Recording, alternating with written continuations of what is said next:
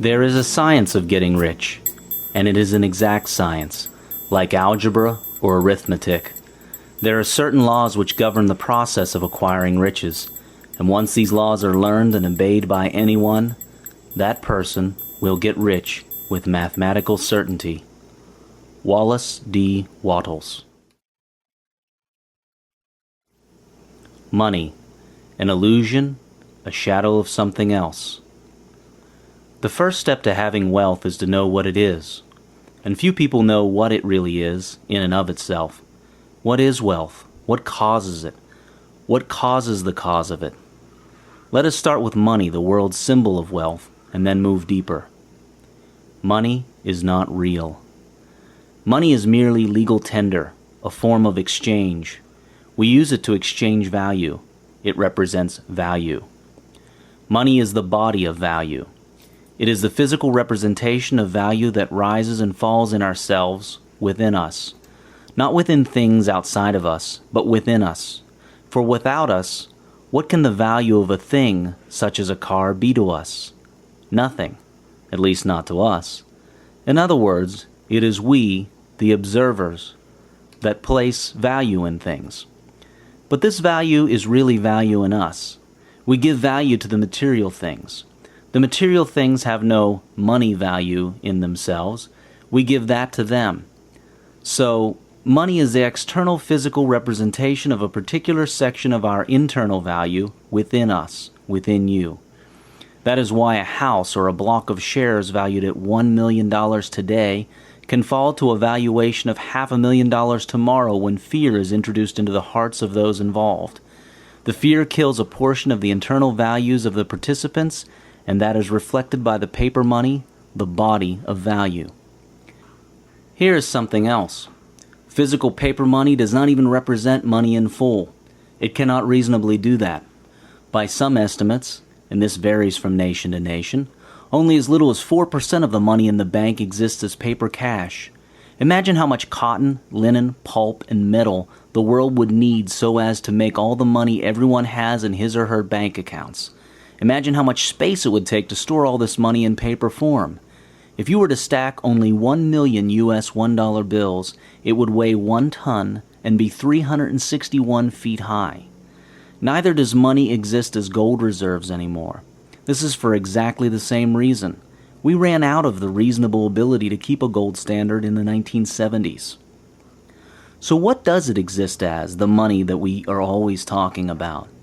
Well, it is one massive illusion. It is all just numbers written on paper and computer storage devices and assigned to people and entities such as companies and investments, or more accurately, further records.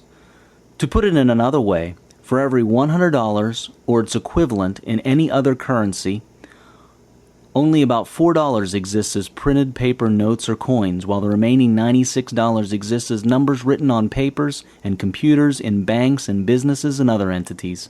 The only reason the system does not collapse is that we all believe in it.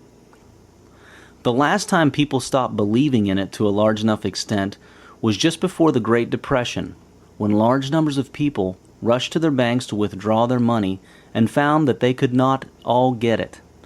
This is not what caused the Great Depression, but in a large way accelerated it. So money is not real. Something else is.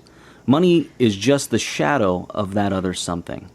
The first step to wealth is to know what money really is, or more accurately, what it represents.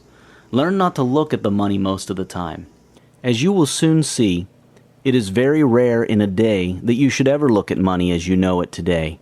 The cash, the bank accounts, the costs, etc. This is merely the shadow and not the real thing.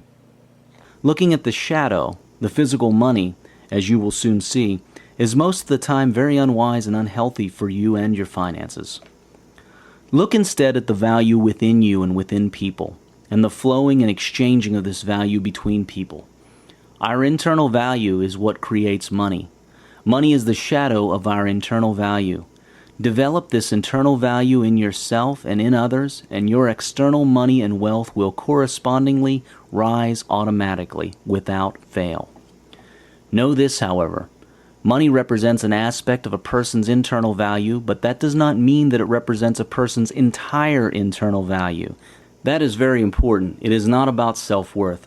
Money only represents an aspect of that internal value that pertains to wealth. You cannot therefore say that a wealthy person has a higher self-worth and value than a poor person, but you can correctly say that in matters that relate and pertain to money, the wealthy person has a higher internal value in that aspect of value, or that the person chooses to exercise a higher proportion of this internal value. This section of internal value that reflects on the outside as money, when exercised, is called wealth consciousness. It is available to all people equally and can be developed by and within all people equally. Like everything else that is important to our being alive, such as air, wealth consciousness is free to all. But you can choose to develop it or not develop it, or to exercise it or not. At any time you can change your choice and nothing outside of you can stop you. You require nothing outside of yourself to increase your wealth consciousness and therefore your money. All you need is within you right now. You may have forgotten it, but it is right there. You will now remember it. And the first step to that is to always remember that money is not real. It is the shadow of something else. And here's another secret. Wealth consciousness is simply the expansion of your consciousness and awareness into the wealthy parts of yourself. That is why all that you need to increase your wealth consciousness is within you already. You are already wealthy, but you've been taught to choose to not experience your wealth. This insight changes everything. Like the wealthy people, you can now know how to start and choose to start experiencing the wealthy you. You have more wealth capability within you than you can possibly experience in a lifetime. You need not worry that you have reached your limit of becoming wealthy in any way or because of any condition. Neither do you need to know how to convert wealth consciousness into paper cash money. As you will see, it will happen automatically. All you need to do is expand your wealth consciousness and exercise it, act on it, be it, and the situations and opportunities for the equivalent conversion into cash money will present themselves automatically to you. None of the extremely wealthy people today could have, at the time when they were not wealthy, possibly predicted and planned the exact sequence of events that would lead to their immense wealth. They most probably had a set of goals and a plan, but any one of them will tell you that they met countless coincidences and opportunities that joined the dots for them in a way that they could not have predicted. Their goals were their own doing, but the paths that led them coming into being and exceeding them were amazingly intelligent yet unforeseen. You shall now see how to make them happen in your life. You may not be able to predict their sequence, but you can certainly make these fortunate coincidences happen to you every day of your life. By the way, it is not only paper money that is not real. A lot of the things around you that you hold so real are really not real at all either. You are about to embark on a beautiful, empowering, and liberating journey that will show you exactly what your world is in a way that you have never looked at it before. It is a journey that will open your eyes and free your wings. You are about to look under the hood of life. You are about to learn how to customize your world to your liking. You are about to attain wealth consciousness. Once you do, avoiding success and wealth will become very difficult. Yes, you heard that correctly. Once you have wealth consciousness, it will be very difficult for you to not have success and wealth. Success and wealth will follow you automatically wherever you go. You will not need to concern yourself with their quest, yet they will find you. You will be free to experience other aspects of life that you may not have ever dreamt of before, dimensions of self and life that are truly amazing. The same goes with happiness, for you will see it here in this book as well. Let us now get started on the real stuff, if you are still interested. The steps to wealth and happiness. You are now on a journey, at the end of which you shall know how to create all the wealth and happiness you ever wished for, now without any limits. You shall soon also know many timeless truths about who you really are, what you are doing here, and what this game of life is all about. Here are the steps of the journey that you are now taking with this book. Number 1. You shall first take a simplified look at quantum physics, for knowing what you and the world are made of is the first key to knowing how to make it your way. After this, you will never look at the world in the same way again. You shall have an amazing sense of involvement and power in the universe. Number 2, then the secrets of time shall be unveiled, beginning with the fact that time does not exist. You shall learn how to use this illusion instead of being used by it. There is only now. Number 3, you now will learn how to create your universe out of the quantum field using images of your mind. This is the first part of the creation lessons. Number 4, you then learn how to create using your thoughts. You will learn the right way to think and what the mind is really for and when to shut it down for your own benefit. Number 5, you will then look at the power of true goal setting in the thousands in a way that you may never have heard before, a most powerful way. Number 6, next will come the most powerful creation tool of all, your state of being. Number 7, the final creation tool, action, will then be uncovered in its true position and purpose to you. Number 8, you shall then learn the magical and vital ingredient of certainty, and learn how to have it in plenty. Number 9, now it will be time to look at the prime law of the universe and how to use it to have happiness and wealth in abundance. This is the law of cause and effect. Number 10, while still in this law, we shall look at what conditions really are. This will shock you, make you laugh, empower you, and free you. Number 11, while still on conditions, you shall see how you are and shall realize ever-present success and never fail. Number 12, then you shall look at a prime killer of wealth and happiness and how to totally avoid it. Number 13, you will then move on to progressively larger things. You will start with your self-chosen purpose here on earth. Why did you come here? You shall see. Number 14, then the gift of giving and the gifts it brings in return will be fully given to you. Number 15, the power of gratitude now shall be unveiled. This will prove to be extremely powerful for you. Number 16, finally, it will be time to look at consciousness. What makes you here, now, awake? Number 17, and then it shall get really interesting when you have a look at yourself, the first cause of all that is in your world. Get familiar with yourself and your world will change dramatically. Number 18, after that, you shall see what is larger than the self, that which you and all else are part of. It is the One. Knowing how you relate to all that is, the Source, then experiencing this, will put you in a position of immense joy and abundance. Number 19, and on that note, you shall see how abundant you really are. Number 20, from there you shall look at your real nature and how to reclaim it. It is the nature of pure joy. Number 21, then, coming around full circle, you shall see how to best handle paper money, as you know it now, to increase wealth. Number 22, and to close this part of the journey, you will be guided into the next empowering steps you may wish to take after you first finish this book. How to listen to and understand this program. The way to understand this program is to listen to it once in its entirety. As you hear it, you will have many questions, and some things may not make sense to you when you listen to them. Never mind, just keep listening.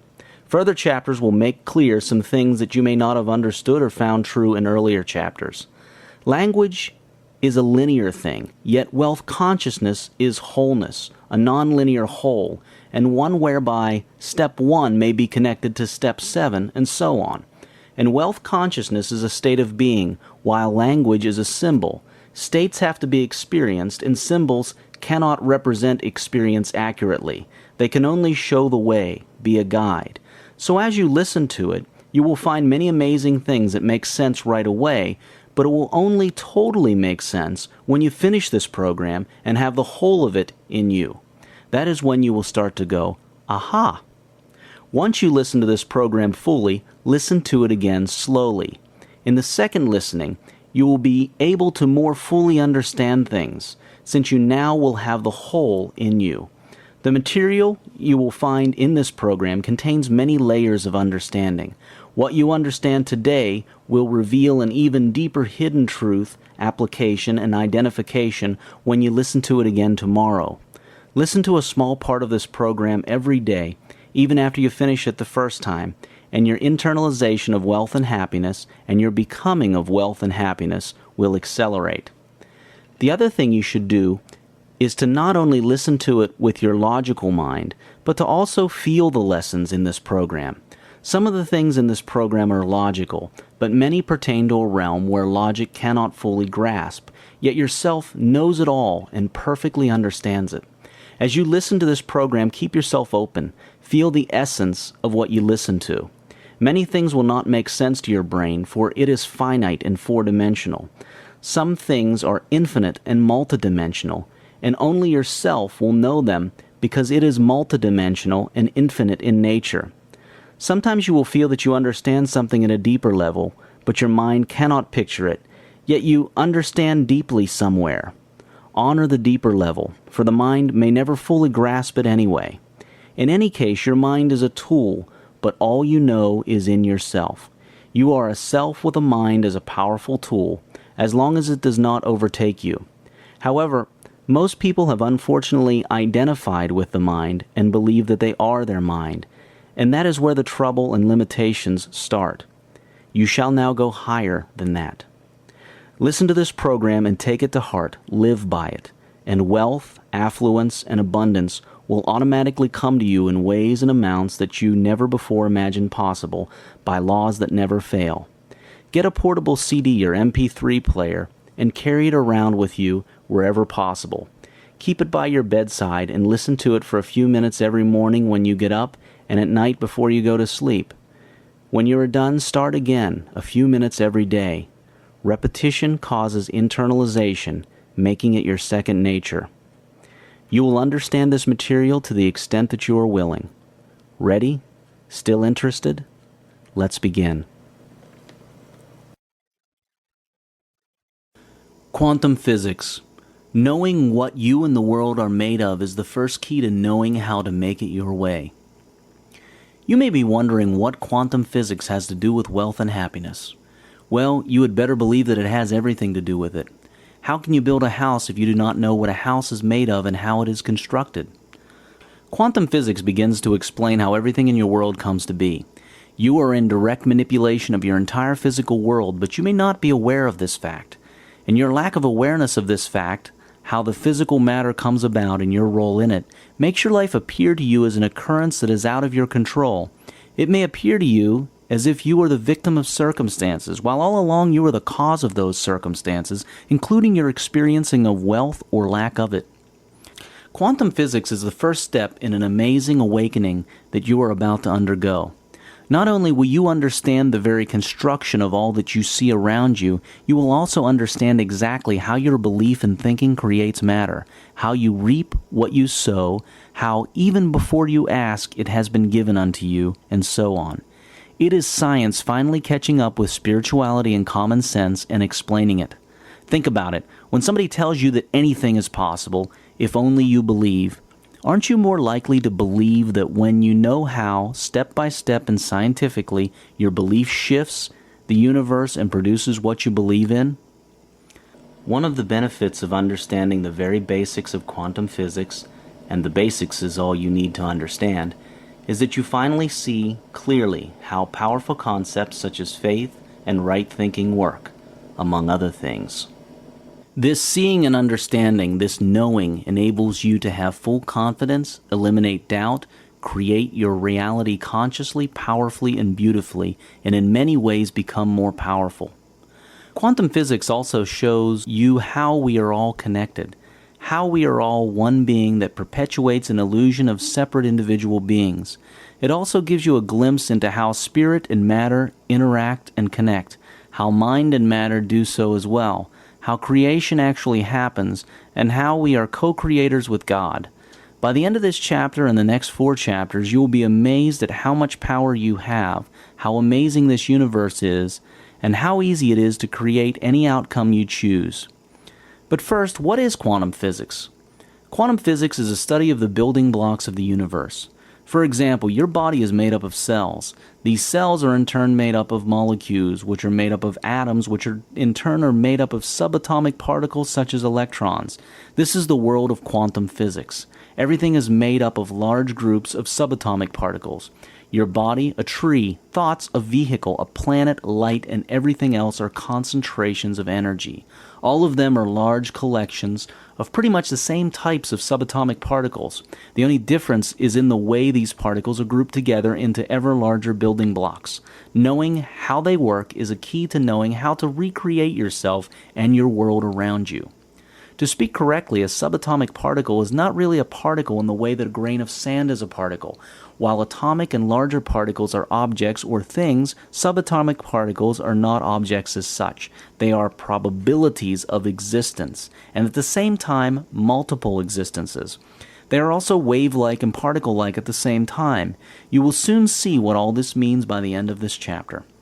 Quantum physics asks the question, what are these subatomic particles, and how do they act? Well, the subatomic particles are energy packets, sometimes called quanta. Everything in this universe is made up of energy, and these energy packets behave in the most amazing way. They are at our command. The reason they would arrange themselves into a luxury boat, for example, is our individual and collective thoughts. Do you now start to see the link between wealth and quantum physics? Up until this point, you may have been designing your world haphazardly and unconsciously. Now you will awaken and do it deliberately and consciously with direction. Let's begin our journey into the quantum field. What is your body made of? Tissues and organs. What are tissues and organs made of? Cells. What are cells made of? Molecules. What are molecules made of? Atoms. What are atoms made of? Subatomic particles. What are subatomic particles made of? Energy. No, they are not made of energy, they are energy. You are one big chunk of energy, and so is everything else. Spirit and mind puts together this energy into the physical shape you are used to seeing.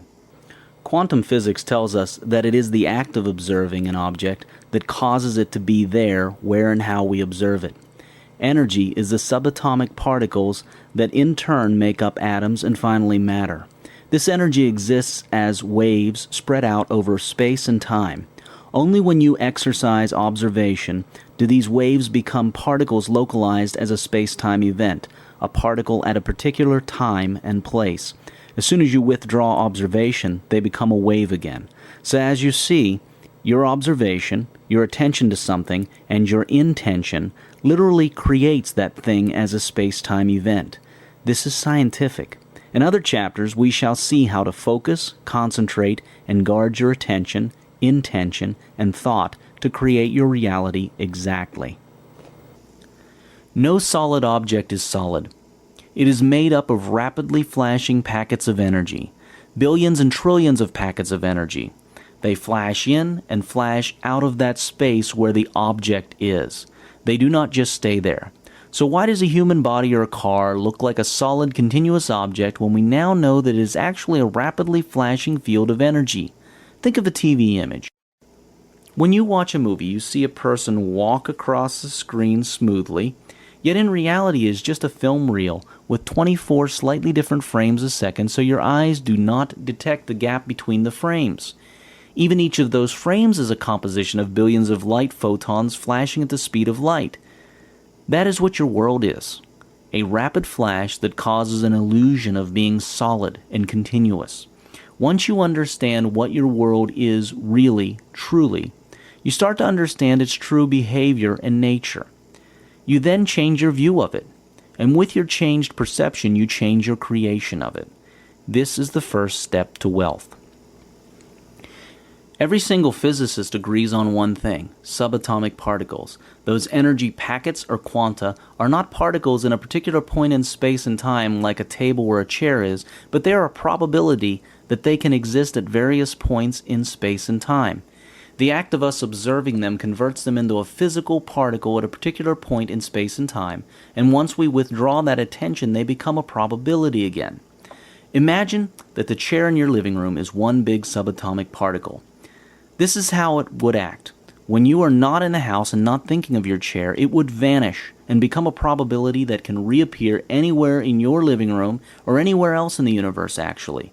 When you come back home and you think of sitting on a chair in a particular spot in your living room, and you look for a chair at that spot where you wish to sit, it will magically reappear. This is not some fantasy magical story. Subatomic particles behave just like that. The amazing thing is that all matter is composed purely of massive amounts of these particles. Therefore, all matter acts exactly like a large group of subatomic particles would. A chair's being there is a result of us all watching it being there and deciding it to be there. It is not a wholly independent existence. No matter is a wholly independent existence, independent of the observer. As some scientists say, if everyone and everything in the universe stopped looking at the moon and thinking about it, it would not be a physical moon anymore. It would be a probability of existence. The act of observation makes the probability become a definite thing, and all other probabilities of it being elsewhere in the same world a null existence. Continuous attention keeps it that way, producing the illusion of a solid, continuous existence of a physical moon. Physicists have also discovered that quantum particles make decisions. They are powered by intelligence. Not only that, they also know instantly what decisions are being made by other particles anywhere else in the universe. This synchronicity across space and time is instantaneous. They communicate without taking any time or crossing any space. In fact, they also move instantaneous without having to go across space or take time. They can get from point A to B without having to cross the space in between, and point A and B can be in different times. Remember that quantum particles are not particles as you would normally think of a particle. They are not things that are at a particular place and time. They are spread across space and time. So, what is the intelligence that powers them? Well, it is from the mind of the source, God, all that is, proportionately made up of your own individual mind and also the individual minds of the rest of the universe, depending on the subject matter, scope, and strength of will. Think about all this carefully. Think about the fact that everything your eye can see is made up of these amazing particles, which are under your co-control. Think about the scientific facts that now prove that you are at cause or co-cause for everything around you, and that nothing you observe can exist without your observation. All you need to do is choose what you wish to observe, choose it with certainty and consistency, and this will cause the energy field to materialize into that thing over time, depending on your clarity, focus, and certainty. Scientists have discovered that even in the strictest double-blind experiments, their expectations still influence results, and it is impossible to carry out an experiment where there is zero influence from the observer on the results of the experiment. Quantum packets or particles are best defined as probabilities of existence. For example, say you have a quantum packet called Mr. X. Before you ask to speak to Mr. X, he will not exist as a person. He will exist as a potential person. Mr. X will be all over the world at the same time with varying potentials to appear in person in Moscow, New York, Kabul, Tokyo, Sydney, Cape Town, or any other town in the world.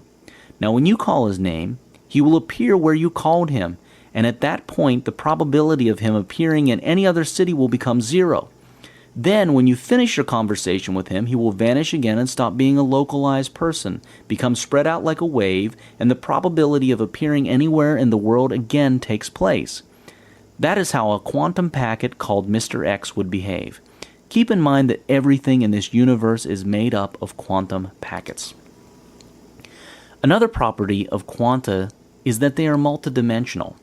So in the example of Mr. X above, when Mr. X is a probability, he is multidimensional. When he localizes when we call him, he will become a thing in our four-dimensional world. Our world as we know it is actually four-dimensional, with length, width, height, and time being the dimensions. This is scientific. You now see scientifically that our universe is multidimensional.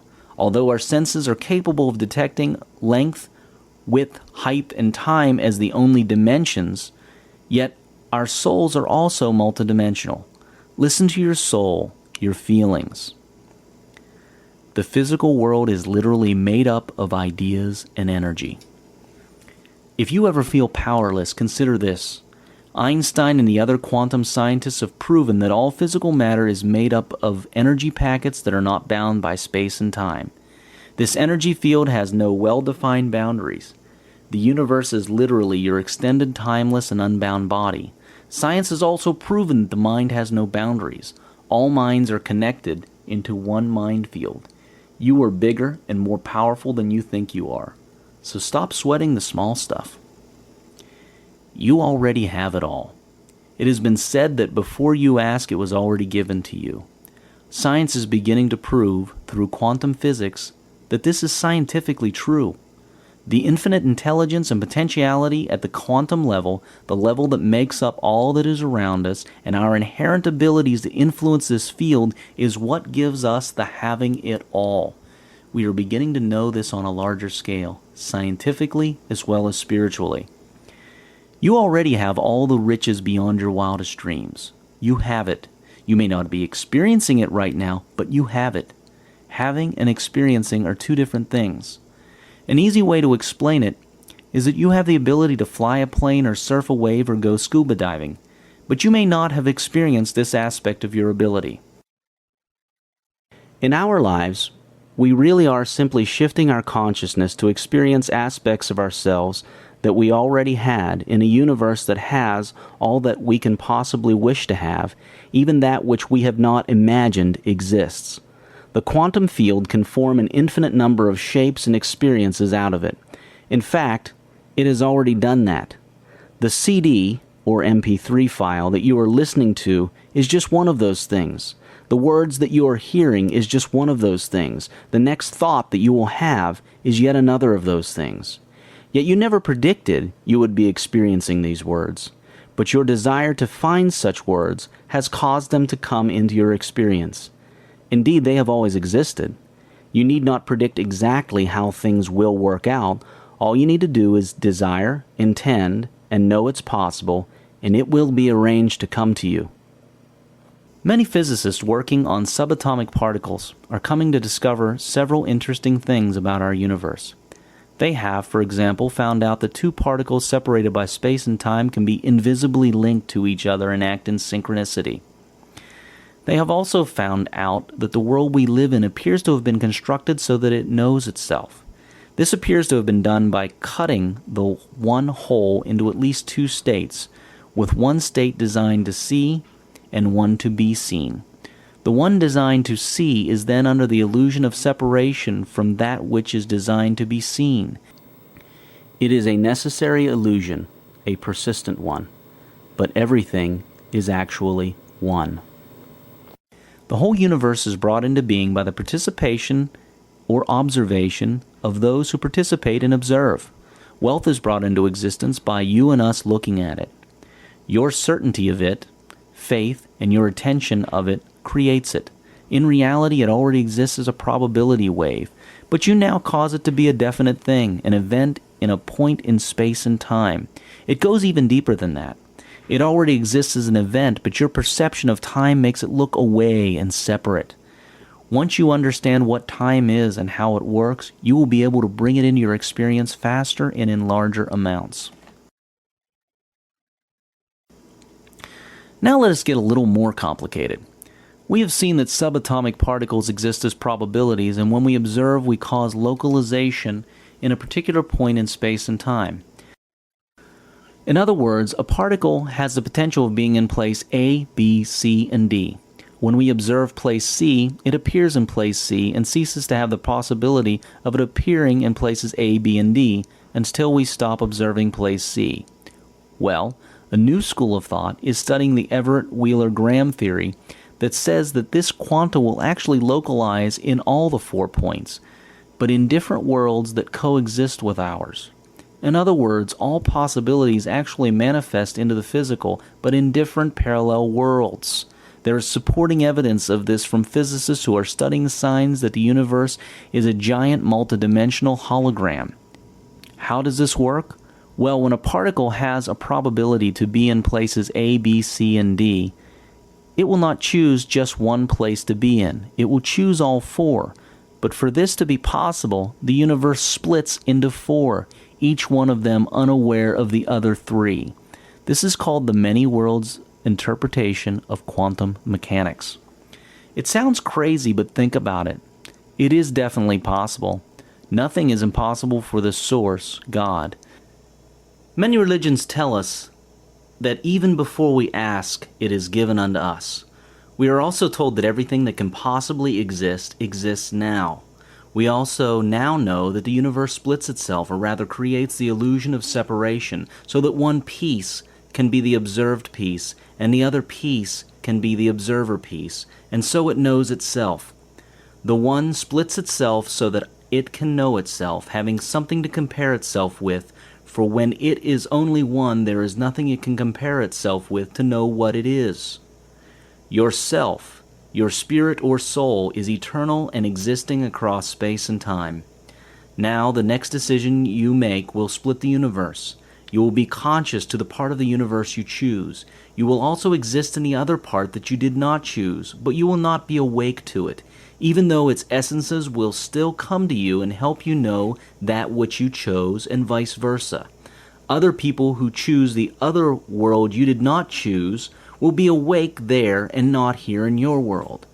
Now you can see how free will works out all the time without conflicting itself, and how truth can seemingly be contradictory, yet all true. The universe is also split into your present self, your past selves, and your future selves. But you are only awake to one of those selves at a time, your present self. But your future selves, for example, are able to warn your present awake self of things they went through and did not like, so that you do not go through them. It is a huge, ever-shifting matrix, a very complex one. The whole matrix shifts with every decision. Life is an eternal process existing all at once with all possible existences now, and only you can choose which one to be awake to from instance to instance. Physics is only now beginning to prove it. By the way, dreaming is simply another state of consciousness. When you dream, your consciousness is in another realm, world, or time. See where your dreams may be coming from now? All this will make more sense when you understand what time is and how it works. We now know that the entire universe came from a small subatomic particle-like existence. It has since been expanding at a rate faster than you can imagine. Oceans forming, worlds forming, and so on, all courtesy of quantum physics. But it is even more magical. The universe is continually giving birth to new universes. Many physicists now see evidence of this type of multiple worlds behavior, and several interpretations of quantum physics to this effect exist. Most physicists believe that this is a continuous but chaotic or random occurrence, largely because they have found no other reason for it. But ask yourself, what part does spirit play? What part do you play, yourself, your soul? Could your choices be the cause of this observed chaotic splitting of worlds? Physicists like to exclude spirit in their studies. Yet spirit is what gives rise to matter and not the other way around. Think about that. Einstein is one of the few physicists who refuse to believe that all this happens randomly or by chance. He said he refuses to believe that God plays dice. Know this, the quantum world is the real world. The world you see with your eyes is simply an imperfect perception of a group of quantum activity. Yet the quantum activity is caused by you. You are first cause. Never think that what you see with your eyes is first cause. It is just an effect. A good illustration of this is the famous Schrodinger's cat experiment by Erwin Schrödinger, who was awarded the Nobel Prize in 1933. It depicts what actually is happening when you place a cat in a box with a closed bottle of poison gas. You also place a device inside the box that will open the gas bottle and thus kill the cat. You then close the box so that you cannot see inside it. The gas in the bottle, by the way, only becomes poisonous if one particular radioactive atom in the box decays. Quantum physics shows that this radioactive atom exists simultaneously in the decayed and the not decayed states until it is measured. until you open the box and see whether the cat dies or not. Everything exists in all possible states until you observe it. You cannot know whether the cat is dead or alive without opening the box. While the box remains closed, the cat is both dead and alive at the same time. This is why quantum physics is so crazy. Two contradictory states actually coexist. When you open the box to check whether that radioactive atom decayed or not, and therefore whether the cat died or not, is when one of the two of these outcomes will materialize. Yet, physicists now know that, number one, their expectations and thoughts influence the results. Number two, the multiple worlds interpretation tells us that both actually happened, but the world split into both of these, and we took that which we chose at some level. We now know that everything in the universe is a wave-particle duality. What this means is that everything, including your body and your car, is a wave and a particle at the same time. There is no difference between you and light, except for the fact that light has a different wavelength than you do, but you are pretty much the same thing as light. That is physics saying this now. Several thousand years ago, various spiritual teachers told us the same thing. We came from light. You are light. In fact, your body is over 99% space, were you to examine it under a microscope. The rest of it, the solid part, is just a collection of the exact same things that light is made of, the same subatomic particles. Actually, even the space is full of energy. Your mind, from your spirit, keeps your body together as a solid unit, and your mind does the same thing with other things around you. All matter is put together using information from your mind and the minds of those around you and the rest of the universe. Einstein's equation, E equals mc squared, states that the energy contained in any matter is equal to the mass of that matter multiplied by the speed of light squared, and that is a very large number.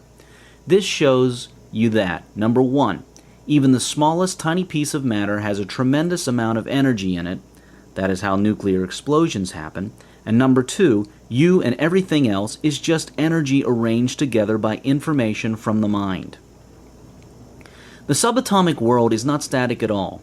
It is an amazing dance of never-ending creation and destruction, with particles destroying themselves and, in that very destruction, giving rise to new ones. Most subatomic particles have an imaginably short life, billionths of a second. The whole universe is forever being recreated anew. You can imagine it all being wiped clean and restored, just a little differently, every trillionth of a second or so. Okay, here's another amazing thing. When a particle is created, it is instantly traveling at the speed of light. Quite literally, we did come from light, as many creation stories go. One more thing, particles can move forwards and backwards in time. This is stuff you are made of and you are in control of. There is no such thing as empty space. All space is filled with energy, the same energy that makes you up and everything else. It is just that your five senses of sight, sound, touch, taste, and smell do not detect the many varied other types of forms that exist in the universe. In other words, you can only detect forms that are detectable with those five senses, unless you have developed other senses. But that does not mean that these humanly detectable forms, physical forms, are the only things that exist in this universe. Think of the universe as a hologram. Anyway, the whole point of this is to know that you are part of one huge ocean of energy, and literally nothing separates you from anything else. The only separation you see is an illusion caused by the limited five senses you have. Quite literally, we are all one. We are one large organic whole whose parts are changing all the time. Each part can look at the other parts, and each part has its own level of consciousness and awareness. Yet, the whole acts exactly as a whole, while the parts act as a part of the whole, with individual and whole properties. Dr. J.S. Bell, a physicist at the European Organization for Nuclear Research, CERN, in Switzerland, came up with mathematical proof in 1964 that showed that all the separate parts of the universe are all connected in an immediate and close way. Many experiments now show that particles separated by space and time somehow know exactly what the other is doing at the exact time the other is doing that particular thing. In other words, they do not communicate. Communication takes time and requires a message. This is different. They know without having to communicate. They act simultaneously, as if they are intimately connected somehow across space and time in a way that does not get affected by the separation in space and time between them. The other profound thing that Bell's mathematical constructs show is that the action of a subatomic particle is dependent on something happening somewhere else to another subatomic particle. In other words, all subatomic events are effects of others and causes of others. This brings the law of cause and effect, or karma, of reaping and sowing to a completely new light. The law of cause and effect, karma, is not only spiritual but also scientific. All along, we have said that all the universe's thoughts, individually and collectively, cause the energy to form into the physical reality we experience. This is so, but there is an even stronger cause. This is being, the state of being. There are many states of being, such as being happy, fast, wealthy, and so on. This is the strongest cause, the first cause of all. It is so because it is the declaration of spirit, of self. From a state follows certain thoughts pertaining to that state. Here is another way of looking at how we are all one. Science shows us that everything is made up of energy and exchanges that energy with everything else at all times in a most complex way. Energy is the building block of all matter. The same energy that composes your flesh is the same one that composes the bricks of your house and the trees outside. There is no energy of the tree and energy of the man. It is all the same energy. Energy is constantly at flow, changing form all the time. This is a very simple explanation of a rather complex thing. At the quantum level, it all looks like one large pool of energy soup. An ocean of energy, one that is always flowing, one that has different concentrations and essences at various points. Imagine an ocean with a warm spot, a turbulent spot, and so on. The ocean represents the energy soup, and the spots represent various physical objects, such as your body or a tree. The warm spot exchanges water molecules with the rest of the ocean. The turbulent spot also exchanges water molecules with the rest of the ocean. But the essence of that warm spot remains warm, and of the turbulent spot remains turbulent. There is exchange and flow on a molecular level, but on the larger levels, the spots remain warm or turbulent, even though the molecules that composed them a moment ago are gone and replaced by others from other regions. The molecules in a warm spot change, but the essence or characteristics of that spot remain warmth. The characteristics of a region can remain the same, even though the particles forming that region are always different, leaving and entering it from other regions. This is how we look like on a quantum level, one large interconnected field of energy with localizations of characteristics. We share the same energy with everything else, even though we assume unique characteristics. It is a very complex matrix, a complex web. Now let's get a little more complicated than the ocean, for it cannot serve our explanations further. Imagine now that there are two people in a room. They are both gloomy and sad. Their energy level is low. One tells a joke and the other one laughs. The one telling a joke causes the one who starts to laugh to raise his or her energy level and become vibrant, laugh. This makes the one telling a joke laugh because there is new joy in the air and they are sharing a joke. Person A caused a change in person B and it went back to cause a change in A. Now have you noticed how you feel great after you tell jokes to many people and they laugh? How it feels greater than telling to one person only? And those people take your joke and they tell it on to other friends and friends of friends, and it spreads. Well, the universe is a whole lot more complicated than that. A shift on one part of the massive field of energy ripples on and causes shifts in the parts next to it, and they cause shifts in the part next to them, and the ripple goes on forever. Can you imagine that? Your smile changes the composition of an entire universe, scientifically. Your anger does the same. Anything you do, any thought you have, ripples on forever and changes the composition of the whole universe, however small that change is. Now here is something even more interesting. Because you're a part of that universe, that ripple comes back to you and gives you back a dose of similar essence. You cause a change in the energy field around and in you, and it ripples, touching everything. And everything, of course, ripples back in reaction, sending it back to you all multiplied. It is similar to the way ripples form in expanding circles when you dip your finger in a glass of calm water. But these waves go forever, and also bump into other energy localizations and cause changes in them, and these react, so to speak, and send back their own waves, and these sent back waves hit you and change you, and you react, and this amazing dance goes on and on. That is how, scientifically, the law of cause and effect works, and works multiplicatively. This happens on an energy level and on a spirit level. In both cases, the betterment of one individual in the system causes a betterment of the whole system, and betterment in the whole system causes betterment in the individual. The reverse is also true. All other things held constant, to the extent that an individual or society understands what they and their universe are made of and learns how to control that creation, so will they have wealth and happiness. That is our brief introduction into the stuff we are all made of. Do not worry if something did not make sense. It will make sense later as you go on with this program and listen to other things that are related to it. You do not need to master quantum physics to be wealthy. This chapter is enough. The point of this chapter was simply to show you what your world really is and begin to show you that you are in very direct control of it.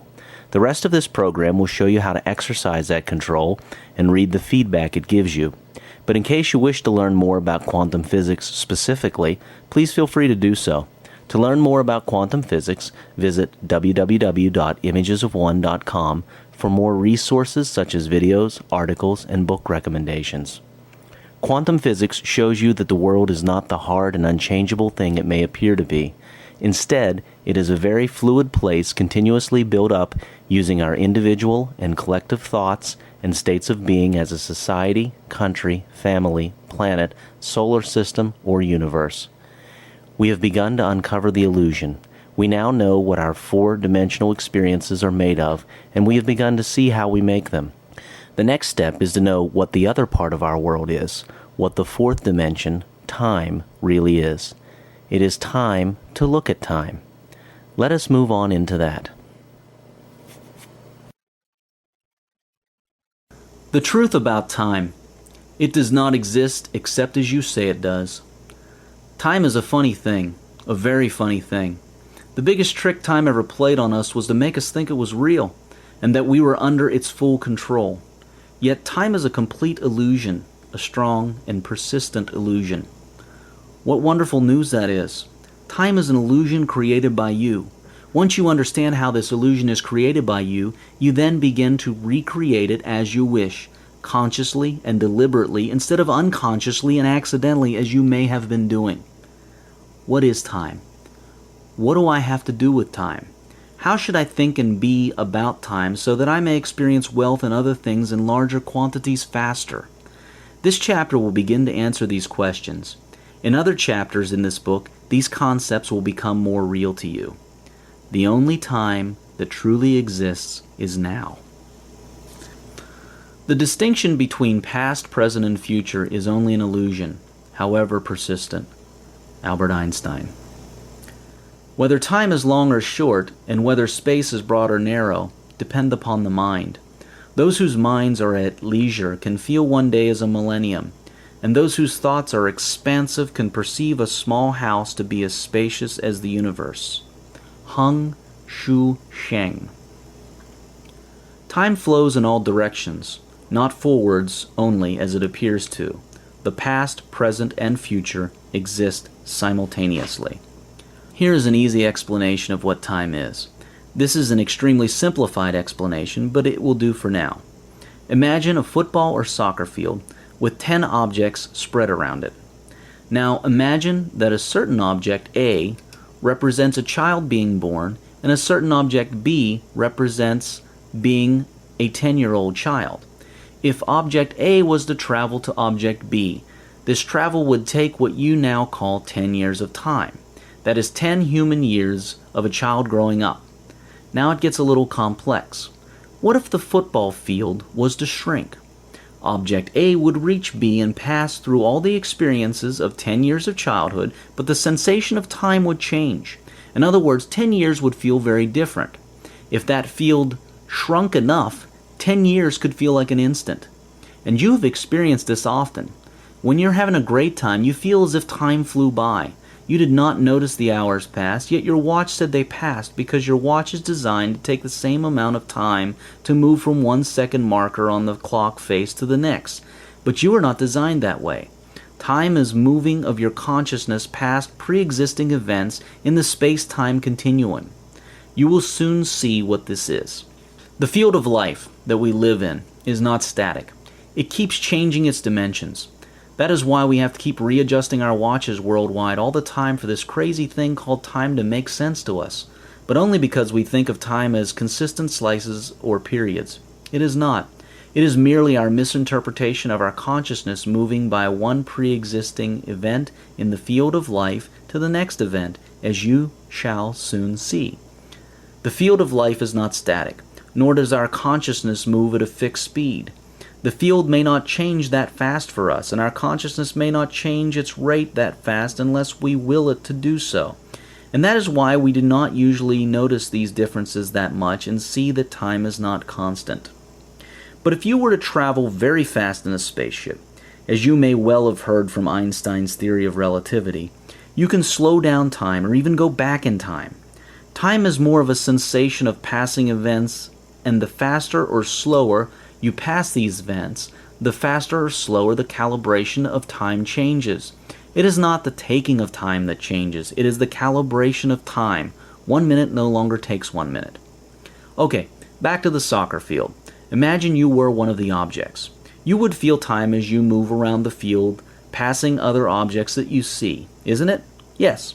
Now, imagine that you were born moving faster, say 3 times the speed. Time would seem shorter. Now imagine that you were the soccer field itself, or even an object large enough to cover the whole field. Now we are talking. Time would cease to exist for you, because you are the field and you can feel, touch, and be with all the objects on you at the same time always. There would be no travel from one object to another. It would all be happening here, now, all of it. All the 10 objects would be happening at the same time for you, always. This is the eternal moment of now, here. Everything that can possibly happen in the universe, everything that can possibly be created, the past, present, and future, are all running at the same time in one huge field. Your consciousness and awareness are awake to only a small section of this field at any one time, and as you move them about from one point to another, you experience time, experiencing a sensation of past, present, and future. The field itself does not experience time. It only experiences an eternal process that is always happening, all at one go. Now, here, always, always. You can think of the whole field as the source. As you expand your consciousness and awareness, as you take up more and more of the field, and time shrinks for you. Can you see that? Now the amazing thing is that the mind and the self, or soul and spirit, whichever you're used to referring to, is a lot larger than your physical body. We are used to thinking of the soul or self as a little thing contained inside our body. That is just human thinking, relating things to containers. Have you ever considered that the soul, being far more powerful than the body, actually holds the body together and surrounds it? And the mind holds the brain and nervous system together and surrounds it? If you have considered that the soul and the mind are larger than the body and brain, have you ever considered where they end? How many feet away from your body? Or how many miles away? Or how many light years away from your body does your soul end? It is not impossible that your soul and mind are 1,000,000,000 times larger than your body. Why not? They are infinite and eternal. Yet this humongous, powerful self is you. Anyway, let us get back to wealth. Understanding time clearly, how it works and how to take control of it, and understanding yourself and your self's composition and relation with everything else, physical and non-physical, is of high importance if you wish to experience massive wealth fast. It is all a matter of expanded consciousness, right state, and right thought and choice. These lead to your consciousness becoming awake to the wealthy parts of the whole and doing so in wider circles. Now is the only moment that exists. An eternal moment of now is all there is. You can remember the past and dream the future, but you can only be, exist, here, now. Make an irrevocable commitment to yourself to make now the best moment of your life ever.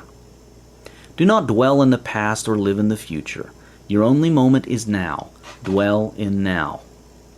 As you will soon see, your outer world mirrors your inner world. You will see in this book how this is so. Do you feel as if you do not have enough time to do what you wish to do? People short of time on the outside are short of it on the inside. They act, think, and speak believing they are short of time. Stop thinking and saying you do not have enough time. Do not believe that for a second. The universe has no shortages of anything, including time, and neither do you, except for the ones that you build for yourself. Believing in any sort of shortage makes your consciousness smaller and slower so that you may experience what you believe in. The present moment is the greatest gift you can have. It is perfectly created for you according to your stated designs. You state these designs by the thoughts, states of being, words, and actions that you held most true to yourself earlier. The present is something that you send yourself, a perfectly present moment. It allows you to experience, taste, review, and change your past thoughts, states of being, words, and actions. Be grateful for the present, for you know you can change it, for it allows you to experience yourself, for its entire existence is to serve you. Cursing, condemning, and judging the present moment will only keep it as it is longer. What you resist, judge, and condemn persists. What you embrace and bring to the light for non-judgmental, honest, and clear examination reveals the lessons you are looking for, the key to the next level that you seek. Time is only an illusion produced by the succession of our states of consciousness as we travel through eternal duration, and it does not exist where no consciousness exists in which the illusion can be produced, but lies asleep. H.P. Blavatsky. The future influences the present just as much as the past. Nietzsche. The first time you do something is a journey of discovery. You take in the details and learn many new things. At this point, there are no labels and memories to enable you to prejudge this new experience. Learning is at its highest. The 100th time you do it is often very different. For most people, repetition brings about unconsciousness. Most people do and see things that occur most often in their lives in an unconscious and unaware state. Because they have seen or done something else, they turn to relying on their memories of it and labels about it that they built in their minds the first time. Learning and discovery drops to zero. Memories of past experiences take over. What good does it serve you to live today based on your memory of it yesterday? You miss the gift of the present moment totally. In your business or work, do you take an absolutely fresh look at your work, workmates, and customers each new day, or do you go by how you know them in the past? Everything changes, and using memory keeps you from seeing that change, seeing things as they truly are. Try to forget everything about what you are looking at, and you will discover a whole new world, and you will grow a whole lot faster, grow your wealth and self a whole lot quicker. Think about it. It is quite often that a stranger will compliment your workmate or spouse over something that you totally miss every day because you do not look at them as if they were totally new to you. Memory has its place, but many people overuse it, often in an unbeneficial way. Decide right now to face every experience anew by choosing to forget that you have ever faced it before. Decide not to anticipate a specific appearance or behavior, an anticipation based on your memory and emotions. Practice detachment of outcome, but have certainty of your choices and intention, and you will find a world that has been hiding from you all along, right in front of your eyes all along. Choose happiness, present moment living, and joy at all times. Thank the present moment for all it brings you in enjoyable experiences and in its opportunities to see yourself as you were before and to grow to an even greater self. Bring into the present moment your awareness, consciousness, thoughts, and looking. Life and all your opportunities to move forward are in the present, the ever-present moment of now, here. Do not throw yourself forward into where you wish to be all day long.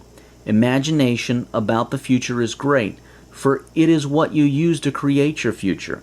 But the present has great value. Only through acting and living in the present can you get to the future. Do not spend all day daydreaming about a future time, saying if only, mentally escaping your present and dwelling in an imaginary tomorrow, going on about the whole day in a dreamlike state, being only half aware and conscious of the details going on in your day. These things actually slow you down on your trip to a better tomorrow. Just as it is necessary that you set future goals, it is necessary that you embrace and experience the present and act in it consciously and with awareness. If you wish to progress, remember, the universe can only use the present moment to send you clues, people, events, and opportunities to advance. It cannot use the imaginary future in your head. Instead of chasing a better future by throwing your consciousness into the future, bring it back to the present and let the future chase it there. Now, here. The wheels of time are mysterious. Time is a concept of mind. Without mind, there is no concept of time. Annihilate the mind. You will go beyond time. You will enter the realm of timeless. You will live in the eternal.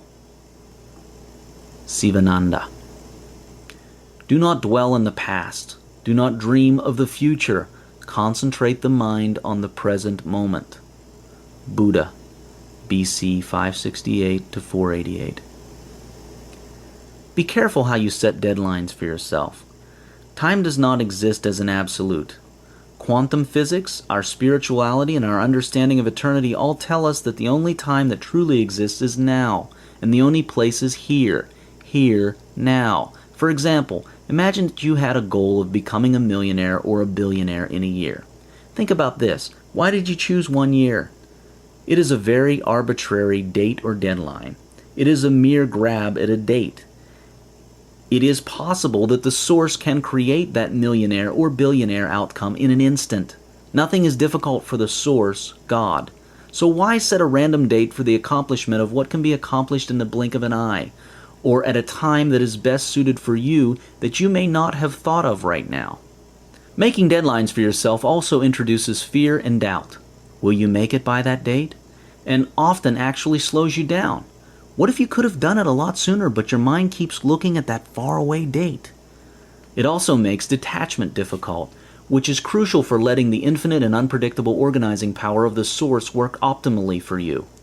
On the other hand, saying, "One day I will be a millionaire or billionaire," is no good at all. It is even worse. Instead, think of now as the only time. See it and know it to be the only real time.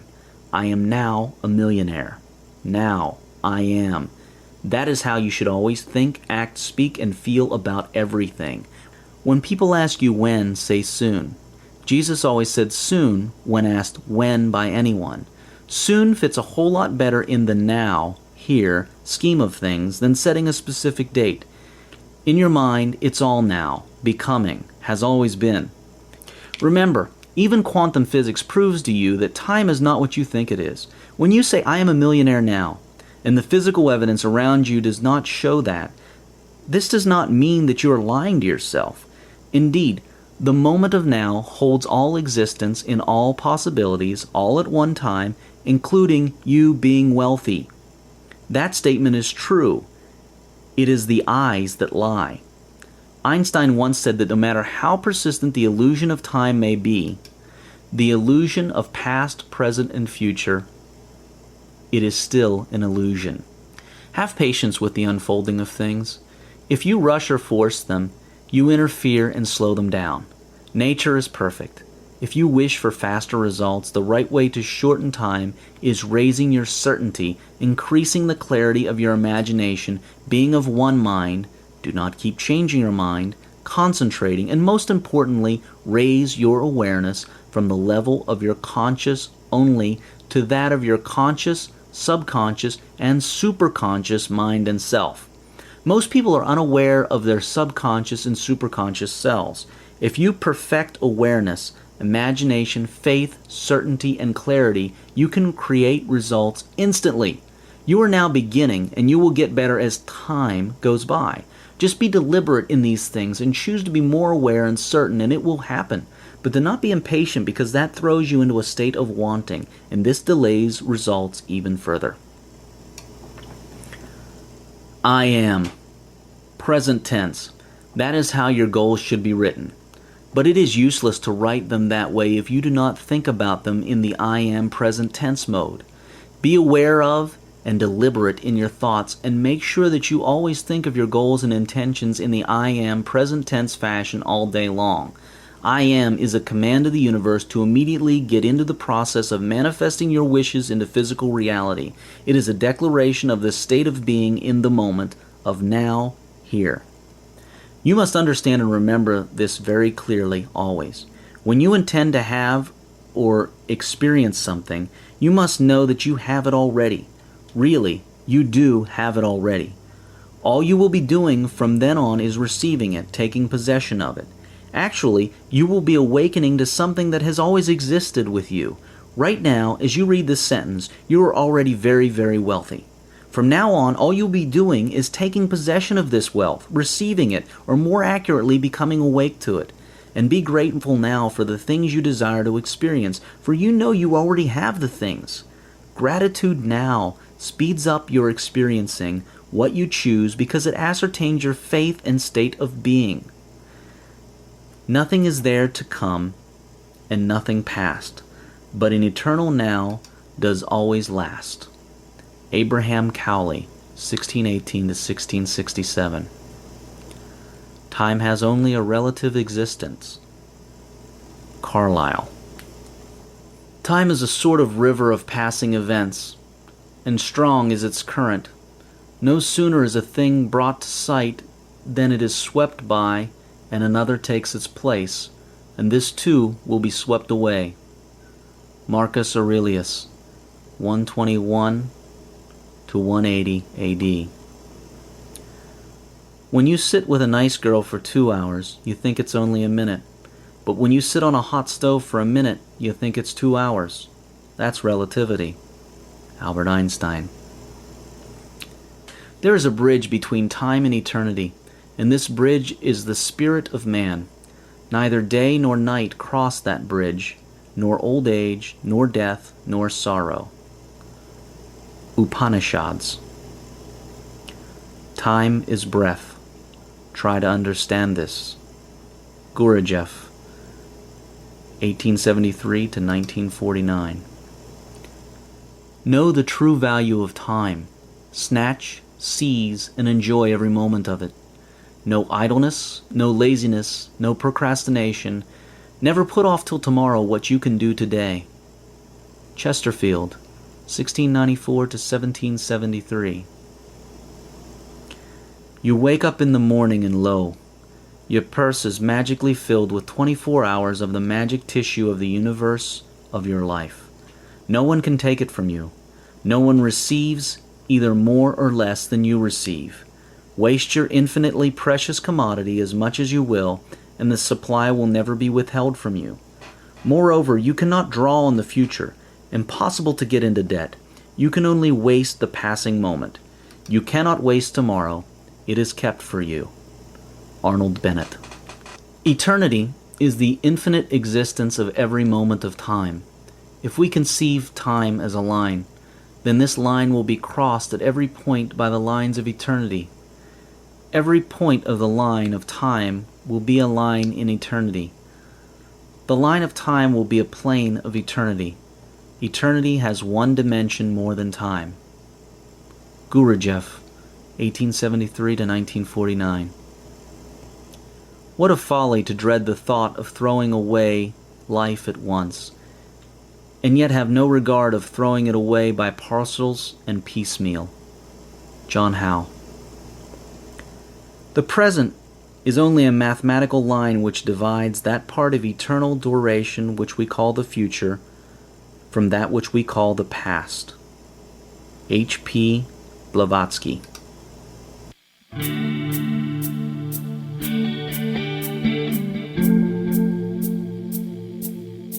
End of Disc 1. Please continue this experience by inserting disc 2.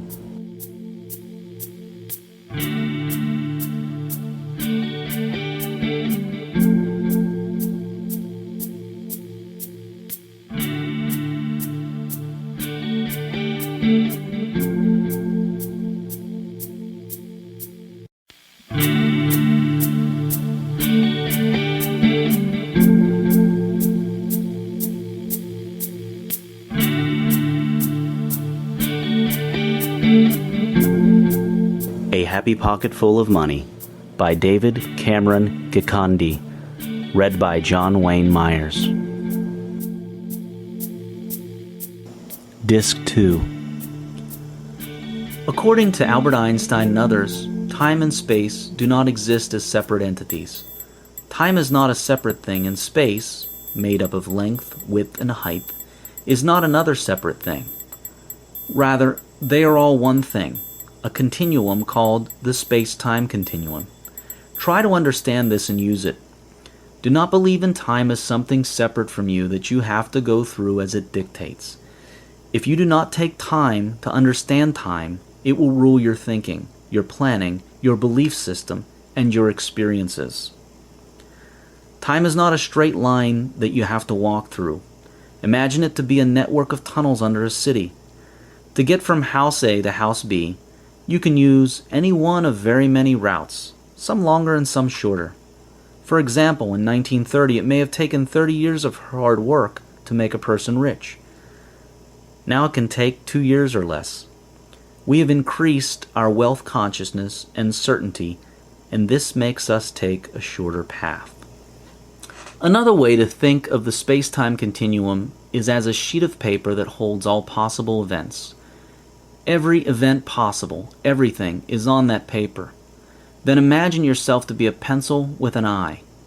Then imagine that this piece of paper wraps itself around the pencil.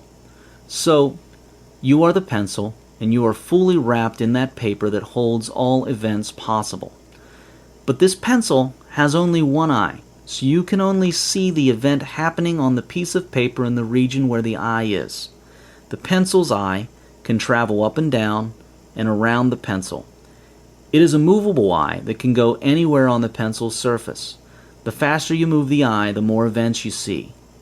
Now, imagine you can increase the size of the eye. The bigger you make it, the more events you see at the same time. Okay, one last thing. Imagine you can multiply the number of eyes on you, the pencil. When the pencil has more eyes, it sees more life, more events simultaneously instead of one at a time. When you increase the number of eyes and size of each eye, you see more in less time. Okay, replace the word I in this whole explanation with the word consciousness.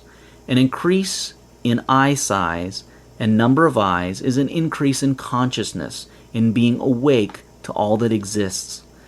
That is what our evolution as beings is all about, increasing consciousness. Okay, so what is the pencil? Yourself. Your spirit or soul, as you wish to call it. You are a timeless and multidimensional being, made in the image and likeness of the Source, God. And as you grow, you increase your consciousness and awareness of this fact. Now imagine that your best friend is another pencil with the same piece of paper wrapped around him or her. You are both pencils with eyes, with the same piece of paper wrapping around you. When your eyes meet, you experience the same bit of all that is at the same time. You decide to meet by choosing to meet. You can choose to meet anything you wish in that continuum. There are no blocks, and free will works without error to the extent that you exercise it with certainty. Knowing this is power. Using this knowledge for wealth and any other desire you have in your life is joy. This is how you explain all interaction. In truth, you and your friend and everyone else are just individuations of the same pencil, so that when your eyes, consciousness, meet, you experience being together. But you are always together on a higher level. Events that appear simultaneous to you may occur at different times for another observer, depending on his or her relative motion. Imagine you are in a big box on a truck moving from south to north. At the center of the box is a light bulb that goes on and off periodically. As you are in the room, you will find that the light strikes the north wall of your box the same time as it strikes the south wall. You can even measure this and find it to be so. You will find that it strikes all walls simultaneously. This will be your truth. Now suppose that there is a woman at the side of the road and that your box has a glass window. The woman can see inside your box through this window. Because she is stationary and you and your box and bulb are in motion, her experience will be different. She will see that the north wall is getting light slightly after the south wall because the north wall is moving away from the light while the south wall is moving towards the light from the bulb. Remember that the box is moving south to north and the bulb is in the center. She can even measure this to be so. She finds that the south wall gets light earlier than the north wall later. This will be her truth. See, two contradicting yet accurate truths can coexist. How is that? To the universe, these are just events. Time is local to the observer, to you. In reality, there is no time, only all events all at once. It is your motion through these events that makes you feel as if there is time. It is your expansion of consciousness that makes you move faster through more events. An expanded consciousness enables you to take in more events per moment. An increase in wealth consciousness makes you get rich faster, move through more events faster, see more events quicker. In reality, it brings you into the awareness and experience of more of all that is per moment, so that you appear to have more stuff, hence appear to have more wealth. It is also your increased right choices and increase in desires and goals made with certainty that also make you experience more at any moment of now. By increasing your goals, your mental images, and holding them steady and certain, you see more wealth. That is one of the secrets of time. Hermann Minkowski, Einstein's mathematics teacher, came up with a set of equations that prove that all the past and future of an individual person all meet at a single point now and in a single place here, wherever the individual is doing the observations. All events in the universe are all occurring simultaneously at this eternal moment of now. The illusion we have of them occurring one at a time in a sequence that seems to flow is because of the type of awareness or consciousness that we have in this human form. It causes us to see very narrow sections of the space-time continuum at a go. So we see one small slice, then the next, and so on. But we can expand or contract our slices to take in a lot more or a lot less at one go. A person of wealth consciousness has a highly expanded view of all that is, thus a much expanded experience. Everything which for each of us constitutes the past, the present, and the future is given in block. Each observer, as his time passes, discovers, so to speak, new slices of space-time which appear to him as successive aspects of the material world, though in reality the ensemble of events constituting space-time exists prior to his knowledge of them. Louis de Broglie awarded the Nobel Prize in 1929. Time only exists in your mind. Your mind often wants to live in anticipation of the future or in memory of the past. This is what also creates psychological time to a large extent. This is another time. There are many forms of illusionary time, and psychological time is one of them. You experience this type of time when your mind is in anticipation of something in the future or in memory of the past. This waiting and remembering creates time and a lot of pain and stress. It is unnecessary. The most fruitful thing to do is not to remember or wait. It is to observe, experience, and create now. Observing, experiencing, and creating now is timeless and true of the true nature of the universe. Everything happens now. You remember your past now. You dream your future now. You learn from your past now. When you were actually in your past, it was still now. At that point in the past, if someone were to ask you, "What are you doing now?" you would notice it was still now. You work towards your future now. You will get to your future now. You will live in your future now. You are always here now. You cannot be anywhere else. Being, isness, is only now. There is nothing you can do in any other moment except now. Try it. Do something yesterday or tomorrow, right now. Impossible. You can only be and do now. It is all now. Even tomorrow is happening now, is now. You see how eternity works? It is inescapable. and trying to escape now in the mind is futile and painful. It is like trying to not be where it all is. That is why the Buddha, Jesus, and many other teachers taught us not to worry about the future. They taught us to be still, to be present, to be aware, to enjoy now, to live one moment at a time, and to be conscious. An easy way to see how time is largely a creation of the mind, looking at the past and an imaginary future, living out of now, is to look at your sleep. When you go to sleep, you can clock 8 hours of sleep, yet when you wake up, it feels like you spent no time at all. It feels like you just went to sleep a moment ago. You do not feel as if you have gone through 8 hours like those that you do during the day when you are awake. Yet, as you know from research reports, people dream pretty much throughout the night, although they remember just a few dreams, if any. See, it is the no mind, the no memory, and no future escapism that makes you feel as if sleep is almost timeless. When you sleep, your mind and your soul are at the same place together. And that place is now, always. All other things held constant to the extent that an individual or society is aware of, teaches about, and uses the illusion of time in the right way, so will they have wealth and happiness. Time is directly related to consciousness, and consciousness is what makes you experience your life. There is a clear and direct link. You now know this, so you are much more aware. This awareness will start leading to your increased consciousness. This increase will lead to more wealth. You may not notice it at the beginning, but as long as you keep firm your intention to be wealth conscious and aware, it will happen. You may not know exactly when it will start happening. In truth, it already has.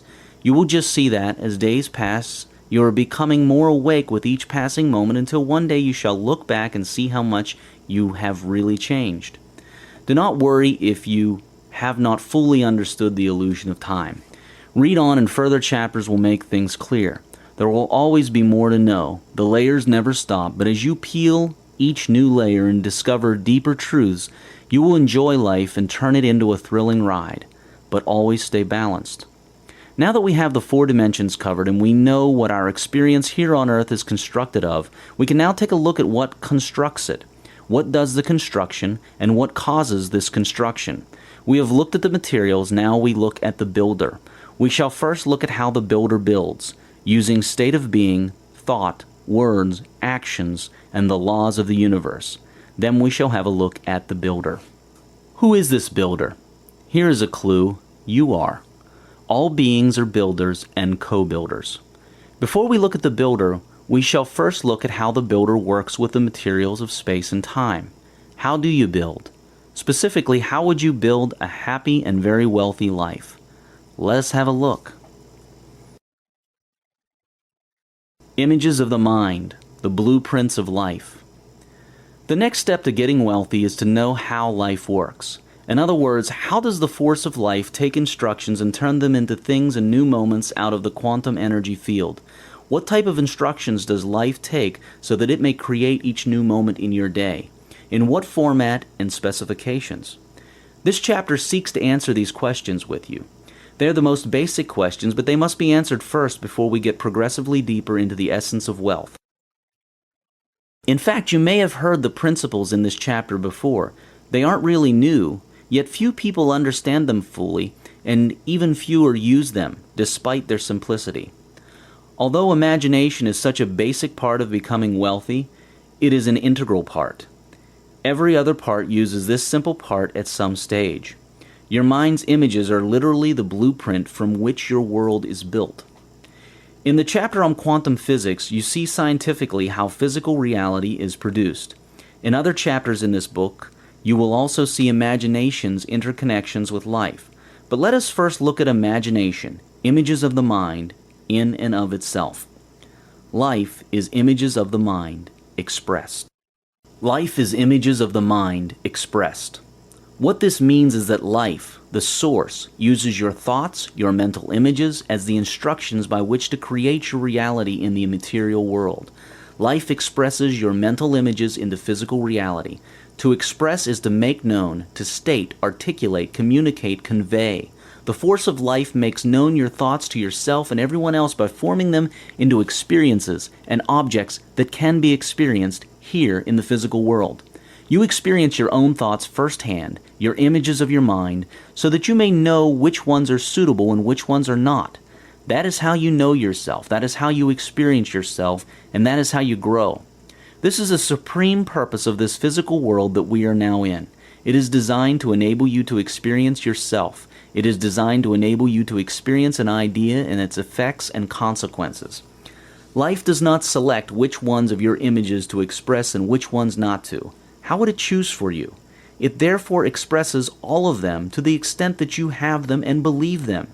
You have true free will. This free will is truly free because of the fact that all of it is acted upon without filtering or favoring. Free will is truly free because of the fact that it actually gets results all the time, not just some of the time, and it gets them exactly.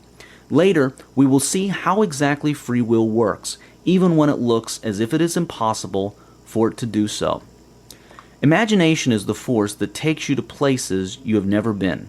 Napoleon Hill said that imagination is the most marvelous, miraculous, inconceivably powerful force the world has ever known. Life is imagination, images of the mind expressed in the physical form. Feed your imagination daily and accurately with pictures, movies, and concentration. Spend time doing this in detail every day. Imagination is the most powerful force, and it is so because life uses it to know what to create next. Most people spend little time imagining. They imagine using idle thought haphazardly and wonder why their life is not rich for them. Imagination has the power to make or break your life. It is your mind and your choice. Images, images, images. Life is images of the mind expressed. Imagine your life as you wish it to be, picture perfect with color and details in your mind every day.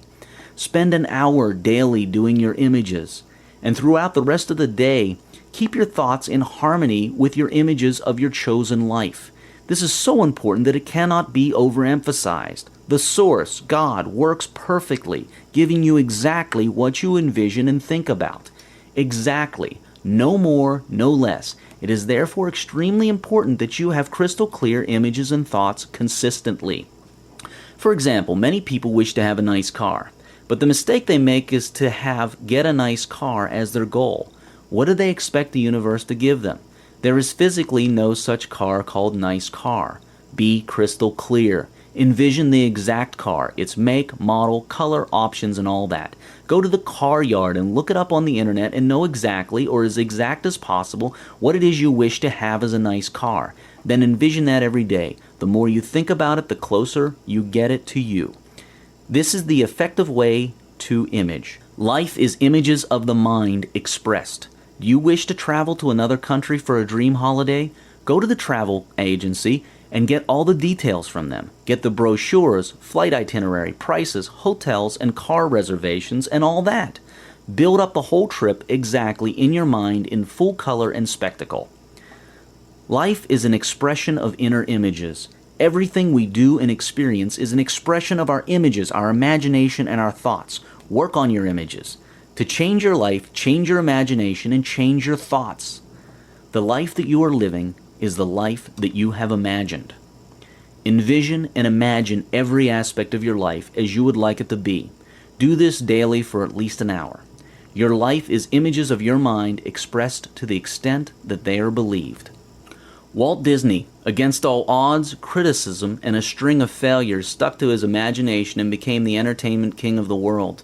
Mickey Mouse was launched at the lowest point of his failures. No one could have predicted that an empire would have been launched on a mouse. When we willingly go where our most desired imaginations take us, we become creative forces that have no limits. Albert Einstein said that imagination is the greatest creative force. Learn to be willing to go where your imagination and desire takes you. If you wish to put a boost to your visualization, use the 8 hours a day of sleep you have. It is easy to learn how to be awake in your dreams. In such a state, you can be the author of your own dreams, painting your perfect life and living it during your dream time. Remember that the subconscious mind cannot distinguish between real and imagined experiences, and dreams can be the best form of visualization. This skill is called lucid dreaming, and several books exist to teach you this skill. Have many reasons to live and be wealthy. The more reasons you have, the more wealth you will get into. Instead of having bills paid as your only reason to get wealthy, have reasons such as travel, collect art, buy homes, have beautiful clothes, express your love to others with gifts, treat your friends and family to some good things, buy a boat, save the environment, and so on. Visualize these reasons accurately. Reasons convince the subconscious mind, the heart, to internalize the goal. They also give it working substance. The more reasons you have, the more powerful your imagination, the faster your results. Surround yourself with images of things you like. Get brochures and magazines of vehicles, homes, places, things, bodies, sports, and activities that you like. The clearer your images of your visions are, the clearer and faster you achieve them. Dream big. Hold the dream high enough, consistently enough, and the dream must manifest into form by law. By universal law, it cannot fail to do so. Do not worry about how. It is all taken care of for you as long as you do your part of the thinking, acting, speaking, and being in accordance to that dream. Just dream, visualize, and then start doing something. Do the next thing that you feel you should do in accordance to that dream, and keep on moving. The little that you do triggers something else you had not foreseen, and on this goes until it completes. Are you dedicating at least 30 minutes of your day focused only on visualizing and imagining your future? Life is images of the mind expressed. Imagination is what designs your life. Have dedicated imagination time, but also hold those visions high in your mind all day long. The world is an illusion, as we will see much more clearly as we move on. See it as an illusion. Believe it to be an illusion designed to be a tool to know and experience yourself. Once you do so, you will always remember to create the next version of the illusion that you wish to have. You literally create the next version of the world by painting your mind's images with certainty. The world does not have to be as it is. It simply is because we agree it is. Your subconscious mind cannot tell the difference between a clear and vividly imagined experience and a real experience. Visualization creates a new subconscious. Visualize your wildest dreams and fantasies. Live large. Back it up with faith, belief, and certainty. The subconscious mind is where your self-image is stored. It powers your conscious thoughts and your actions. Reprogram it using visualization and belief, and you reprogram your world. Your world is your self-image revealed to you in the way that you can experience it. Your life is images, your imaginations expressed into physical things. More accurately, it is the manifestation into the physical world of the visions, good and bad, that you believe in most, consciously and unconsciously. How to do the impossible. Let your imagination fly. Get excited about your images. Energize them with positive emotion. Emotions are energy in motion. Gratitude is one of the most powerful of these emotions. Infuse every cell of your body with images. Infuse every cell with the gratitude that you have realized your goal already, even if you are not experiencing it now. You have received it automatically by the perfect laws of the universe. Even before you ask, it has been given to you. And when you act, remember to do this same infusion into your actions. You choose the images. The source, God, does the work effortlessly and perfectly. That is the deal. The conscious mind creates impressions into the subconscious. It does so by repetition. The subconscious mind then expresses these images, causes an expression into physical manifestation. The conscious does not cause expression. It can only impress on the subconscious using repetition and faith, belief, certainty. The reason this is so is that the conscious holds all sorts of thoughts, those you believe in and those that you do not. It is like a wild monkey jumping on very many thoughts throughout a day. The subconscious, on the other hand, holds only what you hold as truth to you, what you believe in. It holds your sponsoring thoughts. That is why only the subconscious, or what some call the heart, causes expression.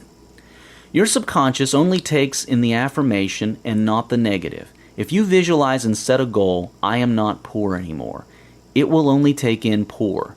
Instead, change that to something like, I am rich, wealthy, and abundant. The subconscious does not internalize not. It does not internalize negated sentences. It only internalizes, I am something, not I am not something. Repetition is power. Concentration is power as well. When visualizing your goals, see yourself already in possession of what you desire. Say and think I am, not I will be. This is critical. I am is power, all there is. Later you will see how this is scientifically so. Now is the only existing moment, and all others are illusions. All other things held constant. To the extent that an individual or society has positive and grand images in the right way, so will they have wealth and happiness. Now that you have the basics of creation covered, let us move on into progressively larger things. Carry with you what you now know about images, for you will need it to keep building your understanding of wealth, and the larger lessons that follow will enable you to know this lesson on images even deeper, experientially, scientifically, and spiritually. Let's keep moving on. Thinking and speaking, the instructions of and for life.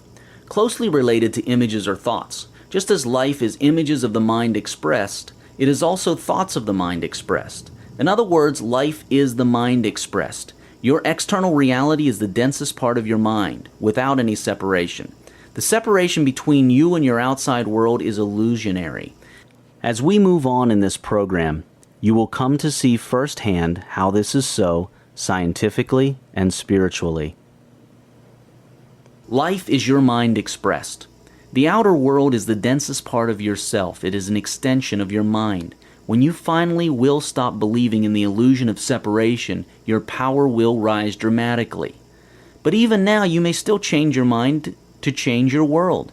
You will now see how this happens, and as we move on further into this book, you will see scientific and further evidence of this. Eventually, the illusion of separation will fall off totally, and you will have mastered this. But even now, just knowing this is empowering. This chapter is a course in how to think in ways that are friendly to the universe and its laws, ways that co-create the universe itself purposefully into one that you wish to live in and not one that you find yourself in.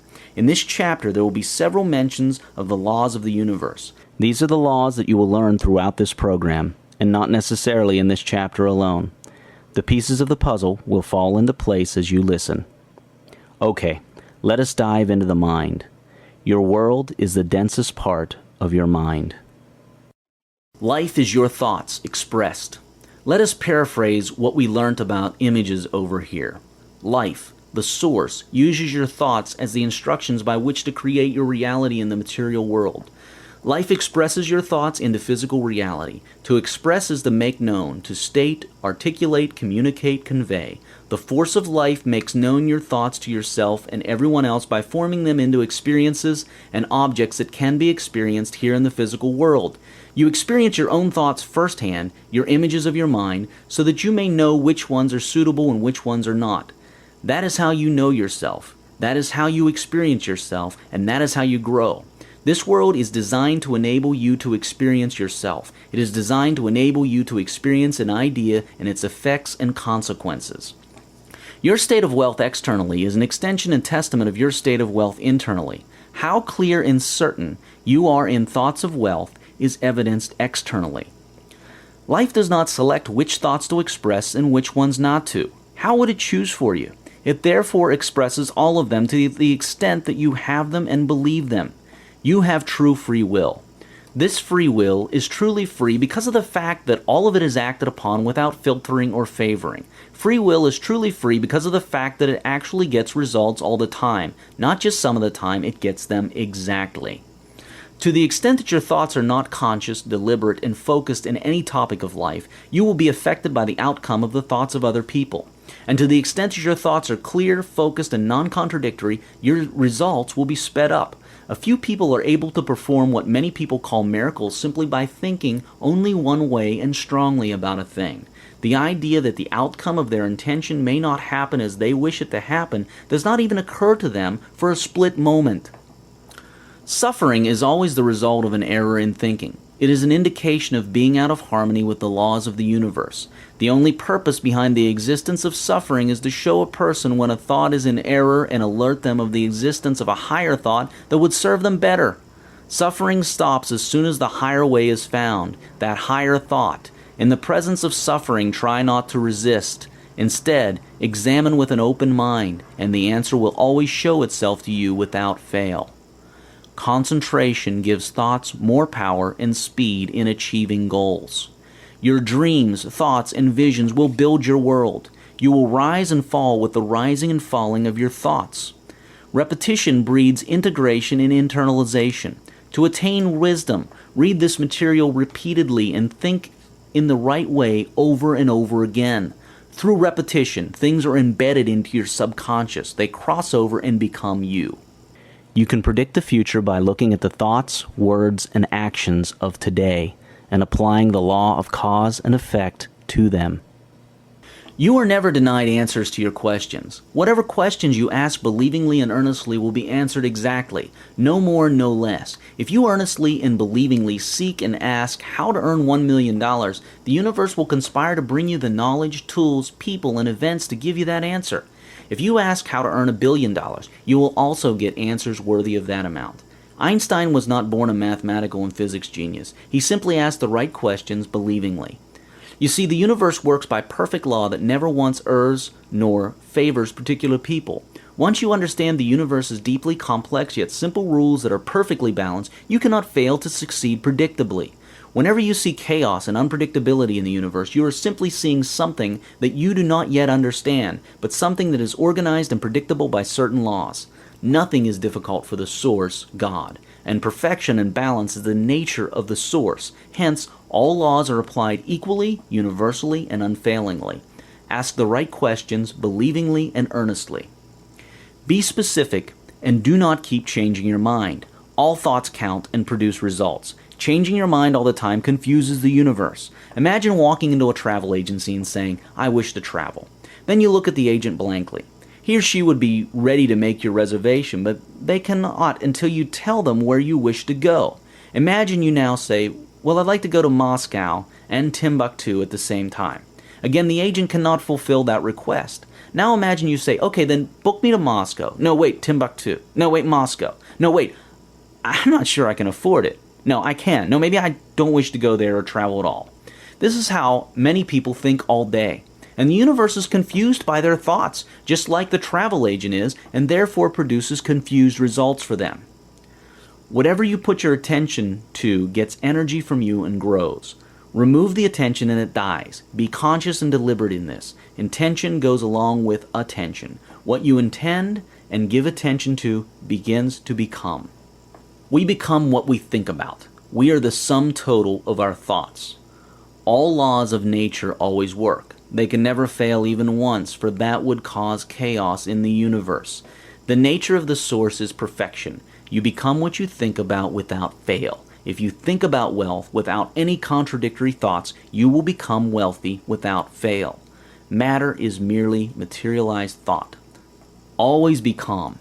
A calm mind is unaffected by fear-causing and anxiety-causing situations. Never proceed in a confused and anxious state of mind. The thoughts you would have in this state are erratic and suicidal. Calm down first and remind yourself of the laws of the universe before you proceed.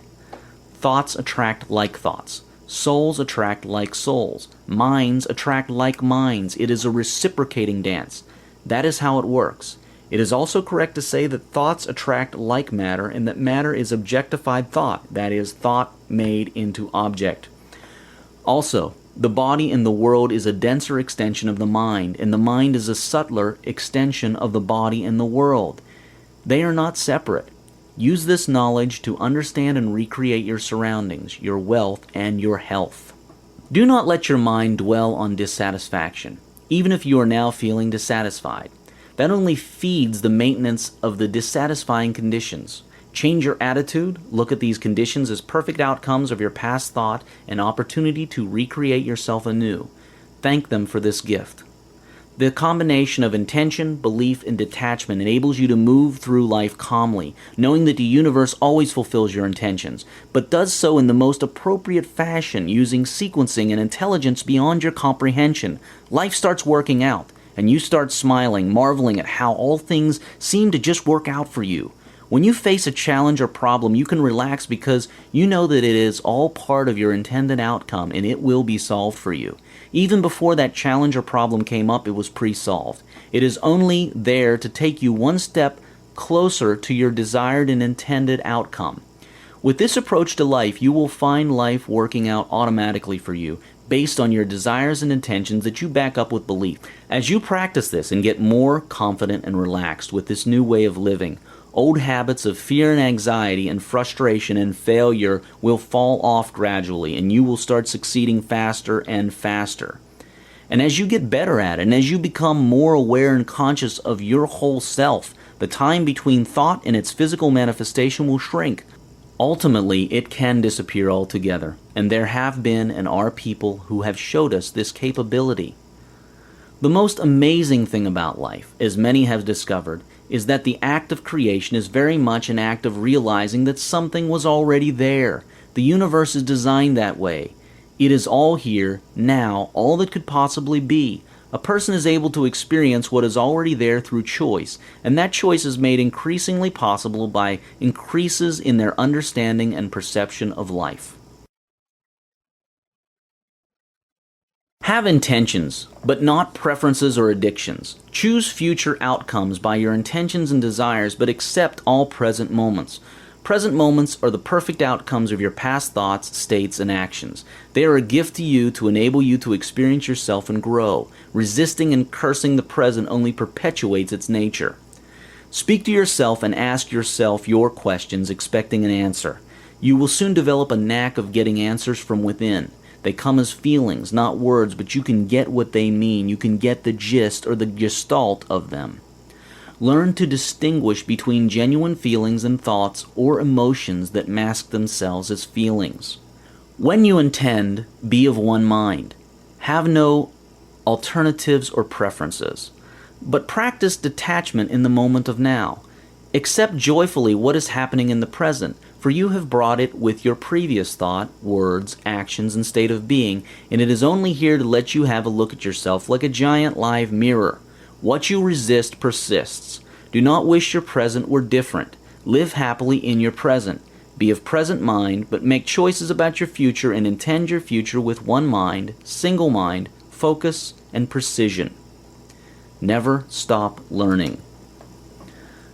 Observe and affirm the truth, and the truth will set you free. If you were broke, say so. Look at it in the eye, admit it, then look to see the errors in your thinking that caused it.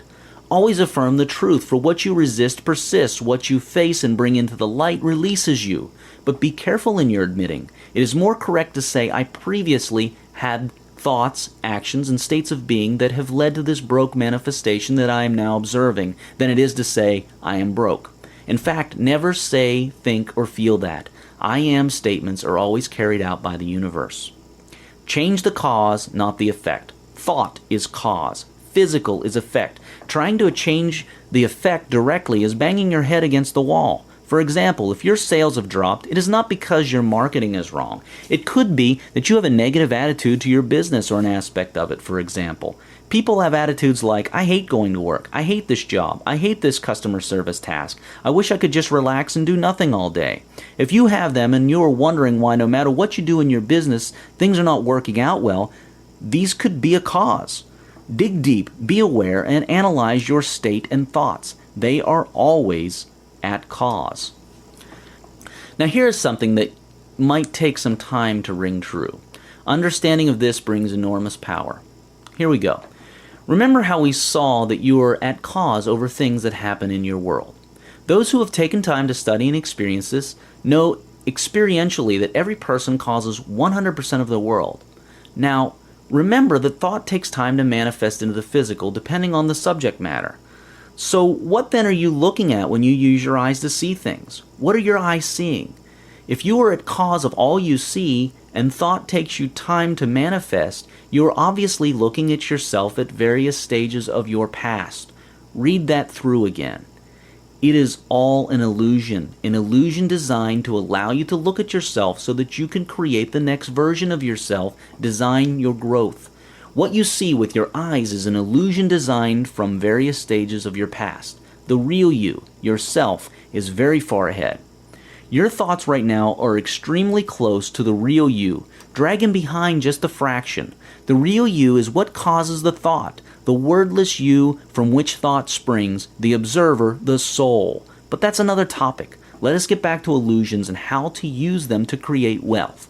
The way to use this world you see with your eyes is to see it as your past and actively use it deliberately to observe yourself and see what to change and grow.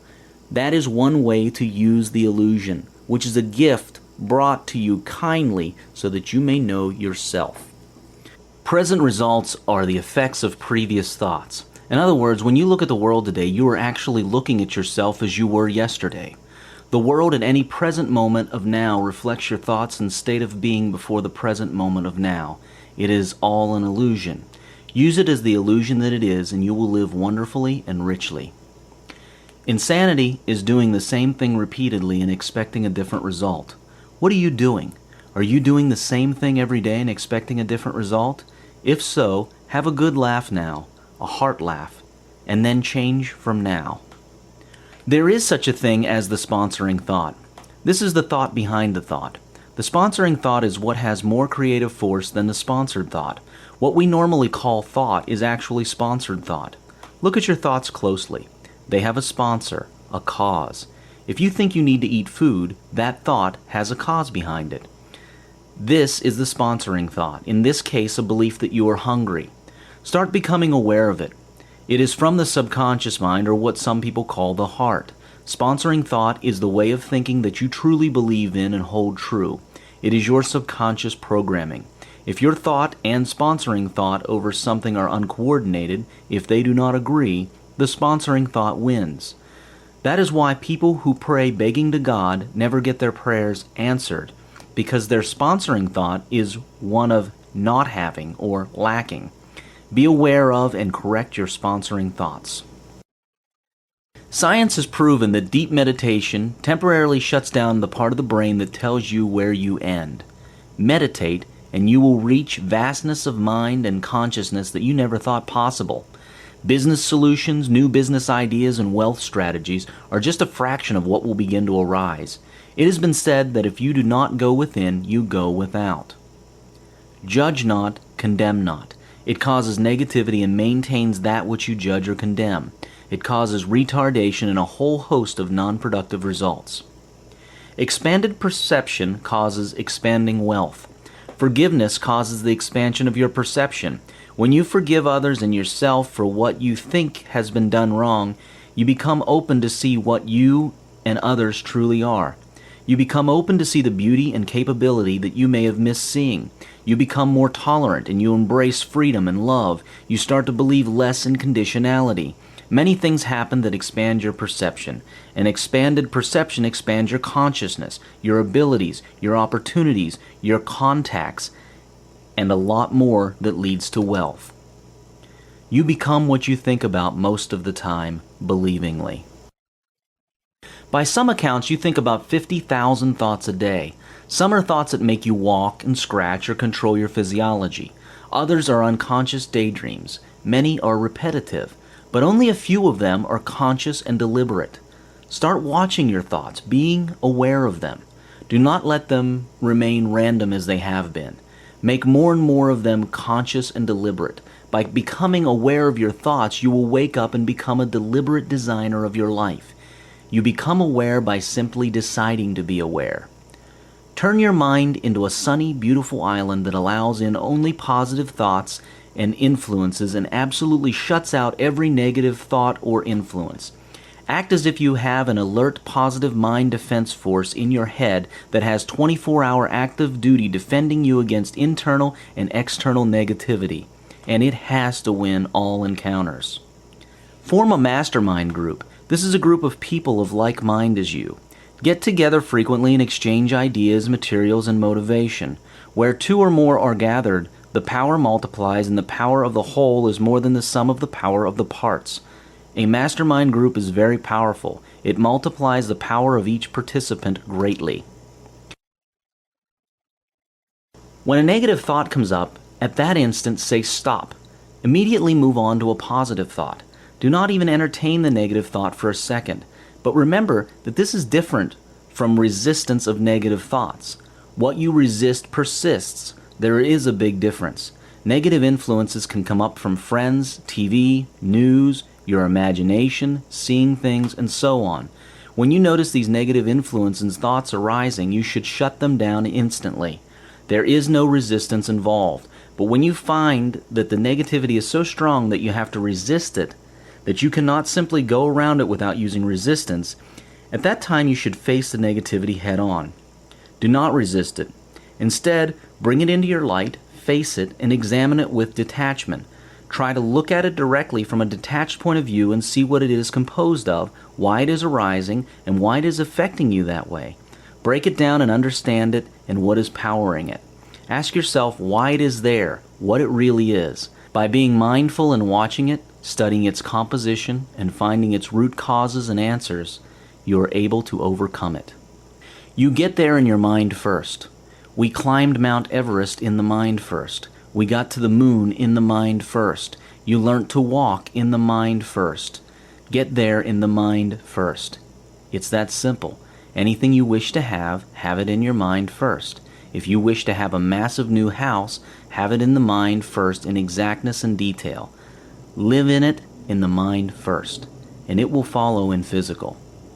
Try to avoid reading or watching bad news as much as possible. Even if you think it's good for your business, bad news creates bad images that interfere with your grandest vision. The world appears to you as you choose to see it.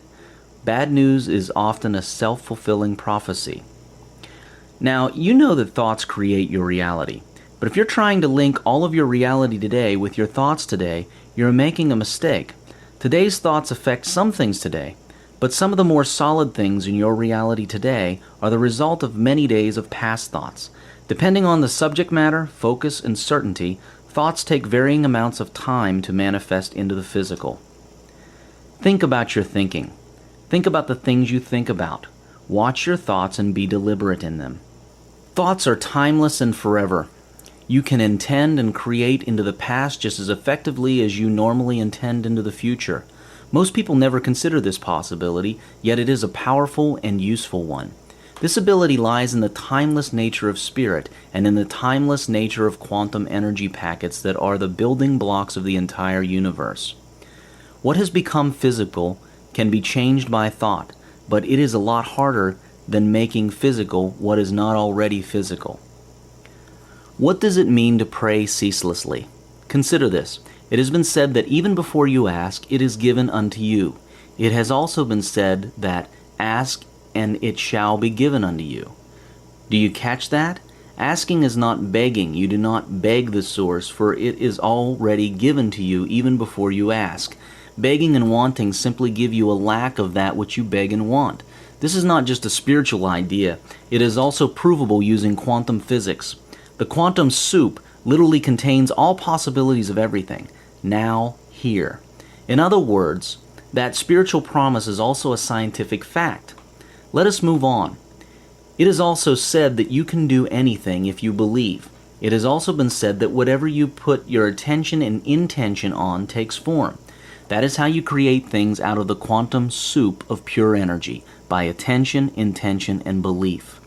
Many masters, teachers, and sages from all cultures and times have told us to not worry, to practice detachment, to trust in the mysterious workings of the universe, not only because the universe works with supreme intelligence, but also because you may not be aware of what your soul or higher self is choosing. Here, then, is what it means to pray ceaselessly. You have a desire. You will it to come into being, to manifest. You intend it wholeheartedly, clearly, focused, and with certainty. You pass this intent on to the source in whichever way you know how. Simple intention is enough, although meditation, stillness, is more effective when you have time to do so. So you pass on your intent, and you become detached from it.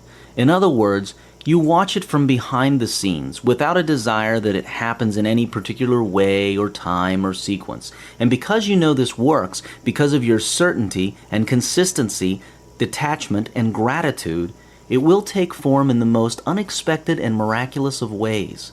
That is prayer. Praying without ceasing is going through the whole day, every day, with such focused intention for all your life's desires, with certainty, detachment, and gratitude. This is not something you do once at a special time during the day and act totally different and confuse the rest of the day. It is something that becomes a lifestyle. That is praying ceaselessly. Prayer is meant to be active, ever-present, and part of normal wakefulness. It is co-creative with the source.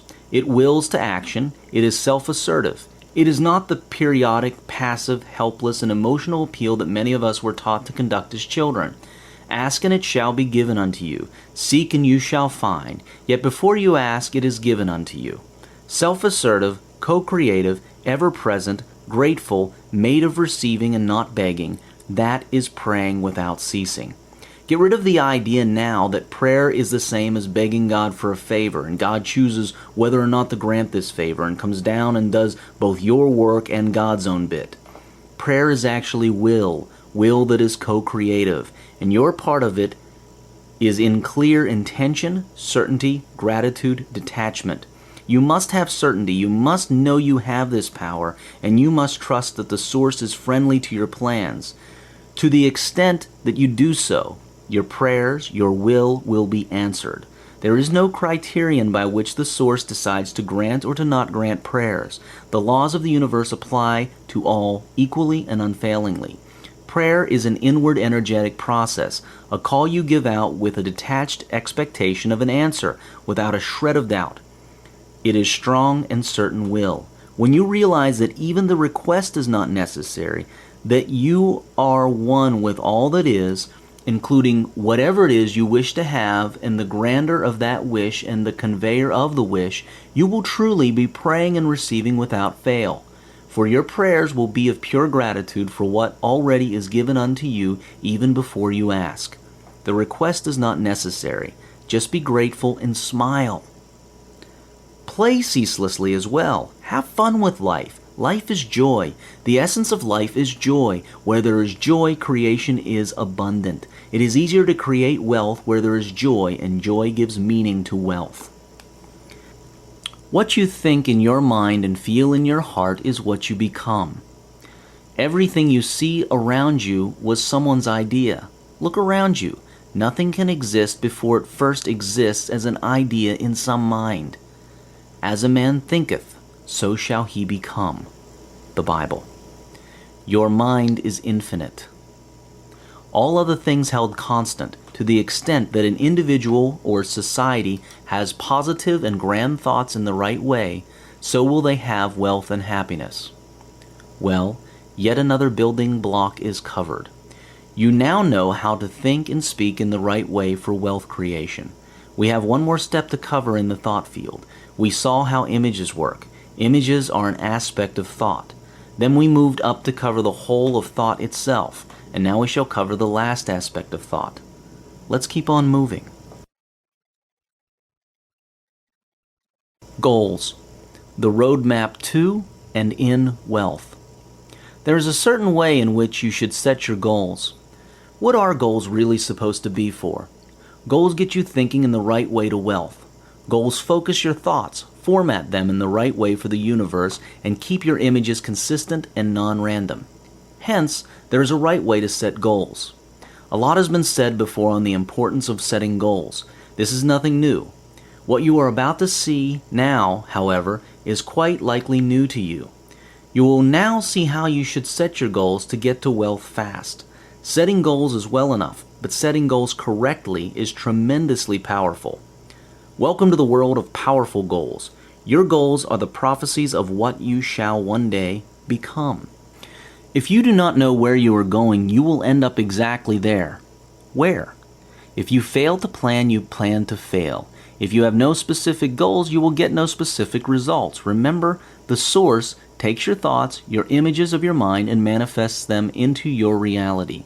You see exactly how this happens scientifically in the quantum physics chapter. But your thoughts and images are the blueprint by which your world is designed and created by and for you. Goals are planned thoughts, directed thoughts. Without planned and directed thought, your life will be unplanned and undirected, seemingly haphazard and seemingly unreliable. Simply know where you are going, and the answers as to how you will get there will come to you in their own time. Do not worry about it. Simply believe that you will get there. Your ideas, visions, and dreams, whatever they may be, are the prophecies of what you shall one day become and achieve. You can predict your outer life tomorrow by looking at your inner self today. You can change your tomorrow by changing your inner self today. Take goals seriously. A 20-year study involving students in a certain Ivy League university in the USA traced the lives of one graduating class. 3% of that class had their own written goals at the start of the study. By the end of the 20 years, that 3% who started with written goals and plans were worth more financially than the other 97% combined. They also reported more satisfaction and joy with their lives. The visionaries and dreamers of the world are the saviors and driving force behind it. These are the inventors, artists, philosophers, educators, sages, business people, designers, scientists, leaders, and so on. Anyone who dreams big and creates. The world lives in their ideas and ways, and it cannot let their ideas die fruitlessly. The world is beautiful because of the dreamers and visionaries. The world and the universe as a whole are in full support of these dreams if only the dreamer were to believe this and act that way. The universe, the world, the source, God, is friendly and supportive of your dreams and aspirations. Simply have a vision, believe in that vision, and you will without fail realize it to the extent that you will believe you will. All else is in your favor. So dream very big. Dream very, very big indeed. Conformity can be your worst enemy. If you do what the crowd does, you will get what the crowd gets. Every day people get up in the morning, go to work like everyone else, and do things like everyone else. But ask them why they do it, and they just do not really know. They just work hard all day because everyone else does, and their reason for working is that they wish to pay their bills and provide for themselves and their family. If you are 30 years old, working hard like everyone else, like the rest of the crowd, and that is all you are doing, you can easily tell roughly where you will be in life when you turn 50 by looking at the 50-year-old crowd today. Are most 50-year-olds today financially independent or wealthy? No, they are not. The vast majority of people today are not wealthy or financially independent. But they could be, if only they just did not follow the crowd just because it's the way that it is done. To get something better than the crowd gets, you have to do one thing differently, and that is to have specific goals, reasons, visions, and wealth consciousness. By reading this book, you have started to do something different and wealth-causing. By practicing it daily, you complete the requirements for wealth. Realistically speaking, you can be self-made, wealthy, and financially independent even at 18 years of age or less. It all depends on how early, strongly, accurately, and believingly you start setting your goals, envisioning, and wealth consciousness building. Hard work alone is not the key to wealth. People have gotten wealthy with and without hard work. Wealth consciousness as a whole is the key, and goal setting in the right way is the map. There's a mistake that some people make when they achieve their goals.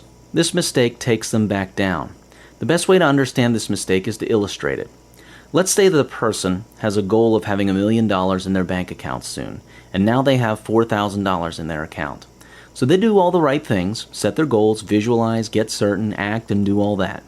They keep their vision of that million high, and they achieve it. Now when that account shows $1 million, they get happy, of course. Then they start the mistake. And that mistake is that they now start looking at the bank account, trying to maintain their precious old goal, worrying when it drops below their goal level, and so on. They switch their sight from that of an unachieved higher goal, and they start looking at the achieved past goal. They start living in the past, trying to maintain the past. Then they start worrying, and it goes on like that until they lose that million. They stop doing what they were doing right in the first place to get to their goal, and they start living as they used to. Always set your goals higher than your present reality. This does not mean that you are never to be satisfied with your achievement. This does not mean that you should get greedy. No, on the contrary, it means that you should enjoy every day without worry. You should not worry about losing what you got. You should not worry about maintaining that million you just made. Instead, make the million, enjoy making it and having it, but when you reach that million, do not switch to worrying about keeping it. Instead, set a new, higher goal and have your eye on that new goal, but enjoy your old successes without a worry of maintaining them. In any case, it is folly to worry, as the worry itself is what would bring you down. Wealth consciousness and all its activities are a lifestyle. not something you do occasionally. Your thoughts, being, and goals should always be on the next grander version of you, not on the past version. Be careful of how you set your goals and visions. The heart, also called the subconscious, has a tendency to take in and internalize the unnegated part of a vision or statement. For example, if one of your goals is to never miss paying your bills on time again, it can be harmful to make the goal statement, "I will never miss paying my bills again." That is because only the "miss paying my bills again" might be taken in, due to the bringing up of fear that statement brings about as soon as you say it. Instead, make it out to be, "There is always more than enough money to live the life I choose, to enjoy myself, and to invest." Failing to plan is planning to fail. Plan and set goals and visualize them. Master this skill. Keep your goals always beyond your comfort zone. If you achieve all your goals and fail to create new, bigger ones, you stop growing. That can be dangerous, even though it may feel comfortable. Did you know that most people start getting the symptoms and diseases associated with old age within a few months of retirement? Through retirement, they signal to their brains and body that life is now wrapping up, coming to an end. Society does not require their services any longer, and certain functions can now start to switch off. Retirement is not the problem. It is the signals that people accept that is the problem. Again, there's nothing wrong with retirement, but watch your signals. The lack of goals to achieve can be dangerous to your health unless it is what you wish to have. Goals do not have to be about money and career. There are countless of worthy things to set goals on all over the world that have nothing to do with making money or a career, from personal goals such as sports, travel, and hobbies to global goals such as environmental and charity work. You do not ever have to know how you will reach your goal. Just do your part, let go, and you will reach it.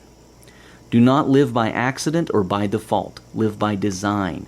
Design your life using goals, visualization, imagination, and plans, all done consistently, daily, clearly, accurately, and with details.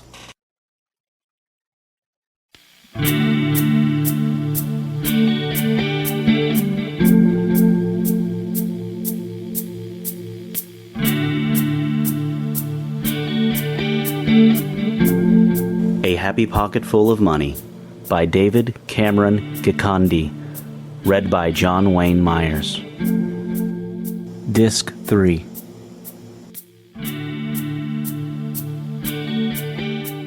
Target dates for goals are best set to the eternal moment of now.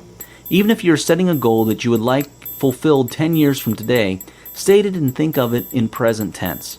Setting an arbitrary date in the future introduces a state of wanting and waiting. Wanting prevents achievement. Arbitrary target dates also interfere with the natural functioning rate of the universe, which you do not usually know. When you say, "By the end of next year I will be a millionaire," how do you know that you could not have become one by the end of next month?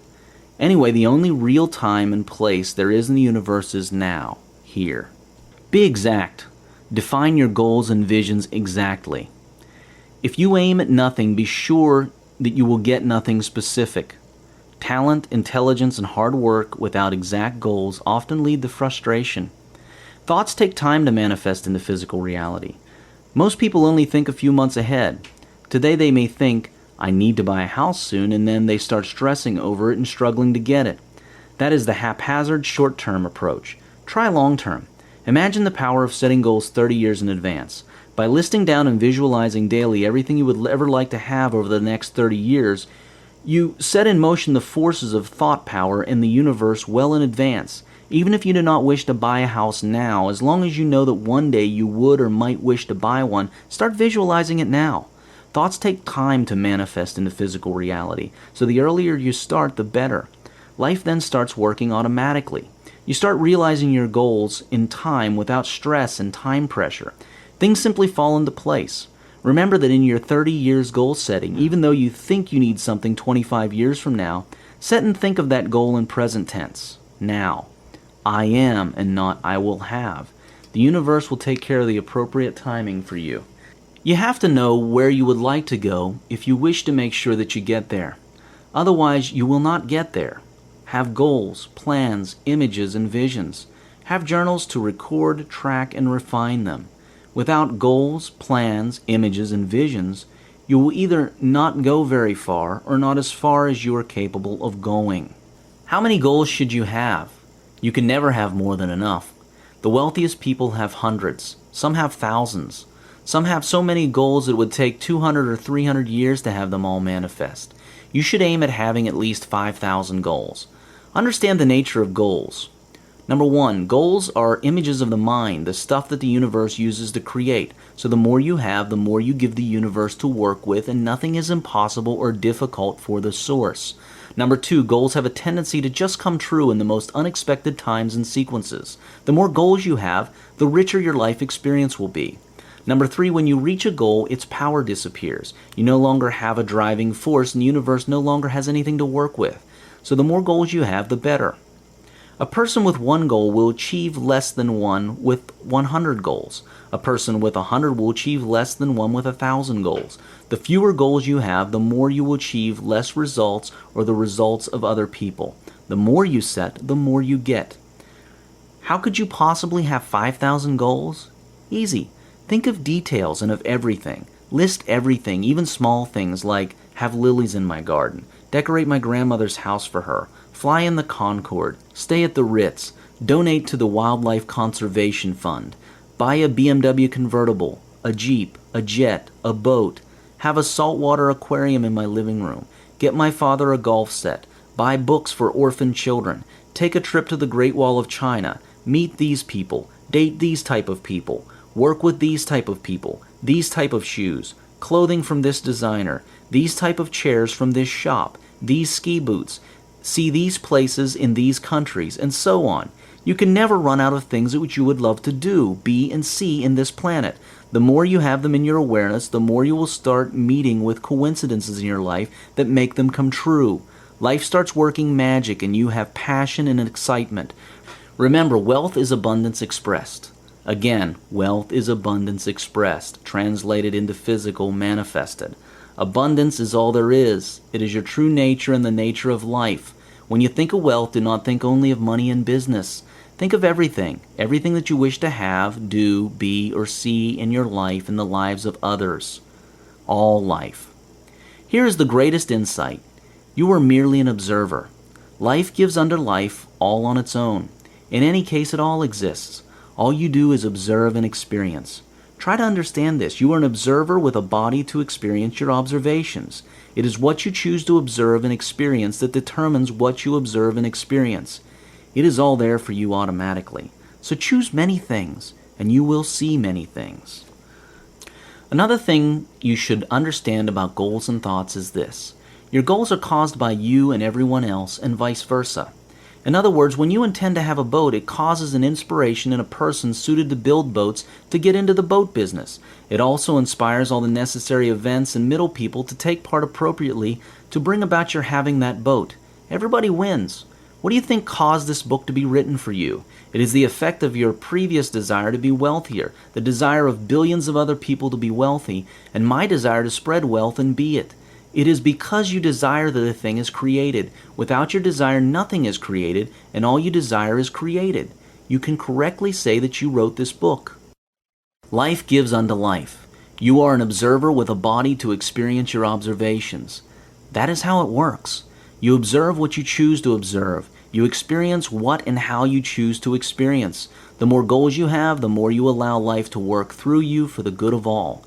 Life's ultimate goal is to express itself, and it does so effortlessly, following your exact intentions and beliefs. Once you see this clearly, you will know without a shred of doubt that what you wish to have wishes to be with you more than you wish to be with it.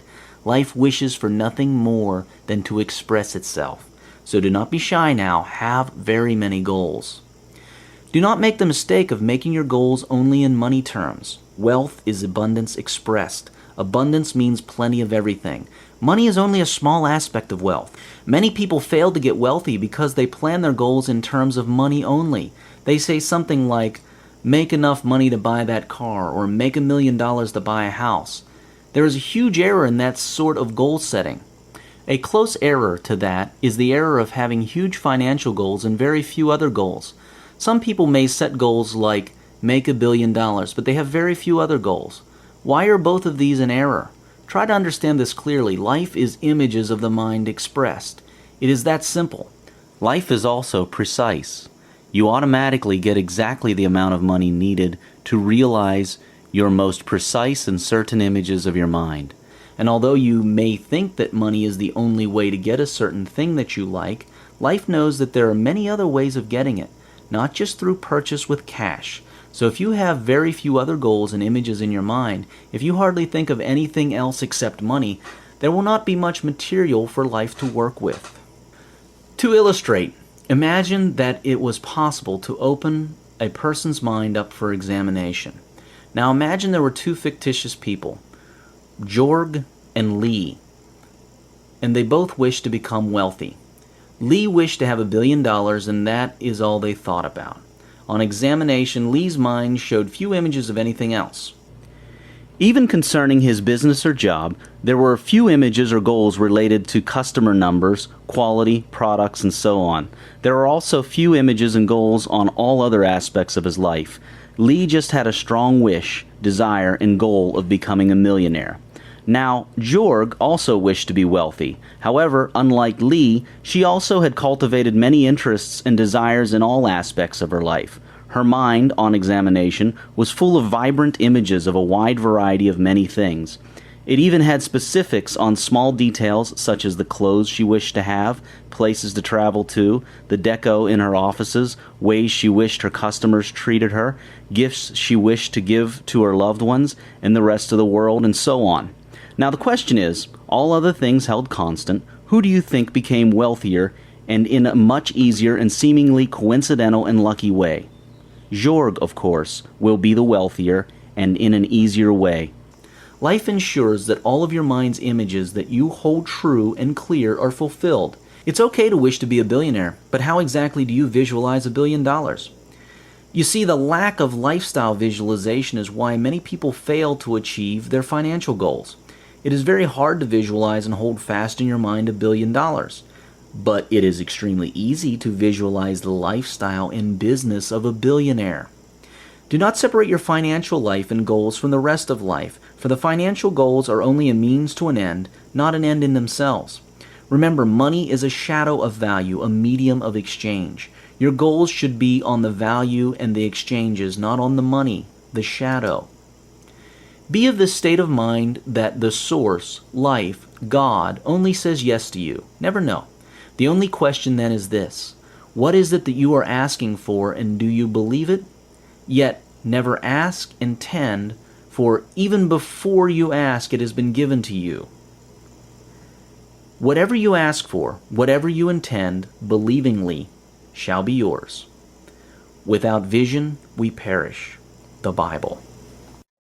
A major reason why people fall out of riches is that their goals reduce and their images of their mind fall. Sometimes this happens when something new comes into their life and they forget their original passion that got them wealthy in the first place. This new thing could be the birth of a child, the finding of a love partner, the achieving comfort, especially when a person comes from a poor background and gets rich, and so on. None of these things is bad, but it is good to know and keep in mind that if you ever find yourself going down, re-examine your goals and mental images.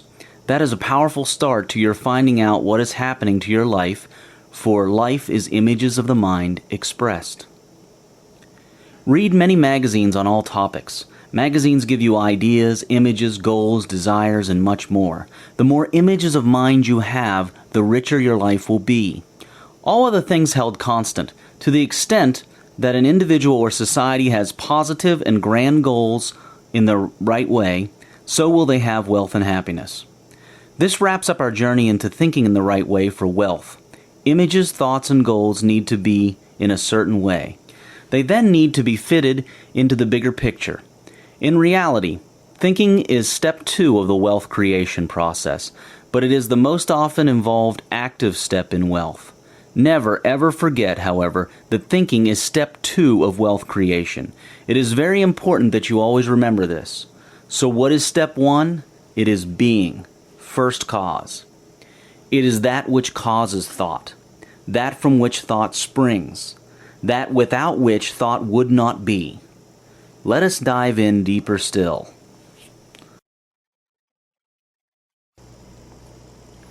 It is not enough to set goals. Goals must also be set in a certain way, a right way that is most friendly to the universal laws. These are the right goal-setting steps. Number 1. List what you would like to have, do, and be between now and the next 30 years. List everything you can think of, small and large. Places to visit, things to have, residences, experiences, partners, skills to acquire, things to do, people to meet, projects, charities, health, habits, everything. This is not a list of what you think you can achieve. It is a list of what would give you the most incredible life of your liking, whether you think you can achieve it or not. A life that is unbelievably fantastic for you. Your list should have at least 100 things in there. It is not hard to come up with at least 100 things for 30 years. To be very wealthy, have about 5,000 things. Even small details regarding your desires should be in there. Number 2, for each goal you listed, write the reasons why you wish to have it. If, for example, you wish to have a large home, write down the reasons why. In other words, what will you do with and in this home? Put drama into it. Reasons empower your goal and make it easier to imagine and visualize and attain it. They give life to it and make the subconscious accept it a whole lot better. Number 3, get cuttings from magazines, brochures, the internet, photographs, etc. of the items in your goals and stick them in your journal. Start a goals and visualizations journal on paper or computer. In it, place pictures of the things you wish to have: cars, stocks, buildings, boats, land, travel, clothes, or anything else. Refer to it often. Twice a day is highly recommended. The more real and detailed your visualization and imagination is, the faster and more accurately you will realize your goals. Pictures are very important to have in your life. Number 4, every day read your list, look at your pictures, and then spend at least 20 minutes twice a day imagining, animating, and visualizing in detail all your goals. If you meditate, and it is highly recommended that you do your goal visualization, do your goals visualization in meditation as well. Meditation puts you closest to the source, the best place you can be to plant your seed of visions into the field of infinite possibilities and creation. Number 5, then, here, now, do something that takes you closer to your goal. There is always something to do now, however small. It will open the next step to you, a step that may be unseen until the first act is taken. Every act is an act of self-definition and creation. Act deliberately and with awareness so that each act takes you closer to your goals, not further away. Act with purpose. Number 6, do everything with gratitude. Think, speak, and act with gratitude. The gratitude of knowing that you are guaranteed success if you act in the ways of these laws. Gratitude is a statement of certainty. That is power. Be genuinely grateful and excited about the fact that you already have your goals realized, for they will be by universal law guaranteed, and so they are. This type of gratitude works wonders. Number 7, enjoy your fruits. Enjoy experiencing your goals when they manifest into your reality. They are sure to do so, guaranteed by universal law. Make sure your goals and visualization journal is portable. No point getting a journal that only stays home. You should also record important thoughts in it that you have, plus experiences and conditions. Record as much as possible on your journal at the end of a day or whenever is most convenient for you. A journal greatly helps you discover and create yourself accurately. Do not worry about the structure of your journal, just make it easy to use for you. In your journal, also write problems you encounter. Suffering is an error in thinking, as you will see later in the conditions chapter. Writing down your suffering helps you evaluate it clearly and discover the error. Write down your feelings as well. This is very important because true feelings are communications from the soul, that part of you that is closest to the source. Do not confuse feelings with emotions and thoughts. Be careful about that. Write down good ideas and inspirations immediately when you get them. Perhaps the best time to get inspiration in a waking state is just after you first wake up in the morning. Instead of immediately taking on your baggage and planning the day or whatever, stay laying in bed and ask yourself about something large you would want to know. It will come to you very clearly then. Just when you wake up, before you are fully awake, relax and gently ask yourself the most important questions of your life. Gently, without arousing yourself. The answers will come to you in amazing ways, in ways that they never do during the rest of the day. In addition, when you start practicing what is in this book, ideas will start coming to you in large numbers from all sorts of sources, seemingly by coincidence. Have your journal handy. Do not wait to write later. Write now before you forget or lose it. And do not forget to record the dreams that you have at night. One day you will find the use of that all in good time. Dreams are not just useless images that come to you as you sleep. People think of the time they are awake in the day as their live time, and when they sleep as their rest time. They think that all their decisions and useful activity is done when they are awake. Well, the amazing thing is that you, yourself, soul, or spirit, as you wish to refer to it, never sleeps.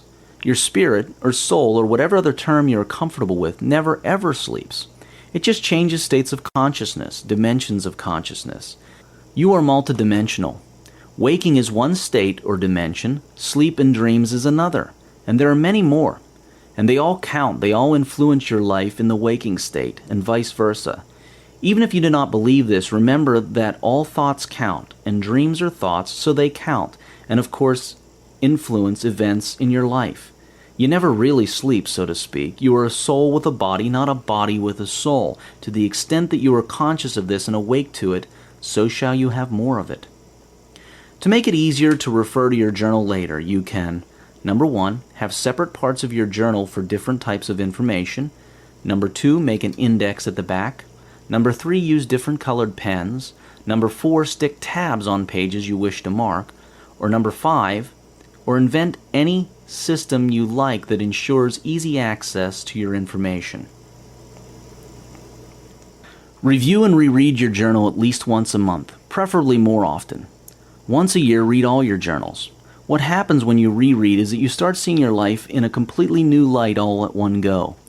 You see successes you never thought you had, you see things you should change, and you see errors to correct. The whole point of keeping a journal is to review it for amazing opportunities to understand yourself better, see more clearly, grow faster. In making entries in your journal, enter the exact dates, time, and location. This helps you track down patterns, trends, and rates. The more events and experiences you capture in your journal every day, the more you will get out of your journal. Get into the habit of carrying your journal. When writing down and speaking of your goals, write in present tense. I am. I am. I am. No matter what you are trying to create next in your life, find a way of putting it into I am. For example, if you wish to lose weight, do not think or say, I will lose 10 pounds, or I want to lose 10 pounds. Instead, say, think, and write, I am X pounds now. Do the same with wealth. The only time that exists in the universe, scientifically and spiritually, is now. Hence, I am. Do not worry how your goals will be fulfilled. There are powerful forces at work in all of nature with infinite intelligence and coordination. Things, people, books, places, TV shows, movie, etc. will start appearing and helping you to achieve your goals. In other words, coincidences will happen. Simply visualize your goals believingly. Shut out all other thoughts that negate your goals. The trick is in the details and in consistency. For example, if having a new home is a goal you have, write it down in detail. Write down where the house is located, how many rooms it has, the size of the compound, the size of the house, the furnishings in it, and so on. Then visualize it that way. And do not change your mind, this is very important. Understand that the universe is in activity, manifesting into physical form all your thoughts. Every single one of them turns into some amount of physical form somehow and somewhere. If you change your mind, you will be undoing your work. Just hold your thought until it becomes fully physical.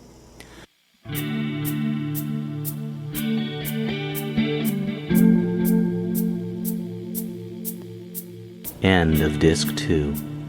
Please continue this experience by inserting Disc 3.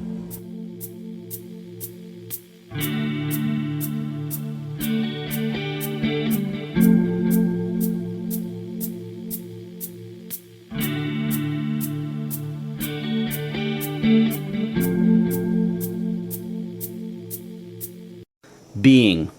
First cause. The beginning. Being is state, such as being happy. You cannot explain state, nor can you do a state. You can only be a state.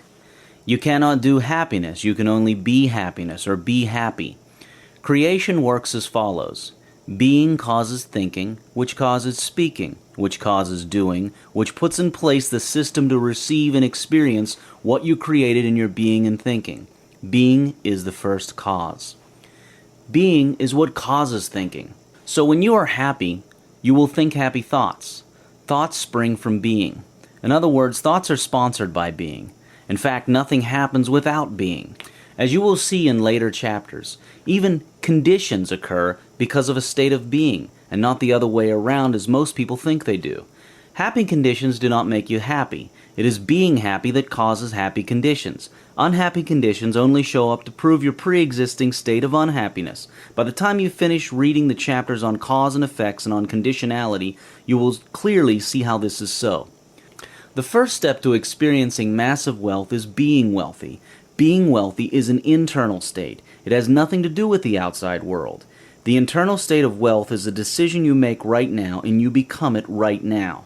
You need nothing outside of yourself to make this decision. Once you make this decision to be wealthy, you become wealthy. It is hard to speak of this because you can only be a state. You cannot do a state nor speak a state. We shall now try to speak of this state, and when you finish this chapter, you will clearly see how being works and how you can be wealthy right now. Be wealth, now, here, just like that. Be wealth. Do not try to get wealth. Be wealth. To help you understand that, consider happiness. Do not try to get happiness, be happy. See? You can either try to do things that make you happy, or you can instantly decide to be happy. Just make a decision. You've done this before sometime in your life. Everyone has at one time or another said, you know what, I'm not going to let this bother me. I'm going to be happy and stop worrying about this. Which is easier? Trying to do things to be something, or being that something instantly and letting the state of being allow you to do things consistent with it? Of course it is easier to be happy instead of trying to get happy, and this is the same with wealth. Be wealth, and everything else will follow automatically as long as you are always, at all moments, being wealth. Just be it. As you will see throughout this book and in the chapter on quantum physics, all that can possibly exist exists in the eternal moment of now, here. Even the version of you that is wealthy and experiencing wealth already exists. If you are not experiencing wealth right now, you are just not conscious or awake to it. When you choose to be a certain state right now, here, you activate the fastest forces of creation. What happens then is that you immediately move your consciousness to that other you, in this case the wealthy you. Being is the fastest way to create things because it causes an instant shift. Material manifestation follows instantly to the degree that you have become the state without doubt.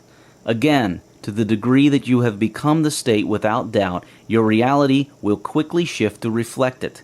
As impossible as this may sound now, it will all make sense when you consider the real workings of the universe, especially after reading the quantum physics and conditionality chapters. The fastest way to create is to simply be, right now, whatever you wish to create. Then do not negate it by thought. Do not think about it. Just be. All your thoughts, words, and actions after that should be of that new state you choose to be. If you are not wealthy and you wish to become wealthy, just decide right now to be wealthy from this moment of now. Do not then start to think about it. Just choose to be. From then on, all your thoughts, words, and action should be of a wealthy person. In ultimate reality, this is not a lie to you.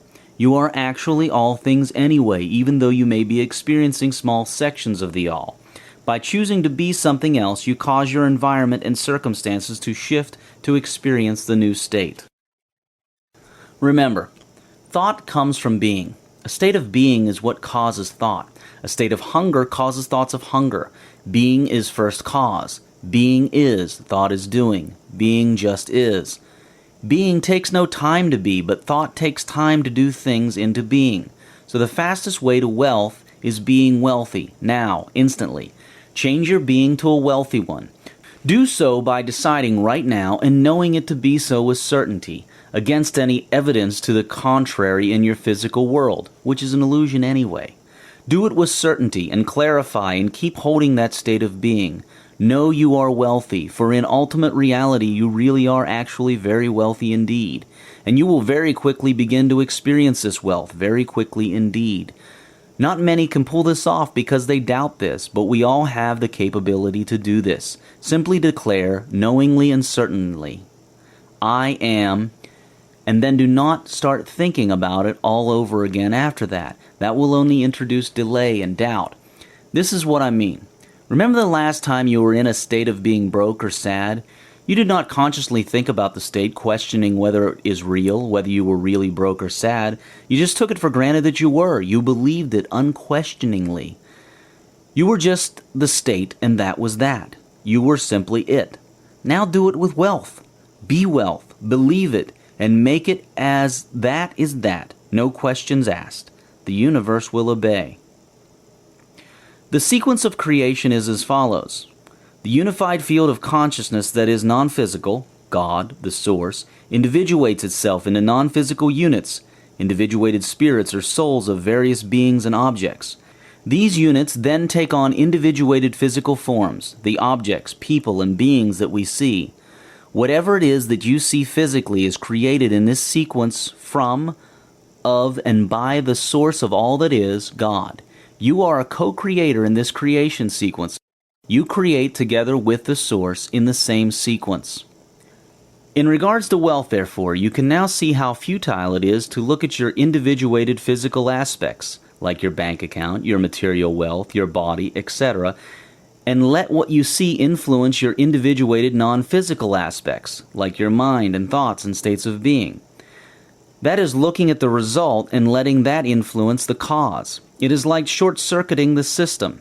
It will only lead to the enhancing of that physical state. For example, if you look around you and see that you are broke and you let that dictate to you that you are a broke being, and you keep thinking from a broke point of reference, and you think broke thoughts and thoughts of inability, you will remain broke. The right way to do this is to never look at the ground. Never look at the physical and let that dictate to you that this is who you are. You are not your conditions, you simply cause them. The correct thing to do if you are broke is to simply choose your greatest vision of yourself, a vision of wealth, and keep that state of being of wealth, those thoughts of wealth steady and ever present. Act as if you were wealthy, no matter what the physical looks like, no matter how broke your physical world looks like. This will turn around the physical to match your thoughts and states of being. Always remember, the physical follows the spiritual and the mental. It's the design of the universe. One way of creating things in this world is by thoughts, words, and action. But this is the slow way to go about things. The faster way is by change of state, being. For example, when you say that you are hungry, that is a state. When you are confident, that is a state. You are being. You need nothing outside of yourself to be of a certain state. To acquire wealth, it is much, much more effective to be in a state of wealth, to make your being one of wealth, to feel wealthy and to think wealthy, speak and act wealthy. You will have a hard time becoming wealthy if you feel poor and then think, speak, and act wealthy. Your state, how you feel about yourself, your being, your I am declarations, this is the fastest way to acquire wealth. The way you change your state is to decide to change your state. Simple. And you can do it now. It is like being unhappy and simply deciding that you're tired of being unhappy and you just decide to be happy. Everyone has done this before. Now do it with wealth. Expect to experience massive success. Always maintain that state of knowing you have and experience abundance. Expectations such as these, knowing at this level, cause attraction and remove repulsion. This is extremely important. Expect massive success. Know yourself to be of such power. You can remember the past and look toward the future, but you can only be yourself here, now. Your being can only be here, now. Being, manifestation, is only here and now. Millions of people consume their waking hours trapped in their daydreams, worries, and other non-present moment thoughts in their minds. They are awake but very unaware of their full surroundings here, now. Wake up. Smell the coffee. This simple waking up will produce an amazing change in your life. Try it. Commit to waking up one day at a time.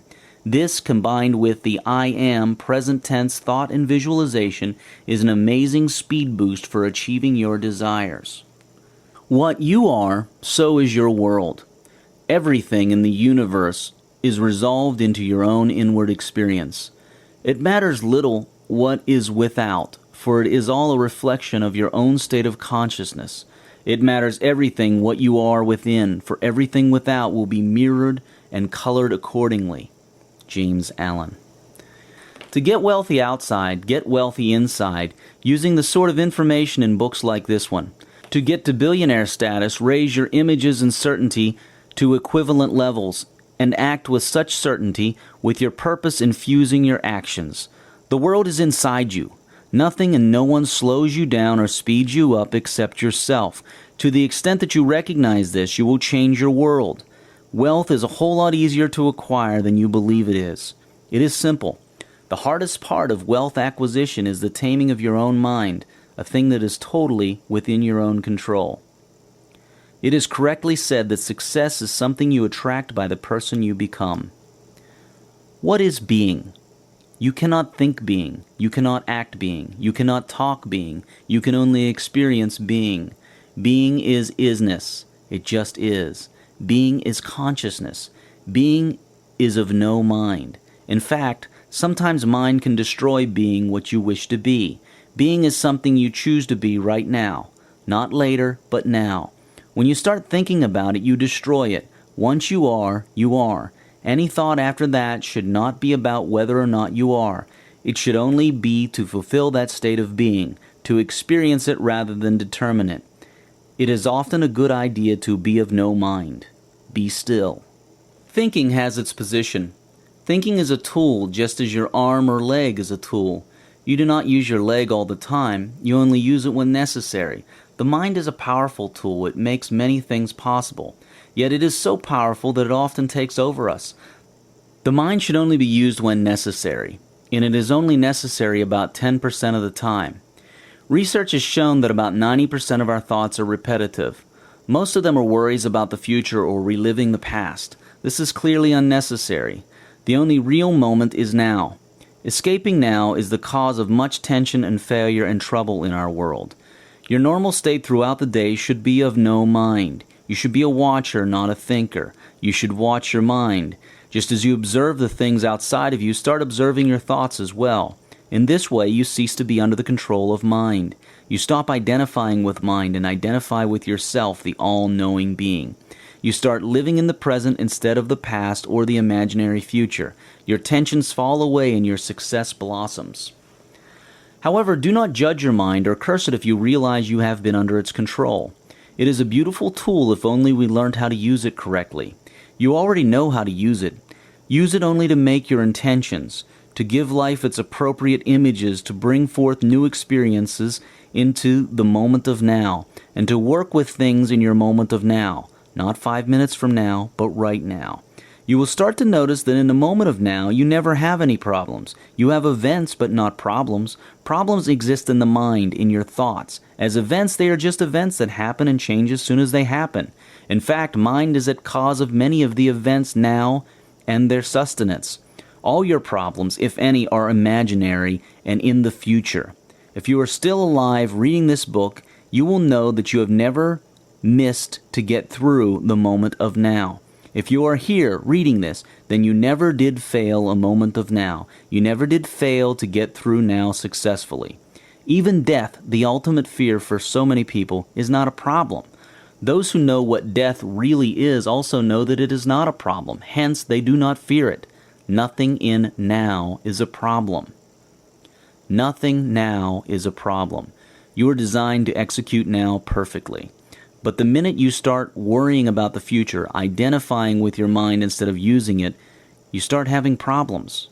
Remember, the future does not exist. It is in your mind. Even when you think of the future, you think of it now. When you actually get to it, you get to it now, not then. At the time you shall actually be in your future, it will still be now. Be the observer of your thoughts. You are not your mind. Your mind is a powerful and beautiful tool, but never identify with it. Use it to think in the right way and turn it off when you're not using it. In truth, you do not need to use it most of the time. Think about this. Have you ever been in a life-threatening situation that just popped right up in your face unexpectedly? What happened then? Your mind may have done some things, but it mostly shut off. Your self, being, took over, and in a most intelligent way handled the situation in the best way possible. In any true emergency, when mind has no time to think about things, you usually become present in now, and it is never a problem when you do become present. In fact, you become extremely calm. Now here is the good news. You do not need an emergency to access this calm superintelligence. You can learn to be there all the time, to be present all the time. That is true being. Being is of no mind. Being is isness, presence, awareness, consciousness, now. Your thoughts, words, and deeds reflect your awareness, your consciousness, your being. Change your being and you change your world. You can change your being in two ways. One way is to simply choose now to be what you wish to be and hold that. Another way is to act as if you were what you choose to be. Act as if, then speak as if, then think as if, and sooner or later your being will turn around and follow suit. The words I am are potent words. Be careful what you hitch them to. The thing that you are claiming has a way of reaching back and claiming you. A.L. Kitzelman. All other things held constant. To the extent that an individual or society has positive and grand states of being in the right way, so will they have wealth and happiness. Think about what you have just read about being. It is a lot to take in, but it is easy to do. It is simple, as long as you are willing to do so. Like a child is willing to learn new things of the world. To believe, you will find it easy to understand being and change your being. To the extent that you are willing to be like a child, to simplify and do things just because, you will be able to understand and internalize this chapter. Do not worry about what some of the teachings you just read mean. Some of the meanings, the real meanings, will only become clear after you have read the whole of this book. They are explainable using other concepts. The chapters on conditionality, self, one, cause and effects, time, and quantum physics will especially deepen your understanding of being and how it literally works. For now, however, let us get into the next stage of creation. Being is the first step, first cause. Then follows thinking, then speaking and writing, words, and then acting. Speak as you think. We will not have a chapter here on speaking because words are simply thoughts expressed. Simply look at what has been said about thinking and apply it to speaking. But just because we do not have a separate chapter here on words does not mean that they are not important. Words are very important. They are thoughts expressed, and they have a tremendous impact on creation. We shall now go into acting, the right way to act, to receive the gifts of wealth. Let us get deeper into the world of wealth. Certainty, the most powerful force and the antidote to failure. Certainty, faith, belief is a necessary part of creating wealth or anything else for that matter. It is that which gives the universe a go-ahead to do as you wish it to do. You see, you cannot become a state without certainty, for such becoming is unbecoming. You cannot be happy if you are unsure that you are happy. You also cannot create goals without certainty, not only in their accuracy but also in their coming to reality for you. Even speaking and acting without certainty is powerless. Many teachers in many religions and ages have taught us to have faith, to be certain. This isn't new. But now you will see why they have always taught this and see how to create and expand your faith, something that has so far been elusive to many people. But remember as you read on that faith is a lot like state, being. You cannot really speak faith, not do faith. You can only be faithful, be certain. And the way to do that is to simply decide to be certain, just like that, and let no other contradiction come to you. Anyway, let us proceed, and this will get easier and clearer. The last part of getting faith is to understand how the universe works. In the chapters on quantum physics, time, and cause and effect, you will see how the universe works, and this will give you faith, for you now know exactly what happens behind the scenes. Once you understand how it all works, you will believe. Everything is possible to the extent that you are certain. To the extent that you have faith and clarity of thought, things are possible or impossible. But in reality, nothing is impossible. Believe. Actually, be certain. Persistence breeds faith. You can use persistence to increase your faith. And through faith, you have persistence. By persisting, even when it looks like you should give up, you can increase your faith in an outcome and bring it about. This is a conscious decision you make because faith enables persistence. It is a tight circle. You cannot achieve much if you are persistent, but you keep telling yourself things are not going to work out. Persistence is a slight step ahead of faith in that you can use it to build faith, but every step that persistence takes has to be followed by a step in faith. Persistence literally pays. Nothing is truly impossible. Remove all thoughts of doubt and fear. Never entertain them even for a moment. Be mindful, watchful, and aware of your thoughts by simply deciding to be so. Whenever you catch yourself doubting or fearing, stop those thoughts in their tracks. Do not let them progress. Do not encourage them, but do not resist them. Instead, watch them mindfully, detached, like an uninvolved watcher. See what they are, where they come from, why they come to you, and how long they last. By observing them in this way, you will be able to get behind them, get to their cause, their dark origins, and bring light to them, eventually eliminating them. Doubt and fear are the only enemies of your dreams and visions. Certainty. Even in the face of contrary evidence, be certain, believe, have faith. If you can, everything is possible for him who believes, Jesus Christ. Confidence, certainty. Believe it all the way unquestionably. In God's world, certainty is the only thing that'll do. This is the stuff of miracles. This force moves mountains. Doubt, confusion, fear, and worry partly have their roots in a person not knowing exactly what he or she wishes to be and have. The opportunities and abilities that you have right now, right here, are enormous and incalculable. In other words, you cannot run out. Your belief is your only real limit. As you believe, so shall it be done unto you. In the real sense, it is not that God rewards those with faith. What happens is that the universe moves the universe's building blocks around, quantum particles, depending on the information it receives and the certainty of that information. It is as scientific as it is spiritual. Fear is false evidence appearing real. In reality, there is absolutely nothing to be afraid of, for yourself has it all and is indestructible. Yourself is designed to never lack anything, for it has it all already. It is also indestructible. But its manifestation here on earth comes with many illusions, and one of your purposes here is to overcome these illusions.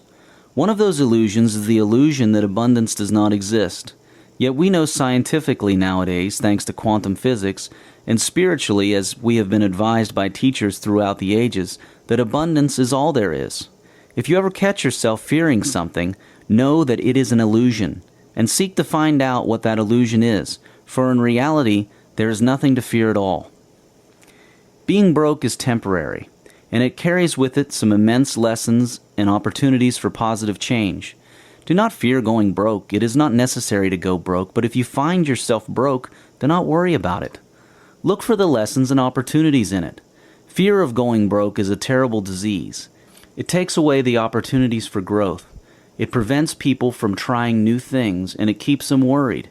Fear also attracts that which is feared, and the fear of poverty creates poverty. Yet there is nothing to be afraid of except the fear itself. When you most feel like holding on to something, it is usually the best time to let go. Have faith. Believe. Know with certainty. When you pick up a glass of water to drink from it, you know without a shred of doubt that you will not fail to pick it up and drink. The thought does not even occur to you that you may not be able to drink the water. You do it with certainty. That is the level of faith, belief, and certainty you should have in yourself, the laws of the universe, and the capabilities of the source to work perfectly all the time. It is the certainty you should have about your having received even before you asked, and in the guarantee that you have it all. If you think you do not have something, decide now that you have it and you will. Do not say, "But I don't have it." Do not negate. Over time, it will become second nature. Until then, do your best and never think you cannot have it. Mind your mind. You can acquire faith with practice. But it is faster to just decide once and for all that you have it. How? Just decide. I once had this dream. I was sitting on a small stool about 6 inches high, and this old and very friendly but vigorous man was sitting on a bigger stool, teaching me some lessons. And he said, "You cannot run this world by actions. You can only run it by the word." And the dream ended. It took about 2 years for me to fully understand what that all meant. Now I understand it well enough to make it workable. Through experience, testing, and a lot of reading, it finally all became simply clear. This is what it is all about. It actually has two meanings in one. We will first look at the first meaning. Here it is. Actions are the last component of the creation processes. It is a little like swimming competitively. You cannot win the Olympics if you only know how to vigorously thrash water and barely make it from one end of the pool to the other. You are acting, and very strongly. No one will fault you on effort in that pool. You would get full marks on the effort for sure. But the people who win swimming gold medals are the ones that prepare their spirit. Their being is prepared. They are confident, motivated, focused. Their mind is also prepared. Their technique is also prepared. They are rested and alert, and so on. Action in the pool is the most noticeable bit of their total winning package, but it is the final part of their creating that gold medal winning dash. In your life, although you may not know it, you create your experiences first in your self, spirit, being, then in your mind, then by your words, finally by your actions. It starts at being, then moves on to thinking, then to speaking, then to acting. In fact, acting only puts into place the system necessary to receive and experience what you create in being, thinking, and speaking. Most people do not focus, nurture, and tend to their first 3 steps of being, thinking, and speaking. All they do is work like crazy all day and wonder why they are not successful. They do not use the word. The word refers to the laws of the universe, the way the universe works on all levels, not just the visible and physical. These laws of the universe are not some commandments of God. They are simply the laws that regulate and enable the universe. These are laws that work not only spiritually, but can also be proven scientifically using quantum physics. The word, these laws, has nothing to do with a particular religion or person or whatever else. The laws of the universe apply equally and unfailingly to everyone and everything all the time. They never err. These are laws such as the laws of cause and effect, called karma, or reaping and sowing in spiritual teaching, or the energy conservation laws in science, and so on, which are covered in various parts of this book. Actions are part of the word, the laws of the universe, but they are only a small component of it. It is important to know what role actions play and how to use them in creating wealth or anything else. Actions are important for sure, but you must understand that they are the last step. Their role is to receive what you already have created on your other 3 levels. You create, then you receive your creations, then you experience them. Action is for receiving and experiencing. You create a business in yourself, your being, then in your thoughts and words, and then you act to set up a system to receive this business in a manifested physical way so that you can experience it. See? Action does not create, it only receives and experiences. In fact, when it comes to experiencing, again, action does not create the experience, the mind does. Action just helps the mind in doing the thing. Then the mind decides, will I experience this positively, negatively, joyfully, fearfully, fast, slow? Now let us look at the second part of the meaning. This part actually goes beyond even the creation of these laws of the universe. Even before the laws came, there was an origin.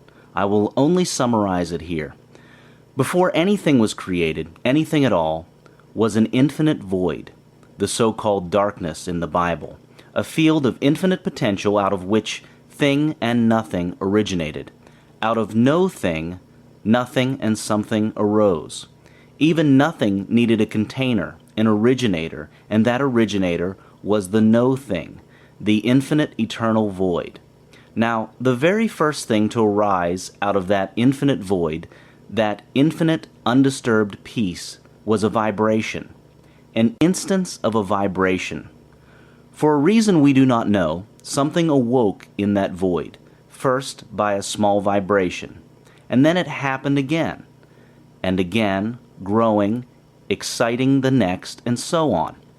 In the beginning, there was the Word, the vibration, a tiny, infinitely small particle at first, an awareness, consciousness, creation. And as it grew, it shone even brighter, clearer, and started to create more like it by exciting the void with intent, extending itself. Forever, although they are all equal, the ones that came after are forever linked to and nourished by the first one, and the first one is forever the universal God. In the beginning there was the Word, the vibration, and the Word was with God, and the Word was God. That is how creation works, and it cannot work any other way except this way. Therefore it applies to you, because you are an extension of the original. Yourself, your spirit and soul, is made in the images and likeness of the original. So how does all this work? Look at it again. Then remember all we have learnt about quantum physics. The first step of creation of anything is your vibration. Remember that everything vibrates, and it is by that vibration that we harmonize and attract experiences to ourselves. Consciousness, in a sense, is a vibration. Happy conditions arise because you are happy, and not the other way around. Wealth comes to you because of your wealth consciousness. So before you act or do anything at all, first ask yourself, how am I vibrating? How do you tell? You tell by how you feel. Your feelings show you your vibration. So how do you feel in relation to money? How you feel determines what you attract to you. You are like one huge radio with a tuning knob, and you can tune into any experience simply by matching your feeling to it. Action is a necessary step, but the last step, nevertheless. It cannot be used effectively to initiate, as initiation is the function of being, then thought. Know all this and you will stop thrashing about in the pool. Always do an excellent job. Always focus on the task and produce excellent value from it. Do this no matter how small the action seems. Even the smallest action has a potentiality to be the cause of the greatest next opportunity for you. In this universe, absolutely everything is a cause for another thing and is caused by something else. Even your smallest action may cause a previously unrevealed big thing that you need. Even an action as small as a smile and good service can cause the opening of a relationship and doors that you never thought possible. Ideas are worthless without action. Action makes it possible to receive what is coming your way from your intentions. Intention initiates creation of wealth. Action enables reception of it. Take action. Even the smallest action may be what is needed to move you on to great wealth. Everything counts. Every act counts. Every act defines your next world. The universe is one huge chain reaction. Do not try to do anything, just do it, or do not, but do not ever try to do it. Either you set out to do it, or you do not do it, but never set out to try to do it. If you try to do something, the universe will try to give you a result.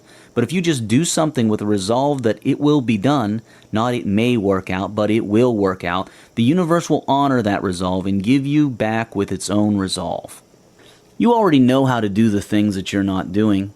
If you were making $100,000 a year, you know how to take that to 1 million.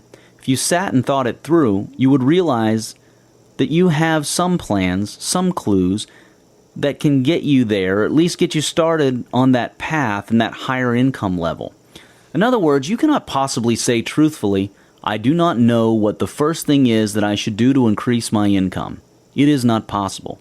You have a clue of at least the first step, however small it may be, and that is all you need to start, and the rest will reveal itself to you as you move on. But if you are not doing it, if you are not acting on that first clue or step, you won't get step 2. Bridge the gap now by doing what you know now. Start now. Just do it. The next step will become clearer and available after you take the first. If you are not in a perfect business, do not wait until you are. Start now in the one you are in and move gradually to the one you wish to have. This is the same with location, knowledge, etc. Start now. Do not wait until things are perfect before you act. Stop reacting and start creating. As if.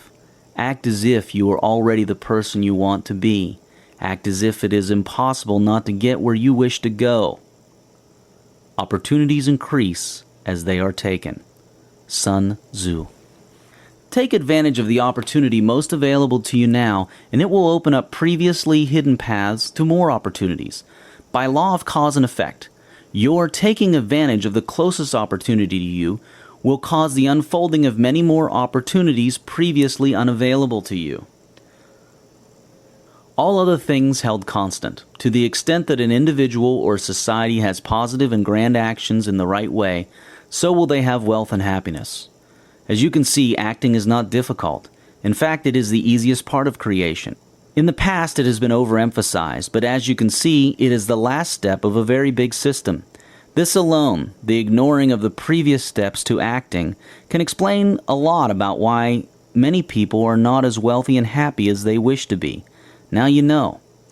But always remember that acting is very important in the chain of events, even if it is not the leader of the chain. Do not now ignore it. The way to wealth and happiness is the way of perfect balance.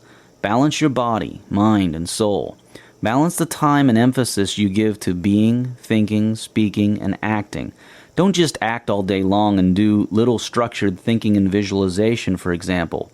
Nor should you spend all your time on spiritual nutrition and ignore acting and everything else. That would not only be selfish, but it would also fail to complete the cycle of creation. Now that you have the full set of creation tools with you, let us look at the fuel that makes them work. The tools of creation are just that, tools. They need one last ingredient to work. An ingredient so powerful that no other force can equal it. How much faith, belief, and certainty should you have? You should have that which is at the level of knowing. You just know it to be true, just as you know that you woke up today or that you drank that glass of water earlier. At that level, you are so clear that something is true and will happen that you continue to be certain even if something contrary appears to you in the physical world. This is the triad how-to of having whatever you like. Ask, and it shall always be given to you. Seek, and you shall always find it. Knock, and it shall be opened unto you.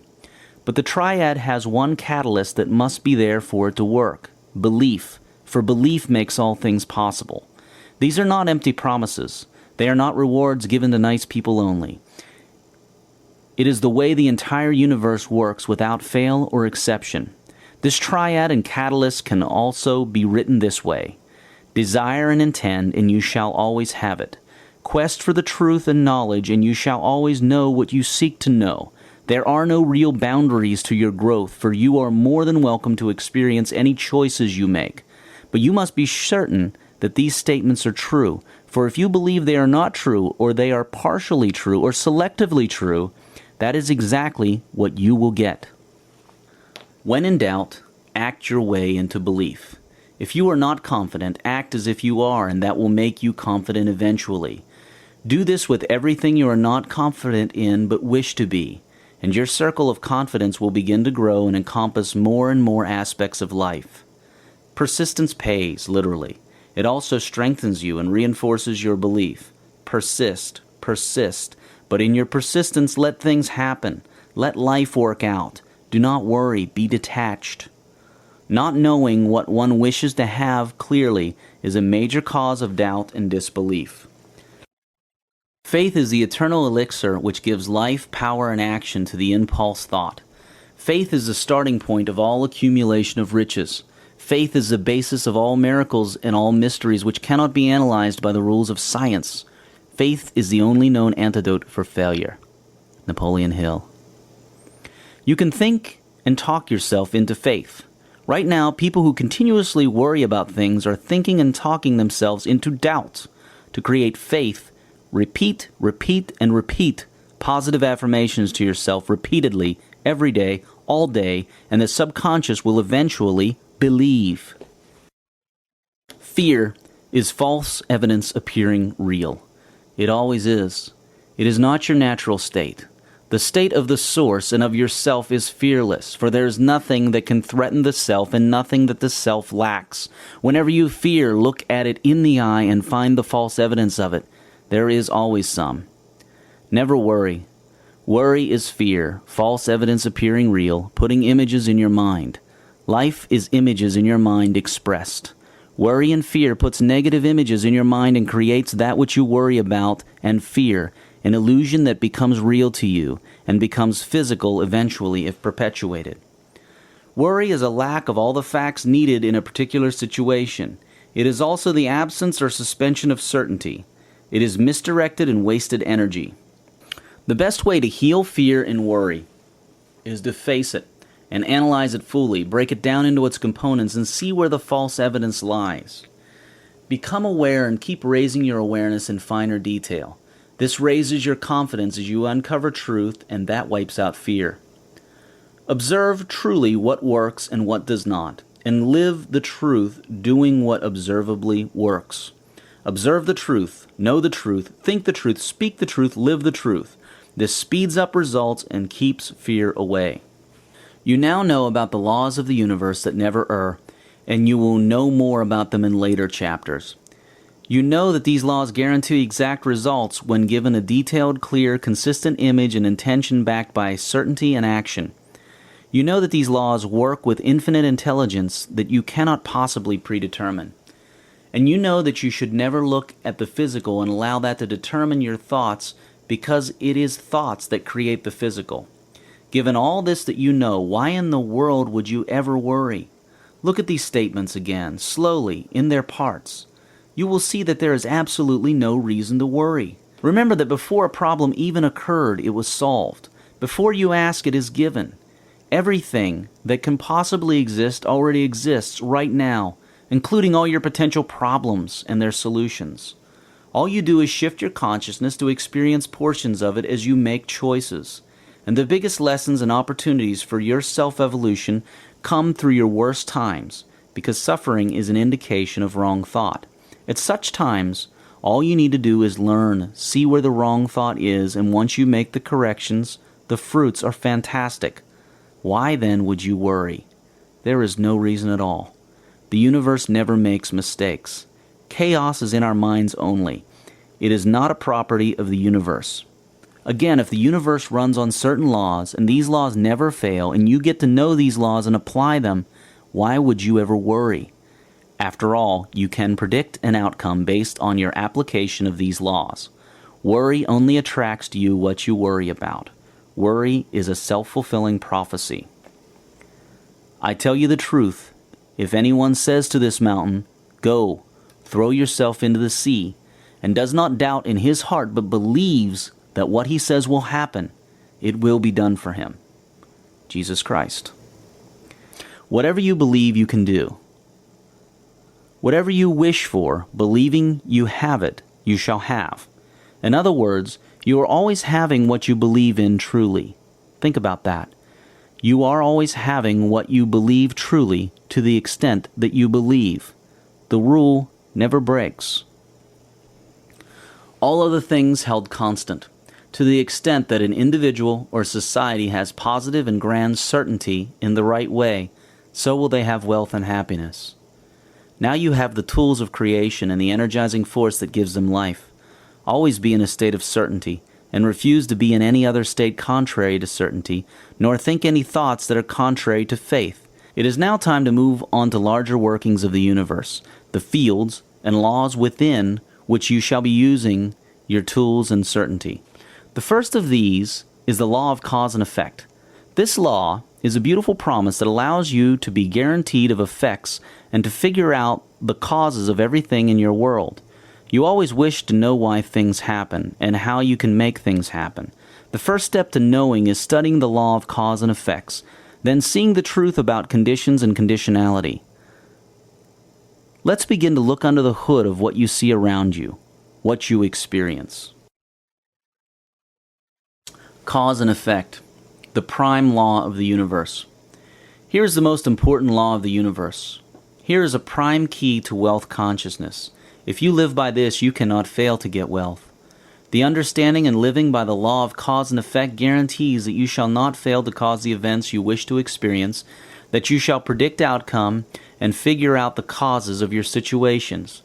Simply learn this law well and read the chapter on conditions and on success, and you will be well on your way to wealth and happiness. Wealth is created when you correctly plug your tools of creation, powered by faith, into the law of cause and effect.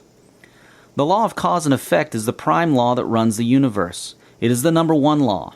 Every spiritual and scientific teacher has sought to teach it.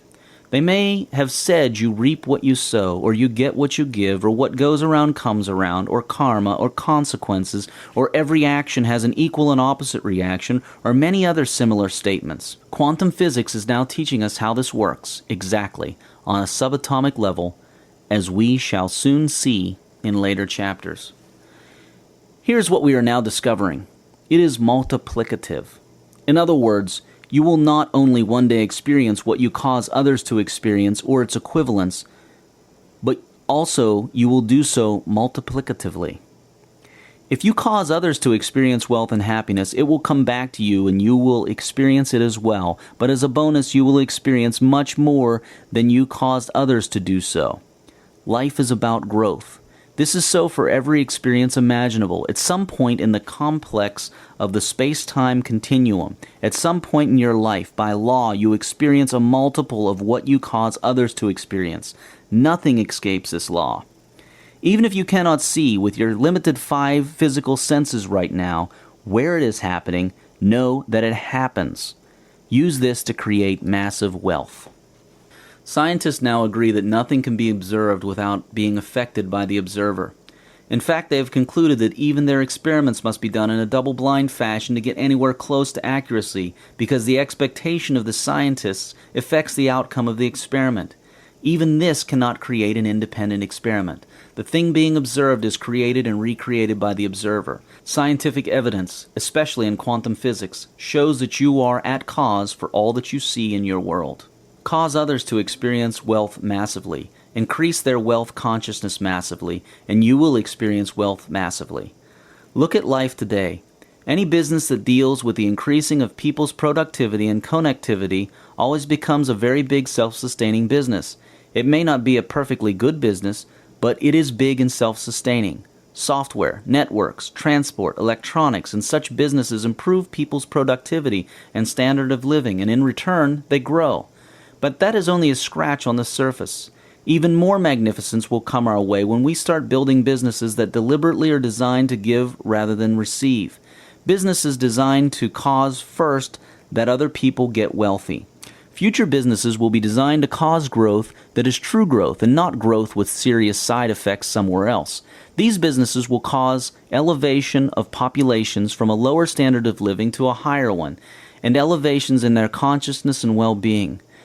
The more you cause others to have in wealth, the more you will have in wealth effortlessly.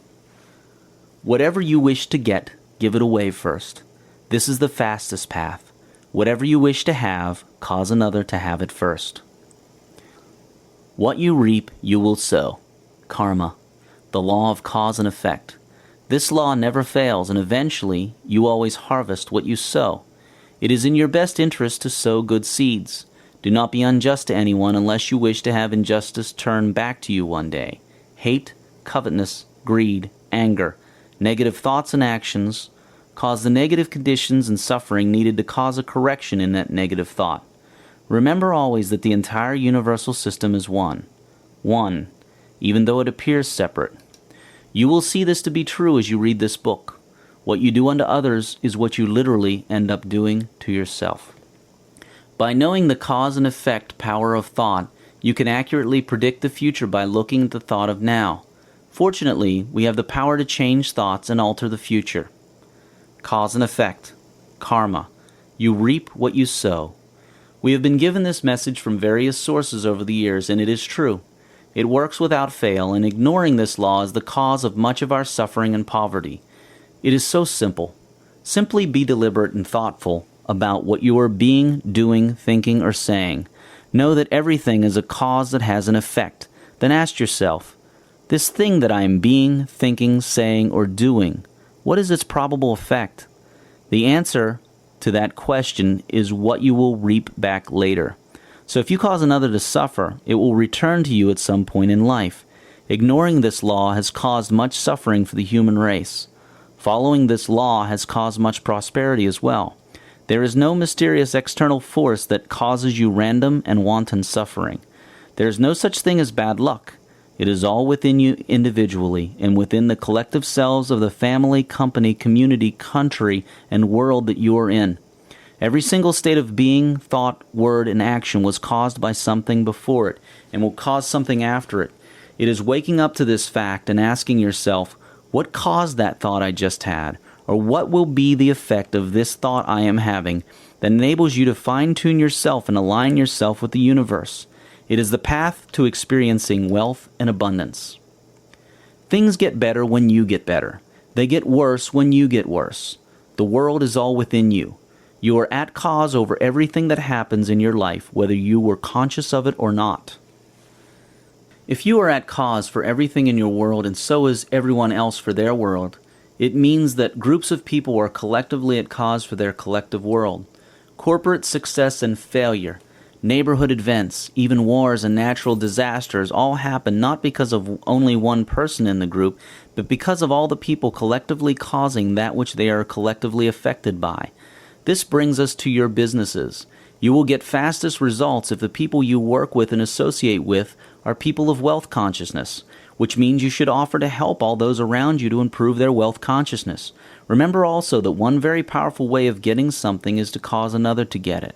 Couple both of these and you will see how widely beneficial it is to you to ensure that your employees, business partners, family, and even community and country and world, if they are interested, have access to educational materials that allows them to build wealth consciousness in themselves.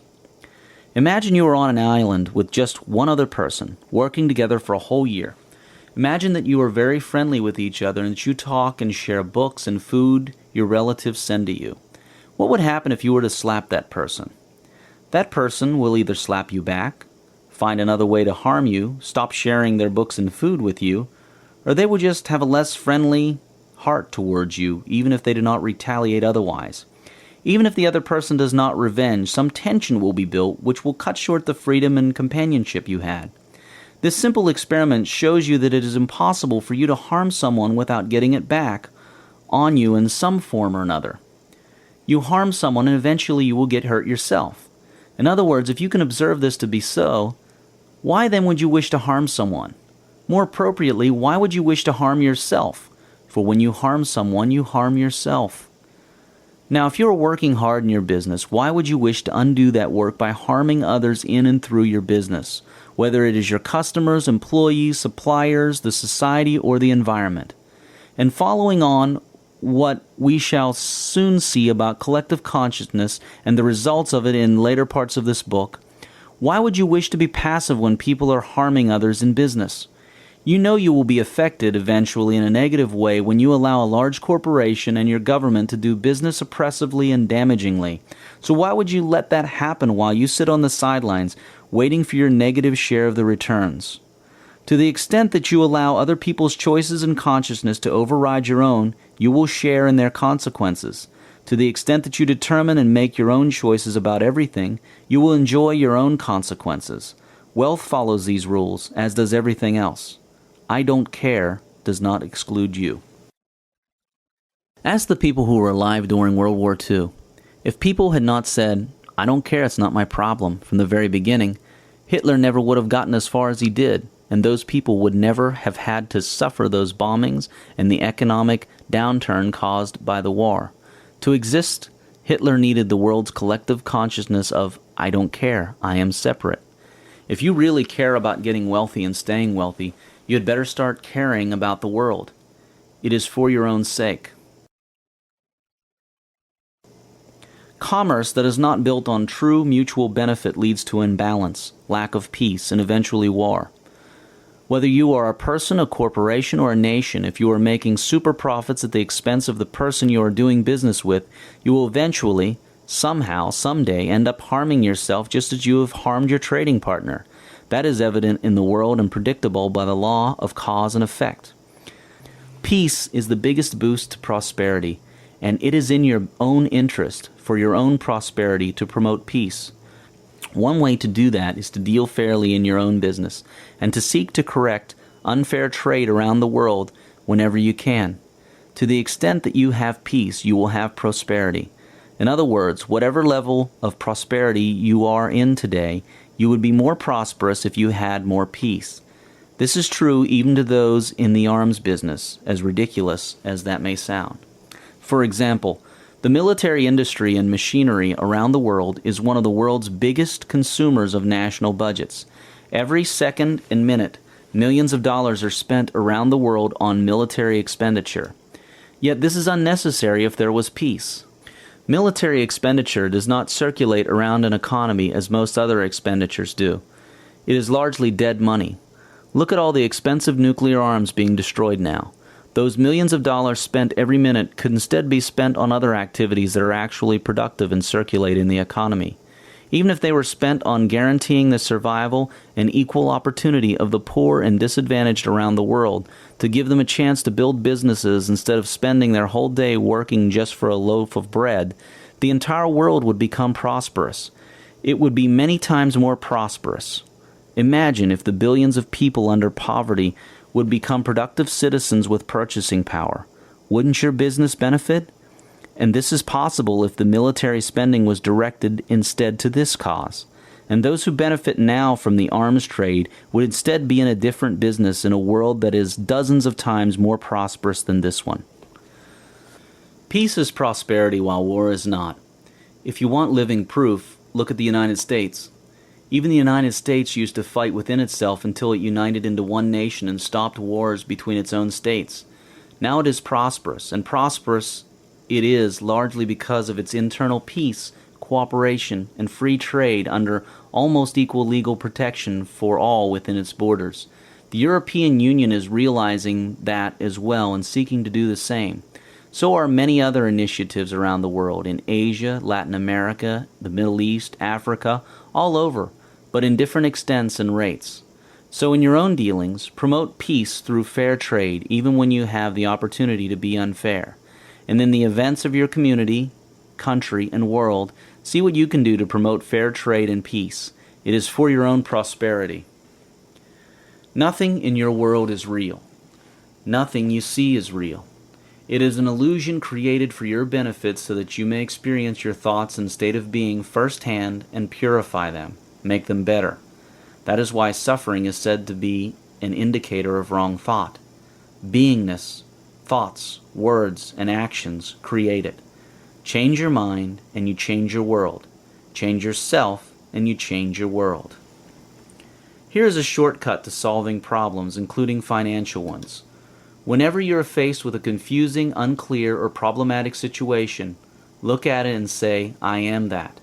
And truly accept it, for you caused it, and separation is an illusion. Then ask yourself, why am I that?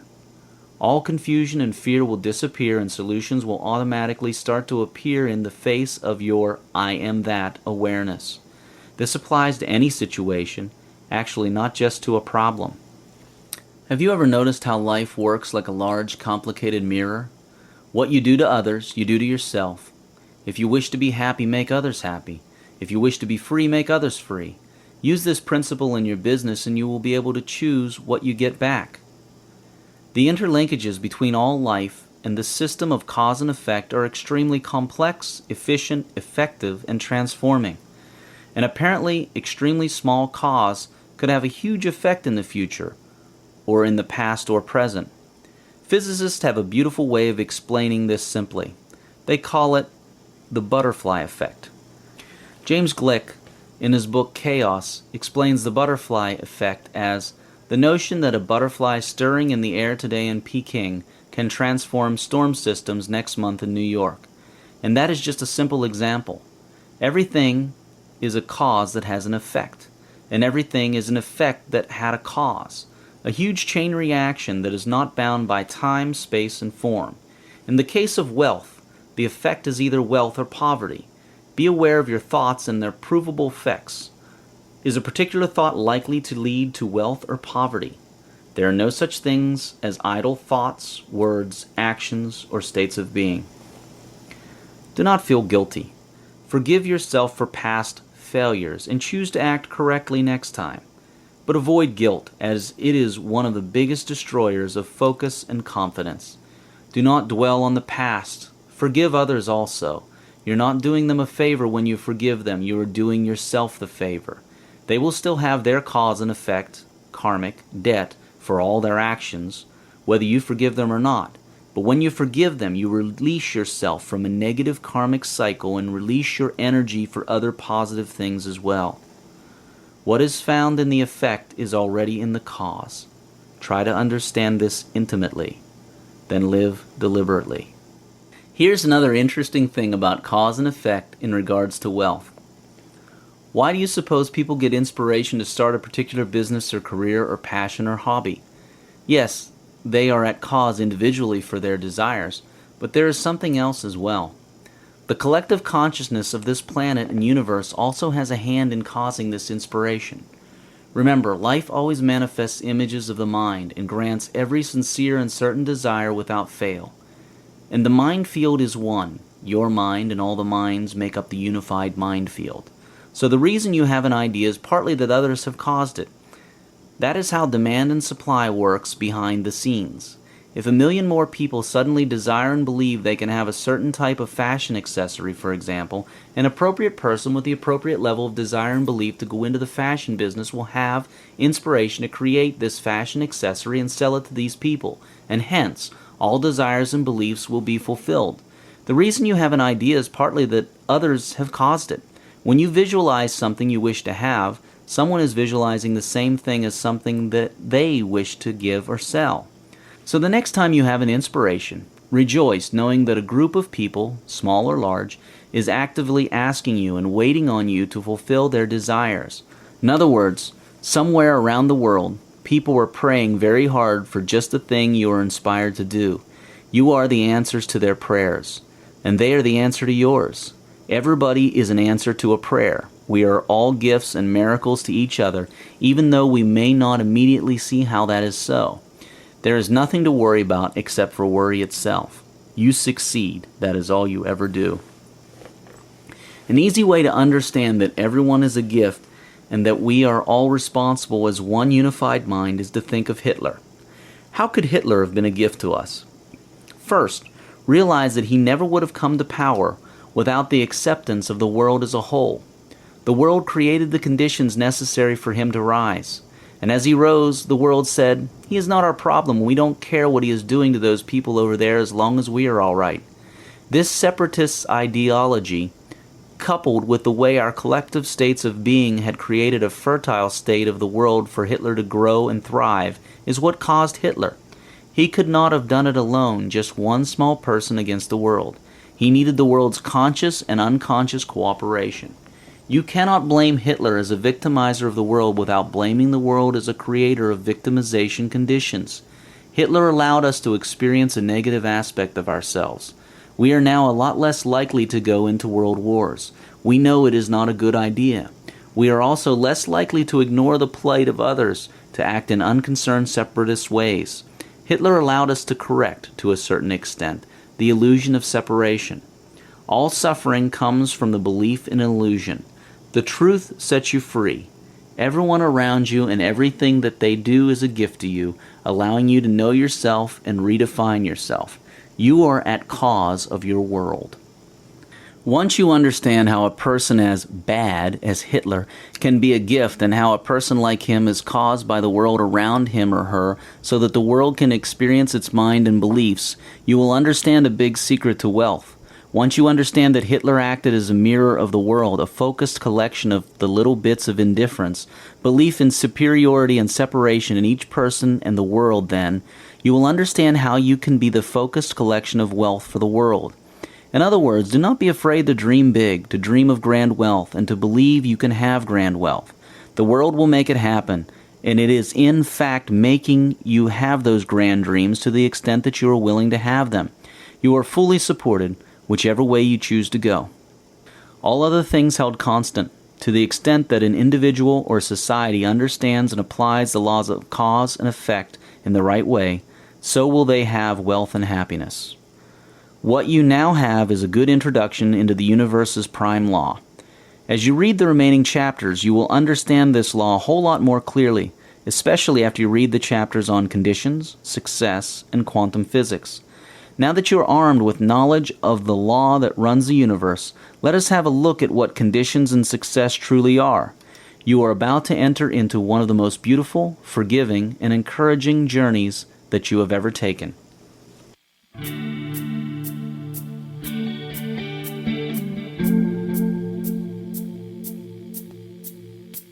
End of Disc 3.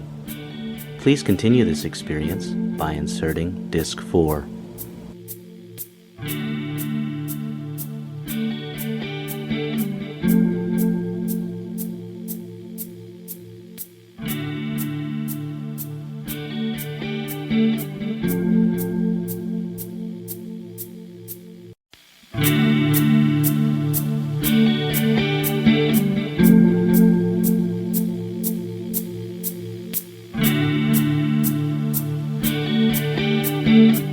A Happy Pocket Full of Money by David Cameron Gikandi. Read by John Wayne Myers. Disc 4.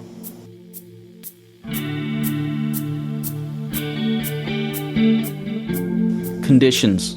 They are fantastic illusions. I once had this rather complex dream. It was in a language that was, well, symbolic, but wordless would be the best way to describe it. It was one of those dreams one gets when they are just almost waking up, when they are half awake and half asleep. I was well aware of what was happening. An orange wall appeared in front of my eyes, and I began to pay attention. Then, in a script that looked like symbols, yet I could somehow read it during the dream, words started to appear, and they said something like, "Conditionality does not exist. It is created." And it went on for quite some discussion time. A knowing voice also read along in a vibration-like language as I watched and understood. It was about 5 sentences long, very complete and sensible knowledge. It ended in seconds, and I quickly got up and pulled out my notebook to try to write again the exact words that were spoken. But the minute I started getting frantic looking for a pen, I lost the words exactly. In any case, their composition was not linear like these sentences in this book are. Nevertheless, I of course was able to keep the understanding even though I lost the exact wording. Here, in this chapter, is the essence of it. It is a little easier to understand if you first understood the real nature of time and quantum physics. Once you fully understand time, you will also understand that it is a scientific illusion. Einstein and other brilliant scientists have shown to us how the space-time continuum really works. We now see how everything, the past, present, and future, all exists in the eternal moment of now. But being little participants within this moment, we experience a sensation of time as we pass other participants in that continuum. As we see in quantum physics, the quantum soup is quite literally all these things and options that can possibly exist, existing all at one go. In other words, everything you can possibly imagine, and more, all exists already, and it exists at this moment of now. Everything. So a wealthy you and a non-wealthy you all exist simultaneously, but you are experiencing only one of them. You are conscious, awake to, and aware of one. Okay, it is time for you to put your thinking cap on. Here we go. If everything exists all at one go right now, can you see how conditions do not exist as real properties of the universe? If all possible outcomes exist, how can there be a condition against certain outcomes existing when they already exist? Look, just a moment ago you read the last sentence. You have already read it. How then can there be a condition that you have not read it when you have already read it? It is not possible. So because everything possible, everything conceivable already exists, it is not possible for a condition of it not existing against its already existence. Your being wealthy already exists scientifically and spiritually. All you need to do is shift your awareness, your consciousness, to that part of yourself that is wealthy. There are no conditions of that part existing. Nothing can stop it from existing because it already exists, but you can create other outcomes that look like conditions. For example, another thing that exists, but you may not be experiencing it, is you being not wealthy materially. You feeling procrastination or feeling out of time, you going to the casino and getting a gambling habit, being in a poor country, having no education, and so on. All these are independent existences that are the opposite of wealthy existence. But just because they exist does not mean that the wealthy existence does not exist or exists depending on these other existences. People make a mistake of saying, well, if I was born in a wealthy family or in a good country or with this gift or that knowledge, or if I went to college or had that thing happen to me, I would be wealthy. They assume that wealth has a condition. Yet what they call a condition is actually another independent existence. In other words, you can get to wealth with or without having to pass through the so-called condition. You do not need to fulfill these conditions to get wealthy. But when you believe in conditions, then they will be there. There are countless paths to wealth, and conditions are just one of those paths. It is your choice whether or not you wish to go through conditions. Even time, which looks like a condition, is not a condition. People think you need a lot of time and age to get wealthy, so it happens that way for them. But it does not have to be that way. Everything that is conceivable exists. You can only understand this if you understood the nature of time, quanta, and spirit. Conditions are not if-then statements that separate having and not having. They are just another outcome out of an infinite number of outcomes. They do not exist as conditions. They exist as just another possible existence. You do not have to pass through them, but if you believe in conditions and you create them, then of course you will experience them. The important thing to know is that, even scientifically, conditions do not exist as if-then statements, as requirements that you have to go through, or as traps that you are born in and must stay in, or as things you can only get out of using certain actions and getting certain help that is outside of you. Conditionality does not exist. We have designed conditionality on our own. What you call a condition is not a condition. It is just another one of those infinite possible existences, and it does not exclude you from having another existence. Read on, and you will understand them, and then overcome them. Conditionality does not exist. Outside circumstances can only affect you as far as you allow them to do so. The outer environment and conditions of a person are always related to the person's inner states and thought. It is through the environment and conditions that a person experiences and discovers their thoughts and states. This is made possible by the fact that the universe, without error, fashions the environment and conditions a person has from their thoughts and states of being. A person is always in the perfect setting to see and experience themselves, to change and grow.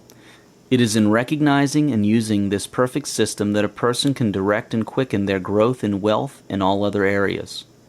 Think outside the square. The square is the box that has been created for you by your past conditioning, experiences, teachers, news, environment, and so on. It is not a real box. It only exists in the mind, your mind, and the minds of those around you. This is all that keeps the square there. It is not real on its own. It needs you and everyone else to survive. You can break outside of it by thinking outside the square. You have heard this many times, but now you can finally do it all the time. You do it by dropping all constructions you have in your mind as to how to do things. For example, some people who have never had a university education believe that to be wealthy, one has to have a university degree. They were told that, and they think they may have observed that, so they hold it true. But this limitation can be removed simply by dropping that construction and its belief in it from all thought. Many have dropped it and succeeded wildly. In fact, Bill Gates of Microsoft voluntarily dropped out of college. He just never did finish that undergraduate degree. And millions around the world have succeeded wildly without a college degree. This is not to say you should not go to university. Universities have a very important role. But if you find that your square, your box, is that you have not been to university and you are unable to go there, then simply drop the construction and your belief in it, and your square will drop. That is thinking outside the square. You can do this in anything, from product development to finance, to new business ideas, to anything else. You do it merely by being aware, intending to do it, and consciously dropping your constructions. Question: how do you build a totally new and radical house or car? You build one by dropping all previous constructions of how you have been told a house or a car needs to be built. Drop it all and have a clean slate without any shoulds or should nots. Then drop the slate. Let it all come to you. Inspiration unrestricted by should or should not is key. It is a very deliberate yet unbound thing to do. Very fruitful. Ask Einstein. Make all conditions serve you, for that is what they are here to do. They are an experiential field created wholly for your enjoyment, self-discovery, and learning. This is because they are fashioned out of your previous thoughts, words, actions, and states of being. Face all financial and other difficulties calmly and without worry. Even before they occurred, they had been solved. Even before you ask, it has been given to you. Simply receive. There are no coincidences, accidents, chance, or luck in this universe. The universe works under perfect laws that never make an error even once. The Source, God, does work perfectly. Everything works out perfectly by law. Things only look like coincidences and accidents to those who do not see the truths behind them. Nature works with effortless ease and precision, with infinite organizing power in incalculable ways, without resistance. You do not have to understand how your wealth will be created. Simply hold your vision high, think, speak, and do by your vision, and automatically, coincidentally, it will all work out. Do not resist whatever happens along the way, for it is nature's incalculable ways working out to bring you what you envisioned. Just hold your end of the bargain by keeping your vision high and steadfast, and think, speak, and act by your vision. Be detached. This allows nature's creativity to work for you. Detachment means not preferring anything else than what is happening right now, but having the freedom to choose a different future. What is happening right now is the perfect manifestation of your previous intentions, thoughts, words, and actions. Preferring an alternative now leads to delaying the achievement of your goals. Such preference is wanting, and wanting perpetuates a state of wanting. For example, if it is your desire and intention to become a multimillionaire, and you have done your part in aligning your thoughts, words, and actions with your vision, you must admit that you do not know which is the best and optimal path for you to take to reach that goal. You cannot predict the exact day-to-day events from now on that you need to lead you to your desired outcome. But the Source can do that easily. Your inner self can do that as well, and it will take you there in the best way possible. Let it work its magical way by not resisting the moment of now that it brings you. Just do your part, and let it do its part. It is the fastest, most effective, most enjoyable way. And you can be happy and restful always, for you know what is coming eventually. Calmness is power. Calmness puts you in harmony with yourself and nature. It puts you in control of your thoughts, enables you to have right thought. It is testament to the fact that you are not your circumstances, and you are not inferior to your circumstances. Calmness is confidence. Calmness is your true nature. Perfect balance, perfect stillness, and perfect peace. Always say, I am calm. Calmness is not suppression. True calmness is clear and open. It does not hide or suppress anything internally in order to show its calmness. It is pure and natural. Calmness represents and can be developed by knowing, internalizing, practicing, and living the laws of the universe, the laws of life, laws such as the ones in this book. Suffering indicates an error in thinking. It is a cue for you to find and change that error. Often in the deepest moments of suffering is the biggest opportunity to find new truth. But suffering is not necessary. In fact, the most enlightened of people have been able to eliminate suffering completely. Suffering is just a means of communication from yourself to your personality and mind and back to self, to put it briefly, and is only used when there are no other options.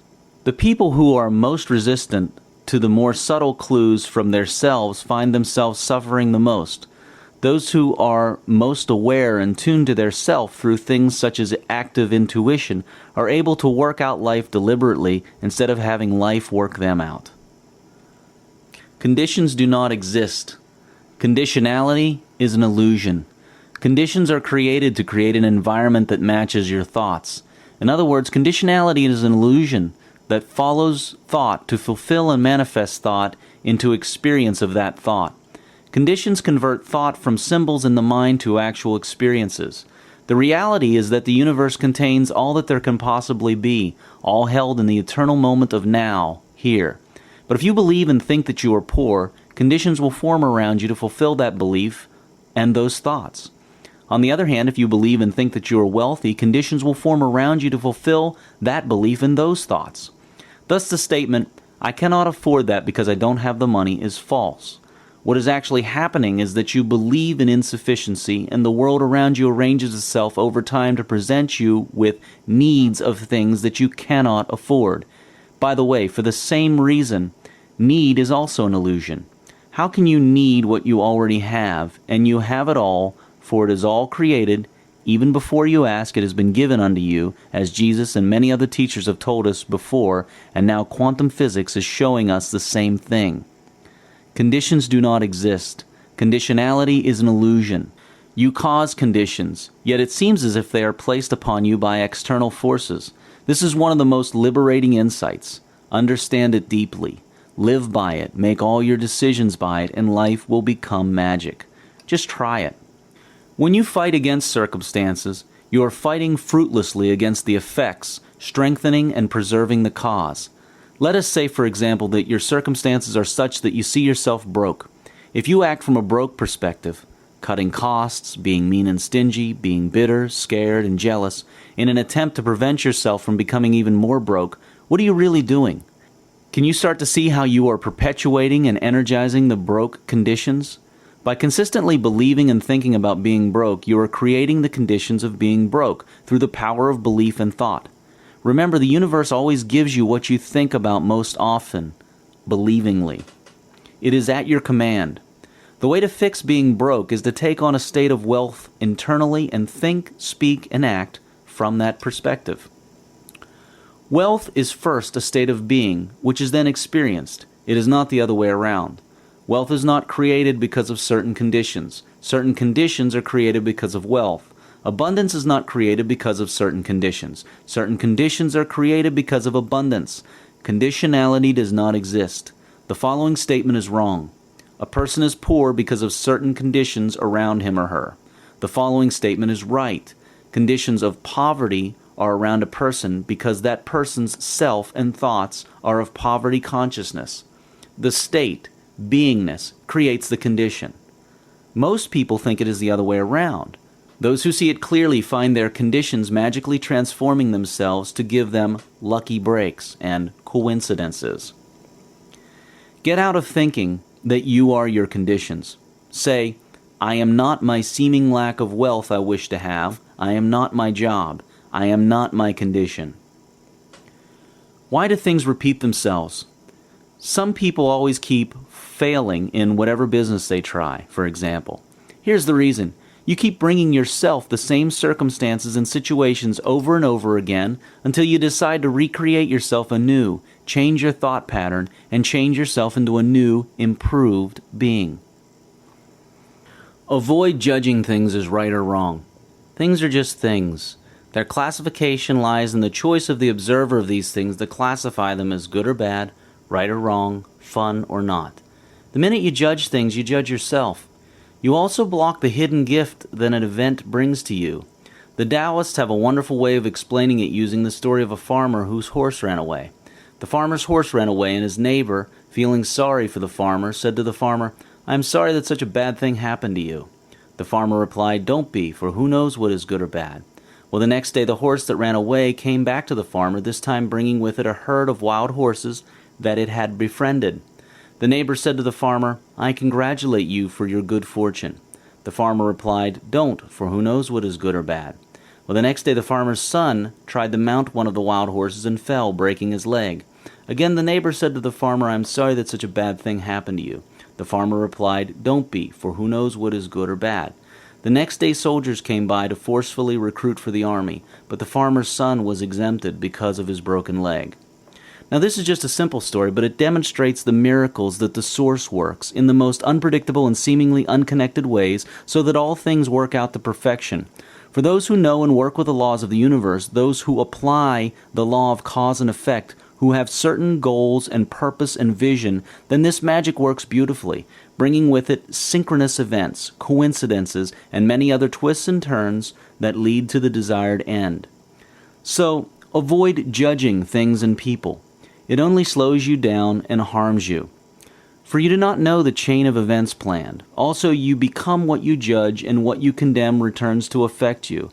By law of cause and effect, when you judge and condemn, you set yourself up to be judged and condemned.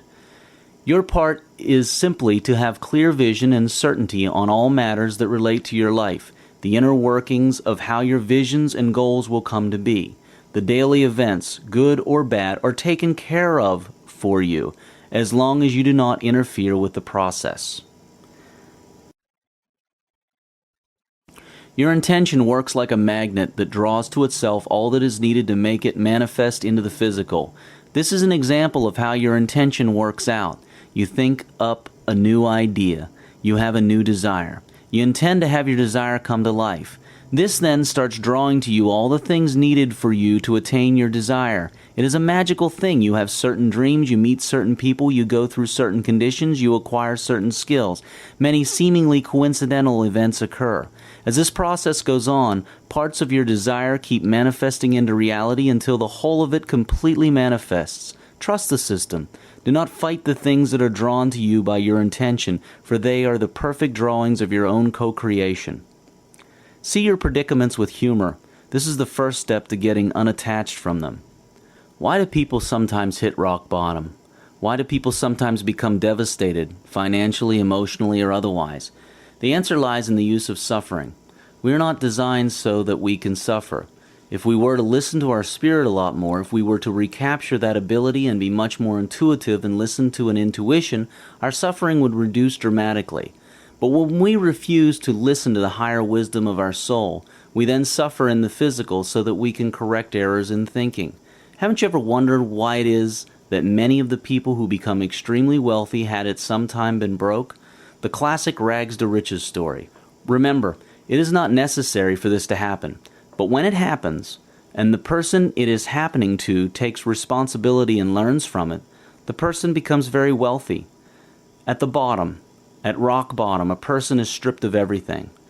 The psychological false defenses that keep the person from accepting their highest truth are taken away.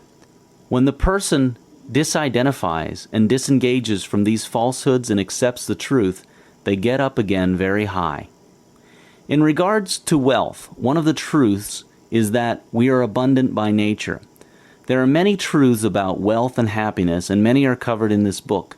It is not necessary for you to go to rock bottom and suffer so that you may identify with the truth.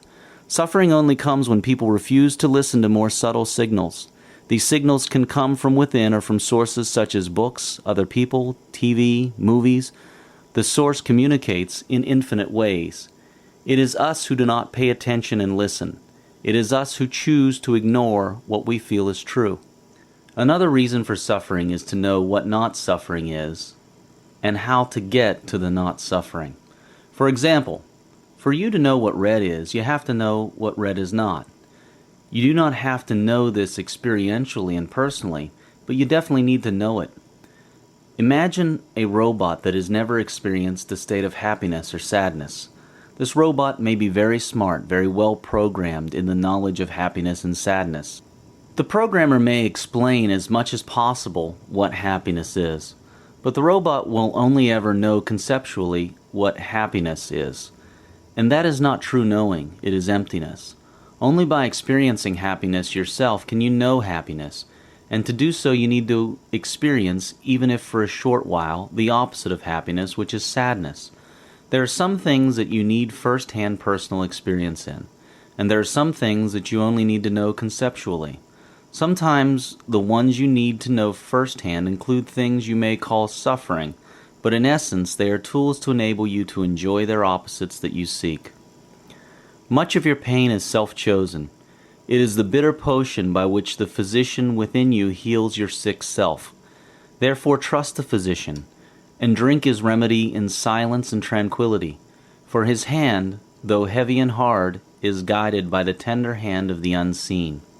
Khalil Gibran. The psychological rule says that when an inner situation is not made conscious, it happens outside as fate. That is to say, when an individual remains undivided and does not become conscious of his inner contradictions, the world must perforce act out the conflict and be torn into opposite halves. Carl Jung. All other things held constant.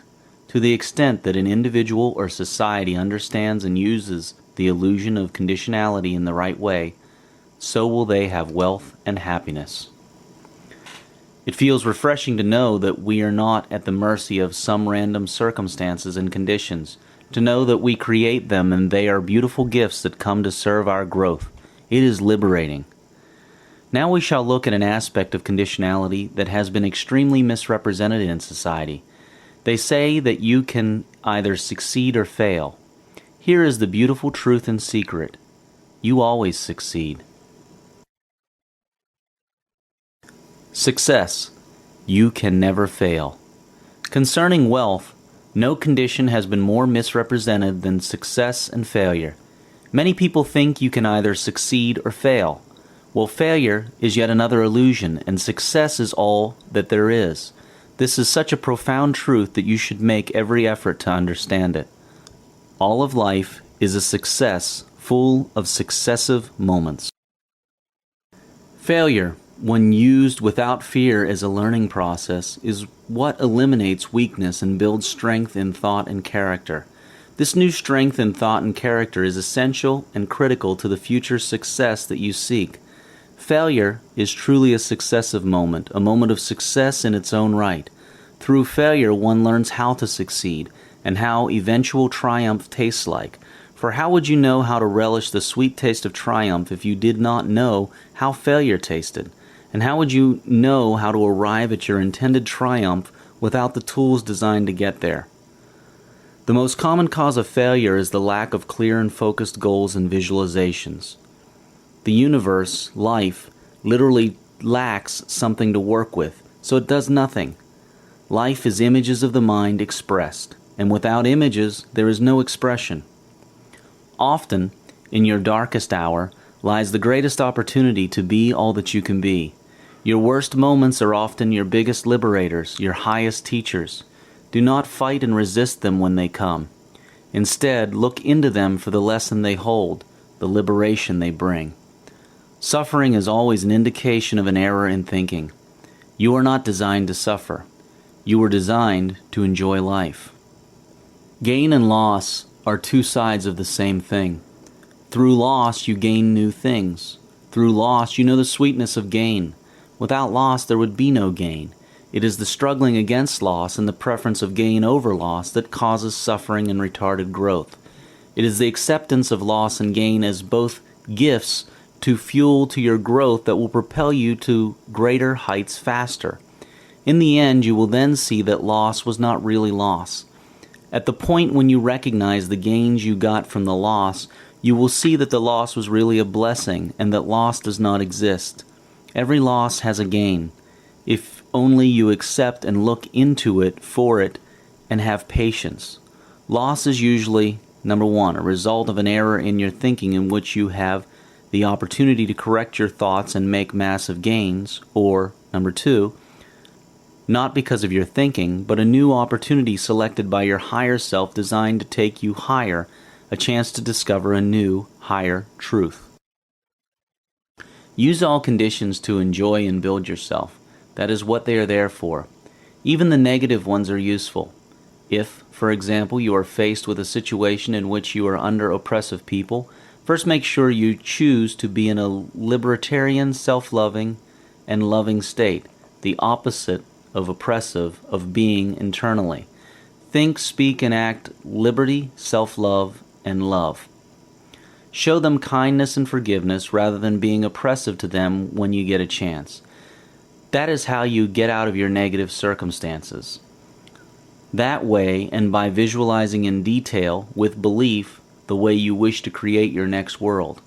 When you become a non-oppressive person who loves themselves and others truly, internally, you will find yourself leaving that oppressive situation. The negative situation will have done its work in fixing you with your voluntary participation. Always remember that at some level, whether you are conscious of it or not, you chose the circumstance you are in. When you look within you to find the error in thought causing your suffering, always look with humility so that your ego does not interfere. Look with sincerity to find truthfully. Look with no self-pity or mercy. Call a spade a spade.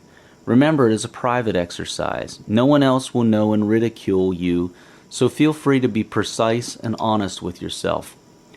Most people have been programmed to fear failure. They give up to avoid failure, or they do not even attempt just so that they may not fail. Failure, however, is an illusion. Begin to see it as an illusion.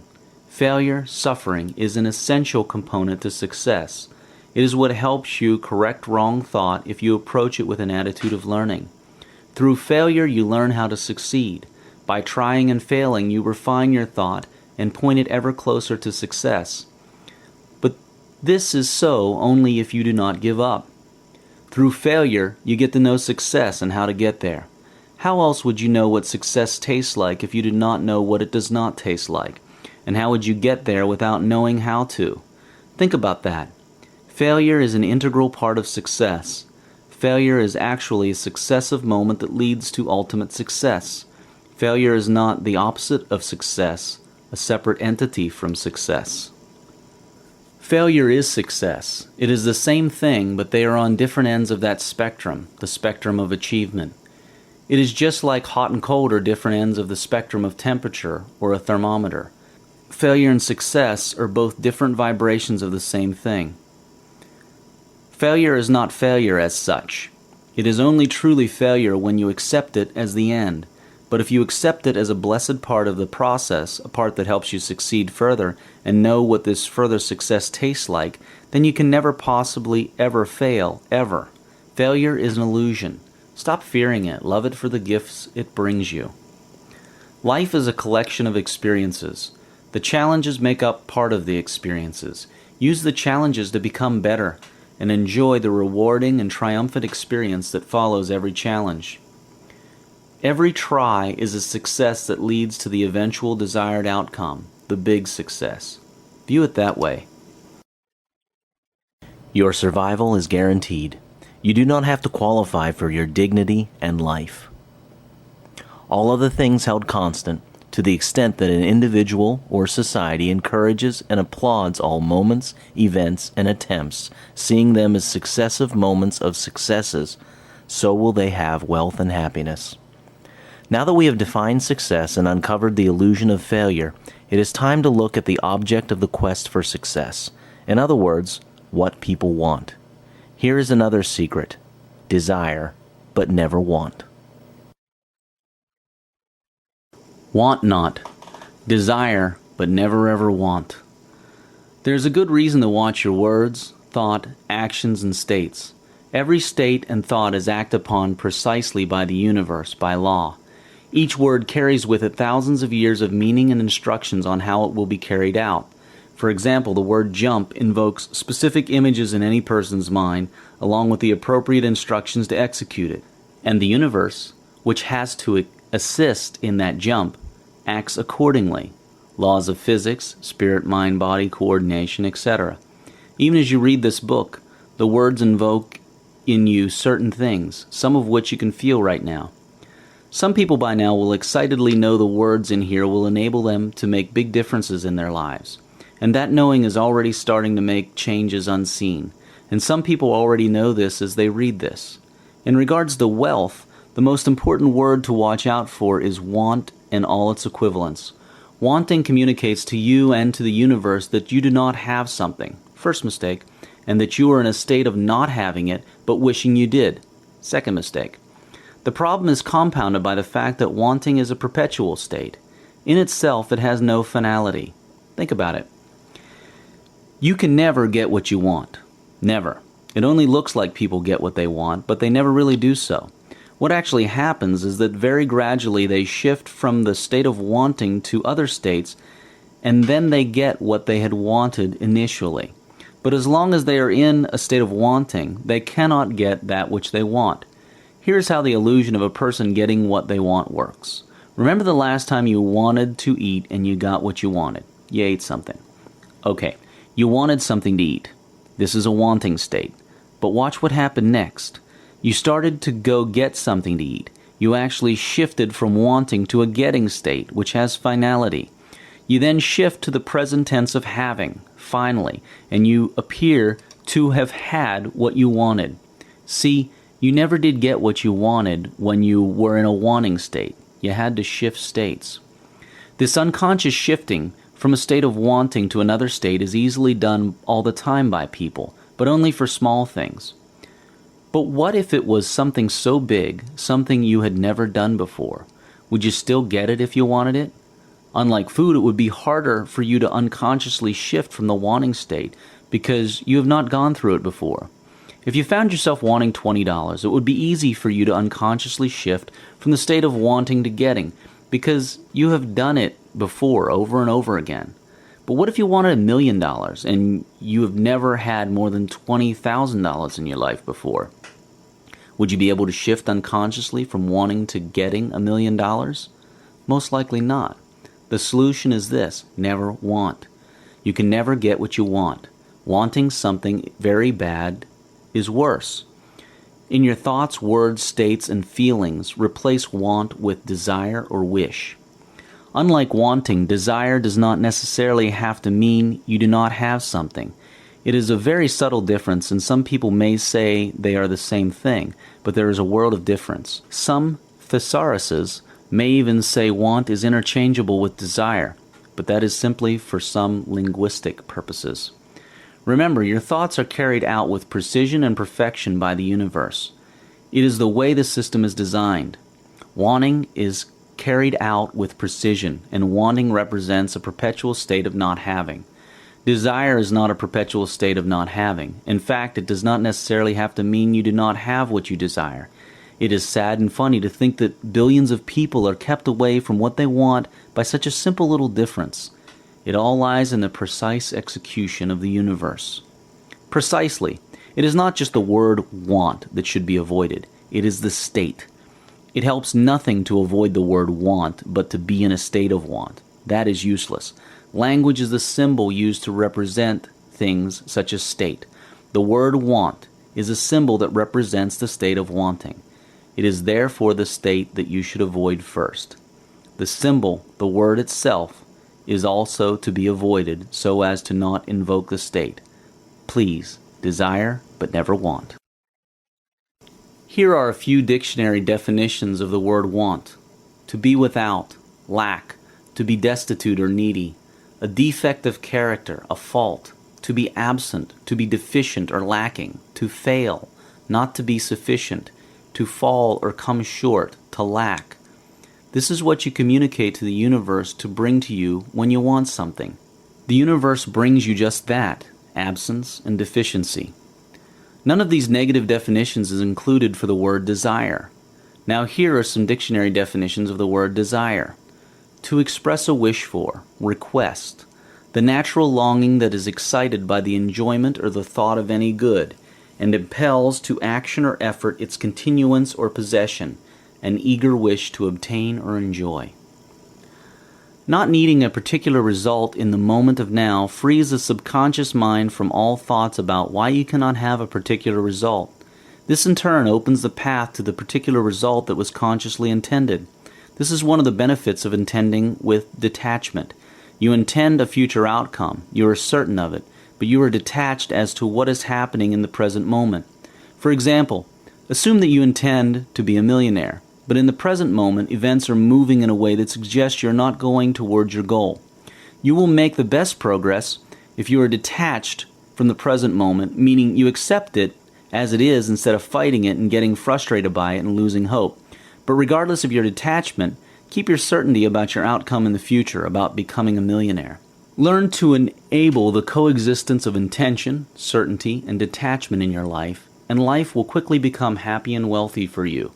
Resistance and frustration will slowly fall out, and certainty and confidence will grow.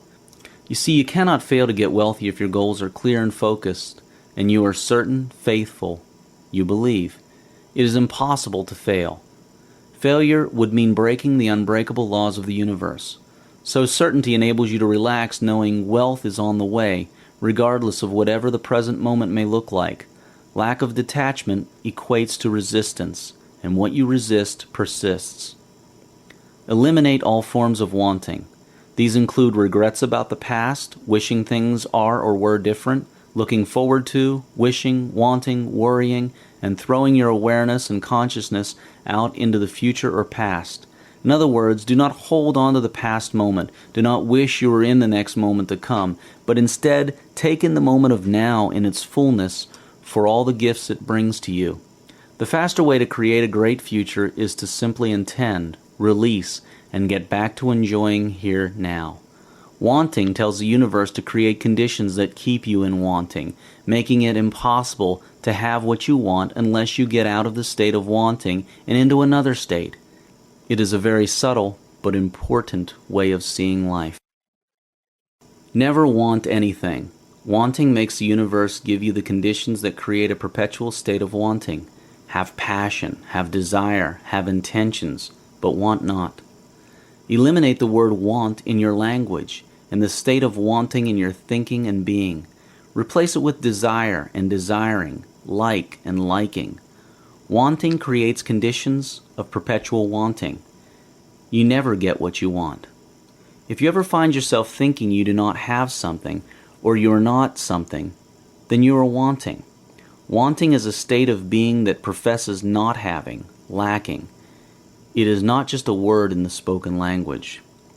All other things held constant, to the extent that an individual or society eliminates wanting in their language and in their state of being, so will they have wealth and happiness.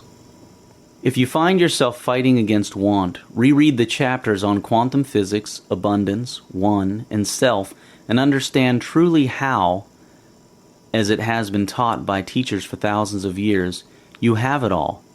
And even before you ask, it has been given unto you. Logically, scientifically, and spiritually, there is absolutely no reason to want. Of course, there is reason to desire, but none to want. Wanting is a belief in not having. You have it all. Why then would you wish to believe that you do not have it? Now that we have that all clear, let us look at some big and interesting things. We start with your purpose, that uniqueness of you that no one else can duplicate. Let us move on. Giving. It's what it's all about. One of the greatest laws is the law of giving. It is a phenomenal law. Give freely and happily. Always form a habit of giving cheerfully. Give first before you receive.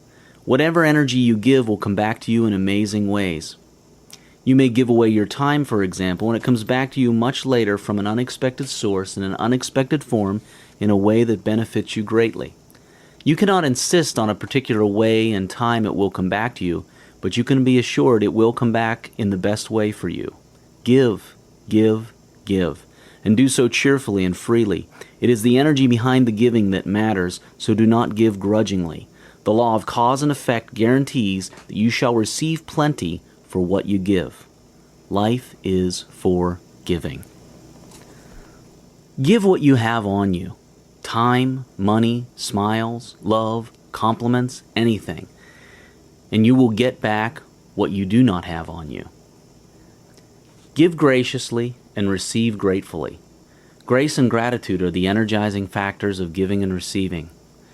By taking care of society and nature, you take care of yourself. Share with and give to nature and society often. It is the goose that lays the golden eggs, and it needs to be protected and nourished so that it can protect and nourish you. Share, give, help others. In the proportion and to the extent that you cause others to build their wealth, so will you build your wealth. Invest some money in financial services and in institutions that lend money to others and enable others to build wealth. This is another great way for you to take care of society, to make it wealthy so that you may also get wealthier from it. The universe is all energy. Energy flows. Giving promotes this energy flow, placing you in harmony with the powers of the universe. Whatever you wish to have, cause another being to have it first, and you will begin to have it in abundance. Give and you will receive in multiples. For example, if you wish to have wealth, show others how to have wealth, and in an amazing way, you will soon find yourself wealthy. It is a very complicated system that works perfectly. Give cheerfully. Share, share, share. It is an investment banked with the universe that returns to you with amazing interest. Share gladly and genuinely. What you wish to have, cause another to have. To have wealth and abundance, cause another to have it. How do you cause others to have wealth? Teach these lessons to your friends that are interested in wealth. Show them this book and others like it. Form study groups or mastermind circles with them. Where two or more are gathered, the whole is more than the sum of its parts. Develop an awareness that enables you to look out for and see all opportunities where you can give something freely and cheerfully. You can give material things, your time, skills, or anything else. Get out of the habit of thinking that you should receive something first before you give. That is not giving, that is an exchange. Giving freely and cheerfully enables you to do business, if you wish to look at it that way, with the universe. This is how it works. You give someone something that you have now with you, freely and cheerfully. The universe, by law, finds the best way to give back that energy to you in the form of something that you do not have with you. It gives you back in multiples when it is most appropriate, in the most appropriate form. It is a magical process. Obviously, the more you give, the more magic you create for yourself. Life starts to work for you. Develop a strong desire and persistence to give cheerfully and freely. In your goal setting, remember to include several goals that are about free and cheerful giving. Giving, under the law of cause and effect, is one of the most powerful actions you can take. It returns in multiples, sevenfold. You cannot afford to leave out giving in your life plan.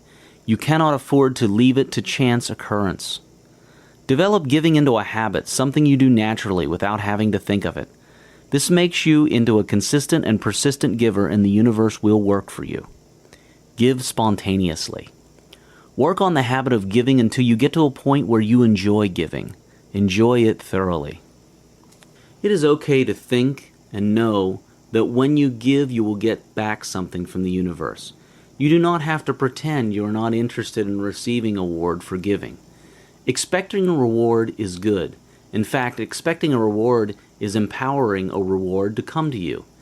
The violation of the law of giving comes when you start expecting to receive something back from the same being you give to, saying, "Well, I did this for you, so you should do that for me." In fact, demanding a particular reward back is a violation. It makes you trading-minded rather than cheerful and free-giving-minded. Never ask or expect payback from those you give to. The reward you receive will come from a source and a time and in a form that the universe finds best suited for you. You always have something to give. Time, compliments, talent, money, knowledge, share a book, etc. Giving has one bonus effect. It shows you what you have but did not know you had. Say you wish to have wealth.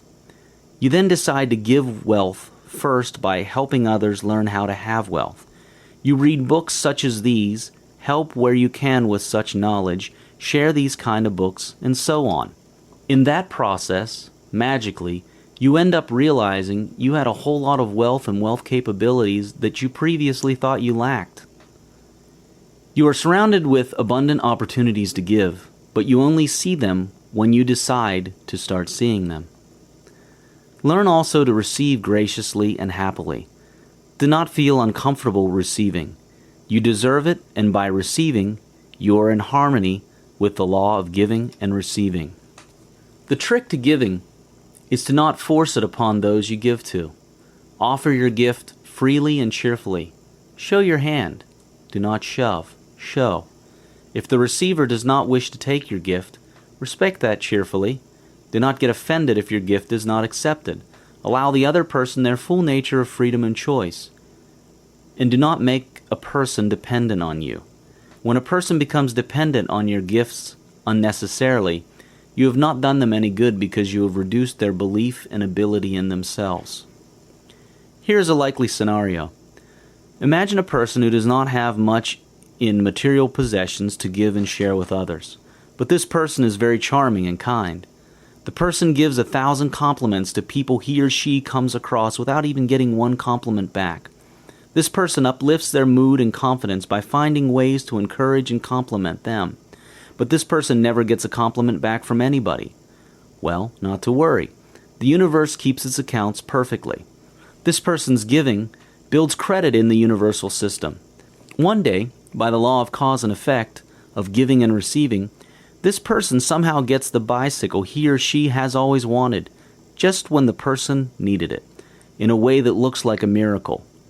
It could be by winning some competition or having it given to them by a stranger, or one of a countless other possibilities, what people call luck. That is how giving works. Sometimes the universe takes little things that you have, can give, and do give, and it puts them into one big thing that you do not have and require, and it gives that to you at a perfect time. You give but little when you give of your possessions. It is when you give of yourself that you truly give. For what are possessions but things you keep and guard for fear you may need them tomorrow? And what is fear of need but fear itself? Is not dread of thirst when your well is full, the thirst that is unquenchable? There are those who give little of the much of which they have, and they give it for recognition, and their hidden desire makes the gift unwholesome. And there are those who have little and give it all. These are the believers in life and the bounty of life, and their coffer is never empty. It is well to give when asked, but it is better to give unasked, through understanding. For in truth, it is life that gives unto life, while you, who deem yourself a giver, are but a witness, and you are all receivers. Khalil Gibran, the Prophet. All other things held constant, to the extent that an individual or society shares and gives in the right way, so will they have wealth and happiness. Now you know how to do business with the universe, so to speak. The universe itself is a giving universe, for life is for giving.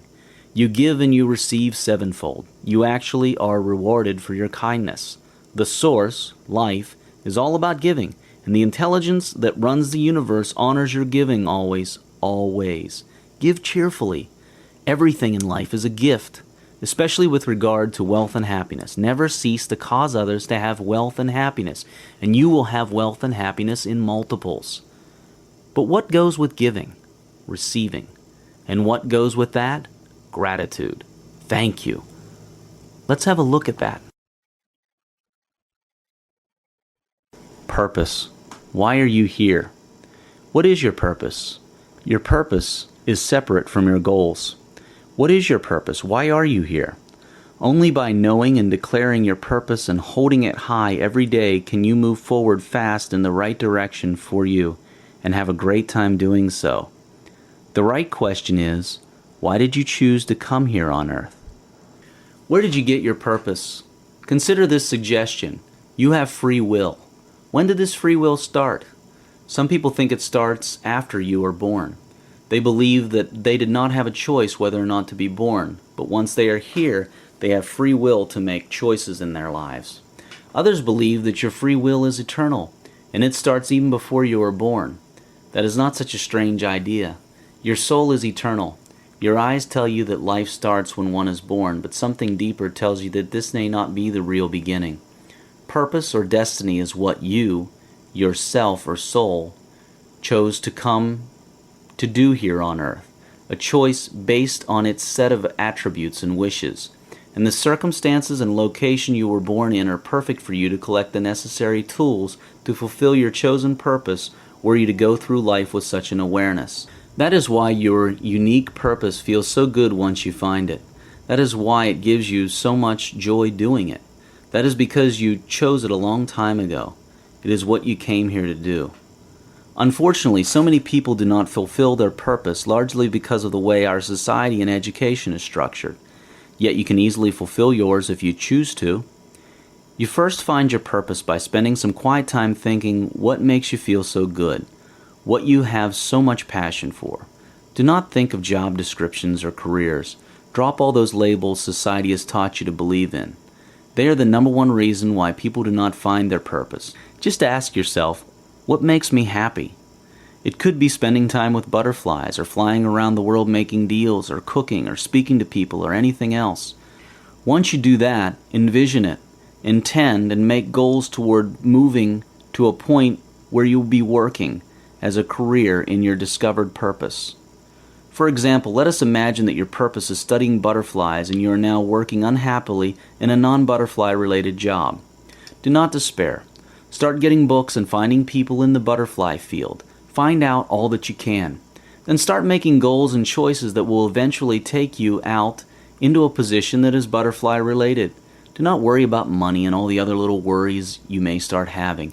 They will sort themselves out as long as you do not worry. And you will be very happy and successful once you work in your destiny or purpose, a destiny that you yourself chose before you were born here on earth. Your self-satisfaction will also rise, and you will be making optimal contribution to the world at large. Sit down quietly and find out why you are here. You have a purpose. You may or may not know it yet. You can discover what it is by asking yourself this question and by being true to yourself. Your special talent is usually your purpose, or it may be something you always felt, especially as a child, that you could do very well. Children often know their purposes, but as they grow up, society and education systems confuse them, or it may be what gives you the most joy. In fact, your purpose cannot be in something that does not give you joy and satisfaction. Find it, then live your life by your purpose, and wealth will come to you a lot easier and joyfully. And you will love your work. Work is love made visible. And if you cannot work with love but only with distaste, it is better that you should leave your work and sit at the gate of the temple and take alms of those who work with joy. Khalil Gibran. Define your purpose in life clearly. Keep it high in your thoughts at all times. Declare your goals by it. Align your thoughts, words, and actions with it at all times, and your life will be fulfilled and satisfactory. The surest way to enjoy your work is to work within your purpose in life. Work within whatever you determine is your purpose in life, not your job or obligation, but that which you feel called from within to do, that which you dream of doing, and joy at work will be easy to experience. What does this tell you? That everyone can work at a job or business that they enjoy so long as they know what their purpose is and they work within it. When you align your thoughts fearlessly to your life's purpose, you become a powerful, creative force. When you are working within your purpose, work no longer becomes a job, it becomes a pleasure, and it becomes life. The boundaries between work and fun vanish. How many purposes do you have? You have as many as you feel that you have. You are not restricted to just one. You are a multidimensional being. All other things held constant. To the extent that an individual or society finds and works in their purpose, so will they have wealth and happiness. Life is a celebration, and joy makes for celebration. Joy is spirit being expressed in the ways it likes to and desires to. Purpose gives spirit that opportunity. Find your purpose that you chose for yourself, and you will find love, joy, and wealth in your work and contribute optimally to society. Talking about contributions, did you know that one of the most powerful ways to get wealth is to give? It multiplies sevenfold back to you. Let us move into another powerful insight. Gratitude seals the deal. All of life is a gift. Every person, moment, and thing is a gift. It is only that we refuse to open the gifts, hence we do not get the gift sent to us. All things come to those who are grateful. There's great truth to that, and here's why it works so well. By law of cause and effect, your gratitude attracts that which you are grateful for. And you should be grateful even before you receive it because, by law, you know you will receive it. In fact, you have it even before you ask. Gratitude speeds that reception because it is a statement of belief. You are already enthusiastically and genuinely grateful, in a state of gratitude, because of what you will receive, or more accurately, have received and are about to experience. Note, the gratitude is there before you even receive what you are seeking. In reality, you have it all already. You just are not experiencing it yet. So gratitude is the first step to receiving and experiencing. It is an affirmation that you know you will have it. Imagine getting grateful and excited about a future event.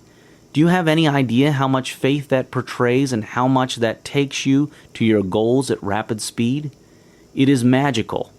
Gratitude creates and grows your faith, in addition to being the right thing to do. Thanks. What you are grateful for reveals its gifts and serves you. Be grateful for everything because everything helps you discover an aspect of yourself. The trick is to learn to want everything that you have already, to love the present moment, all of it, and to prefer nothing but the present moment when you are in the present moment. Doing this places you in a state of calmness and in a position most suitable for finding the gifts contained in the present moment so that you can rapidly grow in the direction that you wish to move to. Gratitude for all things in the past, present, and future works wonders. All of the things held constant, to the extent that an individual or society is grateful for everything and for each other, so will they have wealth and happiness. Gratitude does not need much explanation. You already know how to be grateful. Inside of you, you know how magical it is. All you now need to recognize is that every moment, person, and thing was brought to you by your own choices, thoughts, actions, and states of being. You did it. The world just creates itself around you so that you may experience yourself and recreate yourself. So be grateful for every moment, thing, and person. This is the best way to find yourself. Remember, what you resist persists. Gratitude negates resistance. Once you are grateful, you can look at everything clearly and see yourself. Another bonus of gratitude is faith. By being grateful now for things you have intended to experience in future, you become even more certain that you will experience them. And this in turn brings them to you. It allows you to be excited about the future. Okay, let's keep going. Consciousness. You experience what you are awake to. This book has been largely about wealth consciousness. But what is consciousness? It is being awake to something. Wealth consciousness is being awake to wealth. Wealth has always been there, of course, but you may not have been awake to it. You cannot experience what you are asleep to. Consciousness is the set of attributes and capabilities that enable you to be awake to a state of being or a set of experiences. This book has been about the things that enable you to be awake to the wealth that is already there, and the happiness that is already there as well. So, my friend, wake up. The material wealth of a nation is simply the manifestation of the collective wealth consciousness of that nation. That applies to any group of people, from families to corporations to continents and worlds. The least conscious person in a group of people will bring down the experiences of the most conscious. So a wise person does whatever they can to raise the consciousness of the group at large so that they themselves may experience more. It is self-defeating to do nothing or to lower someone else's wealth consciousness. Several studies show that many people who win over $1 million in lotteries end up worse off financially than they were before they won. They lose all that money in amazingly short periods and end up even worse off because of the new debts and liabilities they accumulate. See, it is not the money that makes a person wealthy. It is their wealth consciousness. People without wealth consciousness are unable to get wealthy, even when a huge sum of money comes their way in a lottery win. On the other hand, people with wealth consciousness cannot fail to have money and wealth for extended periods. They may go broke occasionally due to an error in thinking or a higher choice, but they always bounce back up. They have no fear of getting broke because they know even if it happens, it is temporary and they are designed to come right back up. You can take away all their money and within a year they will be wealthy again, or at least be on their way to wealth. Luck has nothing to do with it. The greatest creative forces become available when your conscious, subconscious, and superconscious selves are in harmony in their choices. You make them so by raising your consciousness and awareness to all three levels of yourself. You become aware and conscious of things you used to do subconsciously and so on. You can do this by deciding to be aware. Decide to be mindful and deliberate. Watch your thoughts and actions and dreams instead of walking about daydreaming in a daze and doing things on automatic. It would also be a good idea to consider vipassana, mindfulness meditation. It is one of the best ways of increasing your awareness. You see, yourself makes choices, but if you are not aware of them, you will not know what they are. These choices are the superconscious ones. You start becoming aware of them by honoring your feelings, not emotions or thoughts masquerading as feelings, but genuine feelings. You also become aware of your superconscious through meditation. You also make choices consciously and you make some subconsciously. You can increase your awareness of your subconscious choices by deciding to be aware, watching your thoughts. For example, in the past you may have had idle thoughts of fear and indecision regarding a particular topic. These thoughts went on in your head all the time as you did other things. They were background thoughts. Well, now, what you should do is watch your thoughts and do not allow any idle daydreams that keep tossing about an issue like a wild monkey in a cage. The point is that if for a particular decision these three levels all choose differently, your results will obviously be mixed and confusing to you. The way to fix that is to raise your awareness on all levels. The source of all creation is a field of infinite possibilities and creativity. Our true self is one with the source, in the same image and likeness. When we are conscious of that, and believe it is so, we tap into this field of infinite possibilities and our inherent creative abilities. You must have wealth consciousness that knows no poverty, or more accurately, the illusion of poverty. Work on it until the idea of poverty is laughable, until to think that you can possibly become poor is a ridiculous idea to you. You create money by increasing the value inside you. You do that by reading books like this. You also do that by remembering your true self that is in the image and likeness of the source, abundant by nature. You then experience money by exchanging the value you have built in you.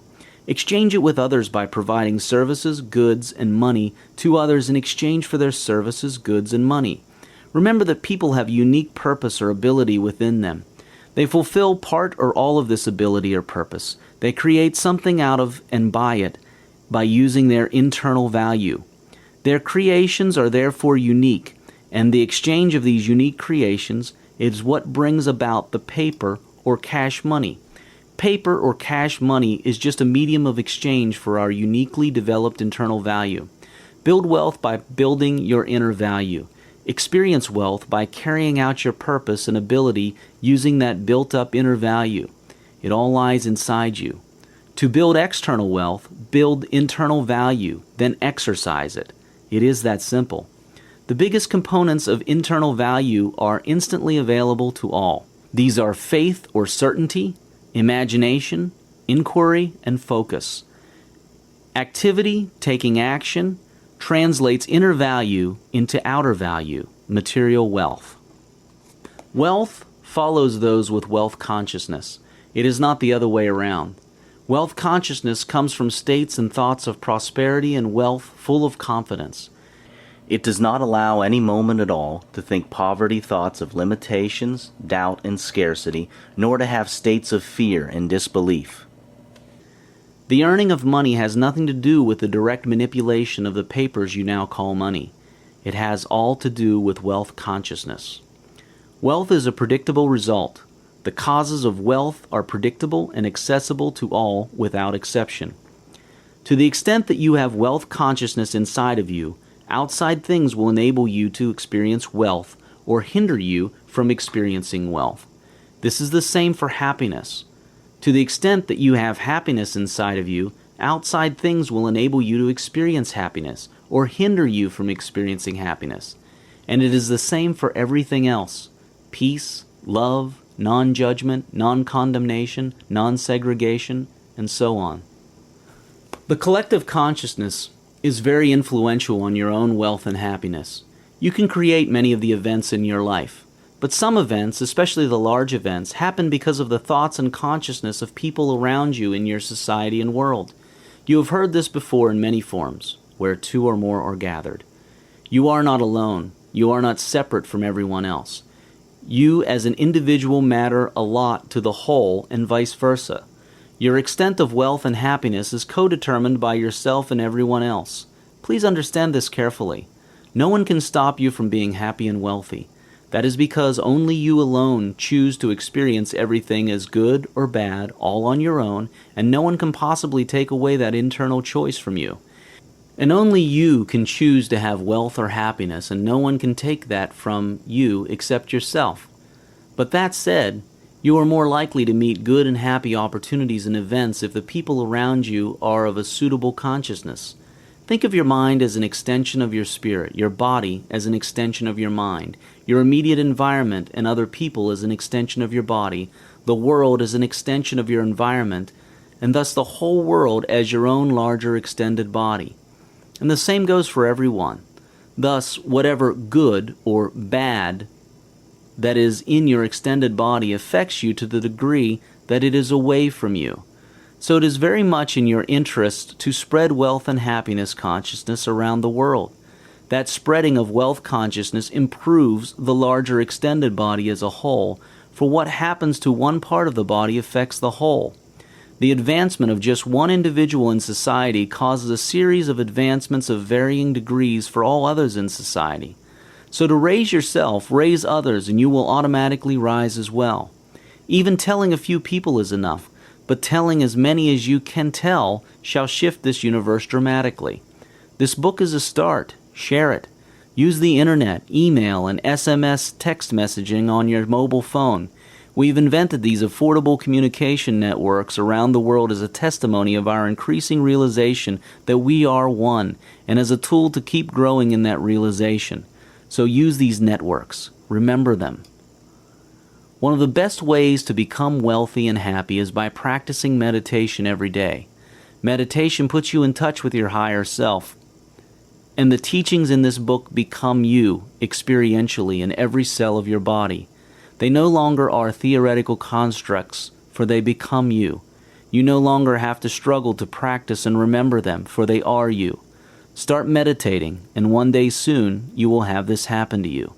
The recommended meditation technique here is vipassana, mindfulness, insight, meditation. All other things held constant to the extent that an individual or society has and develops wealth, health, and happiness consciousness in them and in those around them, so will they have wealth, health, and happiness. Now it is time to go to a wider dimension. It is time to look at what it is that has this consciousness. It is time to look at the self, the builder of the universe, the builder that uses space and time as materials to create experiences. This is your life.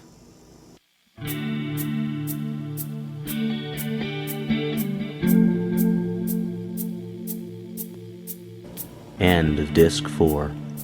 Please continue this experience by inserting Disc 5.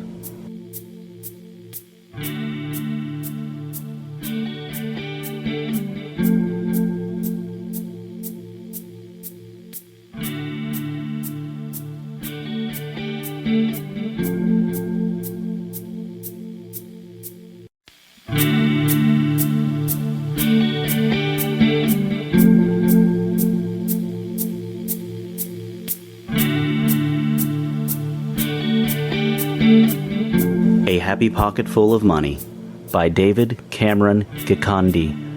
Read by John Wayne Myers. Disc 5.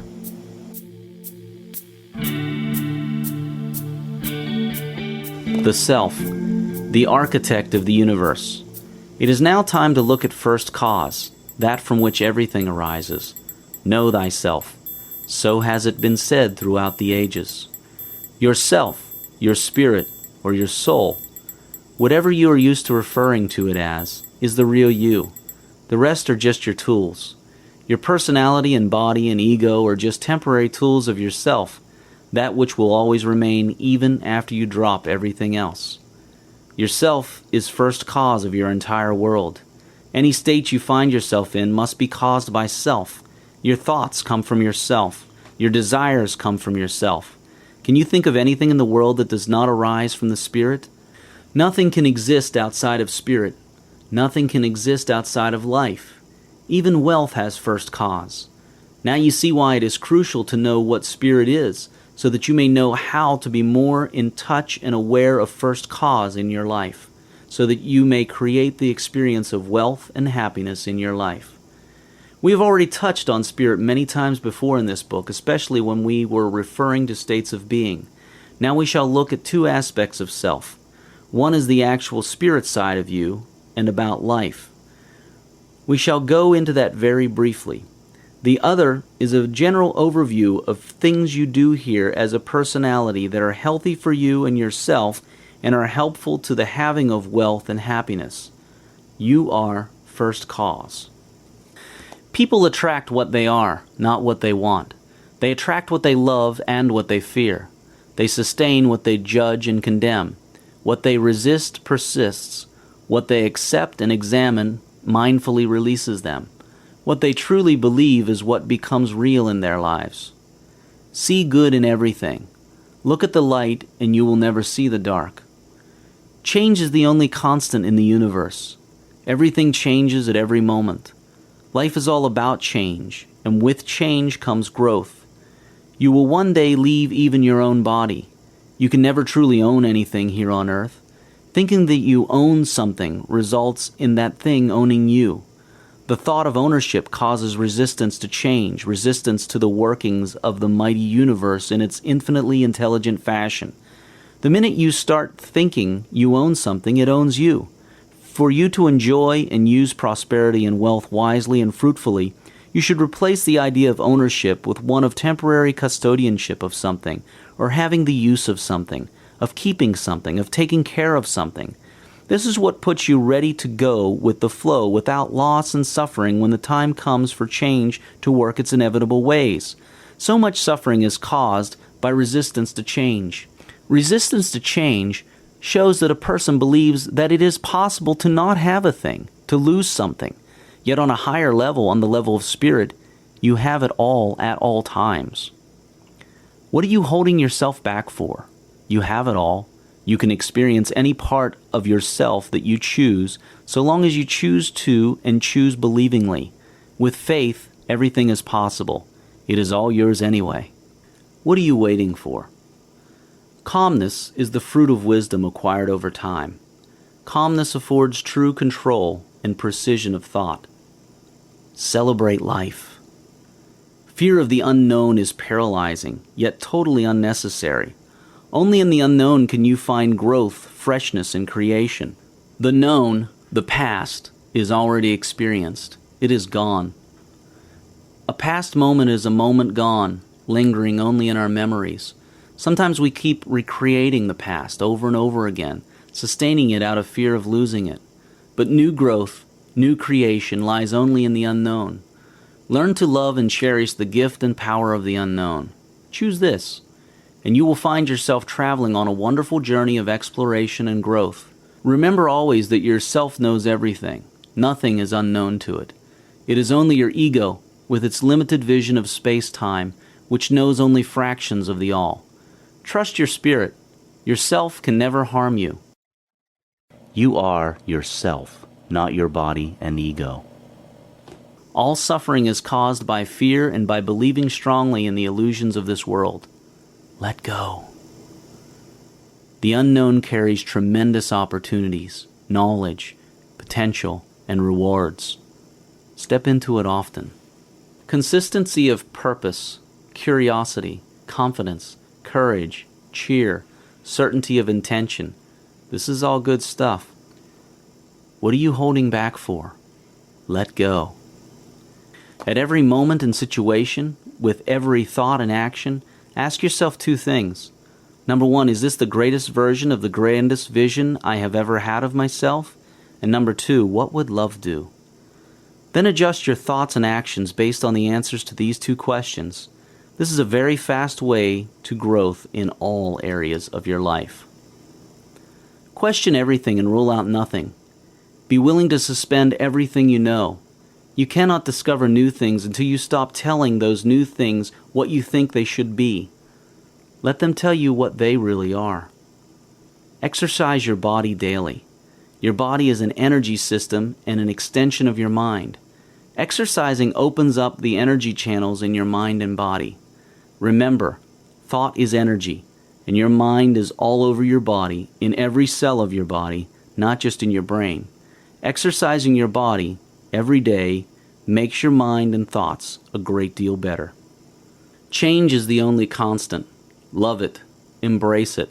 Find its gifts that it brings to you. Change. It is the only game there is anyway, the game of life, the game of changes. To the extent that a person has and exercises their wealth consciousness, that person finds themselves in the company of opportunities, businesses, situations, and people that enable her or him to manifest into physical the amount of wealth consciousness they have and choose to exercise.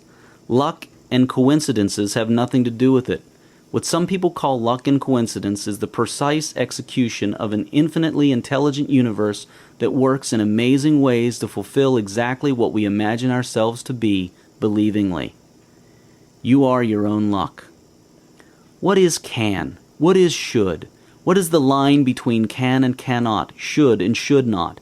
Is there really such a line? Or do we, make it up? You are the magic. Change is the order of the universe. Life is change. Growth and evolution is what life is all about. Clinging on to a thing is not only futile, it is harmful to you. You cannot win a game where you resist change. Now that you know the truth, the laws that drive the universe unfailingly, hold this truth in your thoughts at all times, and you will not be affected by the physical world again. You will become its master instead of its slave. The truth will set you free. Life is all about growth, expansion of consciousness. Life, the source, God, never has it by design or plan that you should not expand your consciousness. In fact, the whole design of life is for consciousness to keep expanding. It is in the whole universe's best interests that you expand your consciousness, including your wealth consciousness. Life seeks to express and experience itself to enable that evolution and growth. Wealth, if you consider it clearly, does a whole lot to enable that growth. Once you have wealth, you have freedom to explore many other aspects of life you would not have had a chance to do without it. The true nature of all life is to increase life. Anything to the contrary of that is a going against life. Your desire for wealth is very natural and necessary for you to move on to higher steps. Not only is it natural, it is fully supported by nature if only you follow the laws of nature. Ancient texts have often said it is the desire of God that you get rich, and nature is friendly to your plans so long as you are in harmony with it. We live in a realm of relativity. Everything else outside of you exists in a most clever way to help you know yourself and recreate yourself anew. It is most clever because that statement is true for each being. Without short people, a tall person would never know that they were tall. Without a bad person, a good person would never know they were so, and vice versa. You need a frame of reference and an opposite to know what you are and to choose what to become next. The day you start seeing everyone and everything as a bringer of a certain gift for you, and you seek to find out what it is, and you realize you are also there for their self-definition's sake, and you willingly give them as they ask, is the day you will start moving very rapidly towards more wealth. Love yourself, your customers, your world, your family, everyone and everything. Love is the strongest power. So, you wish to be wealthy. That is great. But who are you? That is a very deep question. Ask yourself, who am I? Your first answer may be, I am Jane, or I am Joe, or whatever your name is. Then you might say something like, I am a 28-year-old female, Croatian, short-tempered but happy, sometimes doubtful but generally confident, and so on. Really? Is that really you? Each of those things started sometime. Your parents gave you a name. You acquired your habits, personality, and disposition over time. You were born with a few of these things, and you were conceived with none of them. In other words, none of the early things are you. You leave them all here on this plane of existence when you move on to the next plane. So they are not the real you, yourself. They are jackets you wear over yourself. Jackets that you take off as time goes by. People change, and some you take off when you leave the earth. Try this. I am a 28-year-old female. Is your self really 28 years old only? Could it have been there before you were conceived into this earth? Was it definitely male or female? You do not have to know the answers to these questions for you to get wealthy, but it is important to recognize that, just as we said and saw that you are not your circumstances, you are also not some of the things you have all along thought you were. These jackets are helpful and useful, but sometimes they hold you back. People who identify too much with their jackets, especially the negative ones, place themselves in a prison, a box, a position where they are unable to step outside the box for fearing that their self will be violated, or their self is not capable, while all along it isn't their true self. The next time you catch yourself saying, "I can't do that because I am," and so on, re-examine the "I am" bit and ask yourself whether that is really you or a jacket you picked up along the way, a jacket that you know for sure you will one day take off, a jacket that you might as well take off now. Your body cells change daily. Your thoughts come and go. Your ego and self-image change. They are not the real you. Your self is the timeless being that takes on all these jackets of illusion, jackets that should serve you, not hinder you, jackets that are really under your self-control, although sometimes or often you forget this. The illusions, the jackets, are very necessary. They are the tools by which your self experiences itself in a physical plane. Think about what you know so far about spirit and quantum physics. All physical objects look separate to our limited five senses, but in fact, they are part of the large pool of energy that is not separated at all. Spirit is also just one, individuated into individual people. It is individuated, not separated. Like the way the oceans of the world are individuated into waters with different depths and tides and characteristics, yet they are all one ocean. All your spirit knows is love, for it cannot kill or injure itself. It is immortal. It is also all one. It also cannot go broke, for it has everything, pure wealth and abundance. Why is it necessary for spirit to have an earthly existence then? Imagine that you were born in a very rich land where everyone was super wealthy. No one lacked anything, and all desires were fulfilled instantly. How would you ever experience the thrill of having wealth? It would be impossible. You would know you were wealthy, but this would be meaningless because you have never compared it with being poor, and have never risen out of poverty and become wealthy. See? You would need to first become broke in this super wealthy land, then appreciate how uncomfortable that felt, then work your way back to wealth and feel the thrill and experience of wealth. You cannot experience something, even if you know it, unless you create the experience of its opposite. This is the position spirit is in. It knows all but cannot experience it unless it creates a realm of illusion of not knowing and not having. Let us go back to our example. If everything in that super wealthy land were wealth, you would be unable to get poor. So you would have to create an illusion where you see only extremely small segments of your whole world at a time. Instead of seeing that you have a car, a road, house, and a shopping mall all at one go, you would only see the car. The illusion would limit your vision so that you can only see the car at first. Then after working, you start seeing the house, and so on. Then when you see it all, you feel the thrill, the experience of what you already know and have but could not experience. This is the purpose of the earthly physical experience. Another way to look at it is to think of something you really like. Think of your favorite food, or even having great sex with your loved one. If you ate your favorite food all the time, at every moment of your waking and sleeping, or if you did the same with sex, do you see how the experience would cease to be an experience and become a knowing without experience? For it would be all that is. Your entire eating experience would be comprised of eating that one favorite food, and you would finally know no other eating experience, and the favorite food would cease to thrill. This is a very simple example. It gets very complicated at the highest spirit level, but at least you get the picture. Still not convinced? Okay, here's another example. The experiencing of love. Spirit is immortal and at one with all. It only knows love but cannot experience it because there is nothing to experience it against. At the ultimate level of spirit, all that exists is one, and the one knows that it is all one. It has no illusions of separation. This is what some people call God. Let us think of it as being, life, or the source, the all that is, the I am. All that is, life, being, is exactly that, all. It is not a he or she or it is all. There is nothing else except the one, so there is nothing the one can use to experience itself against, unless it individuates itself. The individuation and illusions start at lower levels. It is necessary to create a limited consciousness physical plane where the illusions of separation exists, and it is possible to kill a body and hurt and so on. And in this physical plane, where it is possible to act in unloving ways and do harm, love rises, and its fruits and the experience of love is then possible. Now you see that the illusion is very necessary. You, yourself, needs it and uses it. The only problem comes in when your ego makes you believe in the illusion.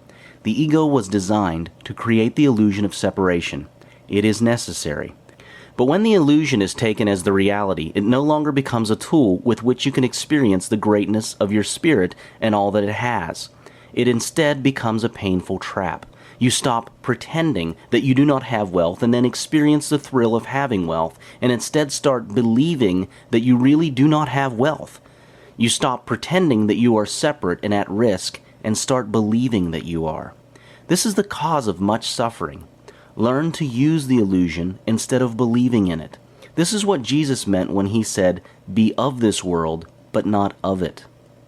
Simply being aware of who you really are will change your life amazingly to the positive. You are spirit with a body, personality, and ego. You are not a body, personality, and ego with a spirit. Definitely, most importantly, have joy in your life. Lighten up. Do not take things so seriously. Do not be too hard on yourself and others, and let joy into the lives of people. Joy is natural. It is the soul expressing itself. It keeps the energy circulating and makes the whole ride worth it. Joy multiplies everything. It attracts, and it is fun. Enjoy. Decide at all times to not worry, to not get frustrated, to not wish you were somewhere else doing something else, and to not fear. All these are statements of not having, and they perpetuate the state of not having. Before you do anything, always ask yourself, is this who I am? Is this who I wish to define myself into a higher next? It is all inside of you. For everything you see around you, you are at cause. Why then would you hate something around you now? If you don't wish to have it around you anymore, ask yourself what part or aspect of yourself is causing it, and you will soon discover something about yourself that you would find beneficial to change. Nothing happens around you that you are not wholly or partly a cause of at some level of your whole self, even though you may not be conscious of the choices you are making that are causing your world. Condemnation and judgment keep in place that which is condemned and judged. You are not your past, any of it at all, unless you insist you are. Your soul is the part of you closest to the source of all that is. It is an individuation of the source, in the image and likeness of the source. Your soul knows and perceives a lot more than your physical body and mind does. Your soul communicates with your mind through your body using feelings and intuition. Listen to your feelings and intuition always if you wish to speed up your growth and reduce unnecessary setbacks and suffering. You are a soul with a body, not a body with a soul. You are a soul with a body, a mind, a personality, and an ego. Knowing this and knowing what a soul is makes a huge and empowering difference in the acquisition of wealth. Meditation places you in direct contact with the unified field of consciousness, the unified mind, and infinite intelligence. Through meditation, a completely new world will open up to you. Through meditation, you will find calmness, wisdom, and inspiration. It is yet another way towards wealth and many other things.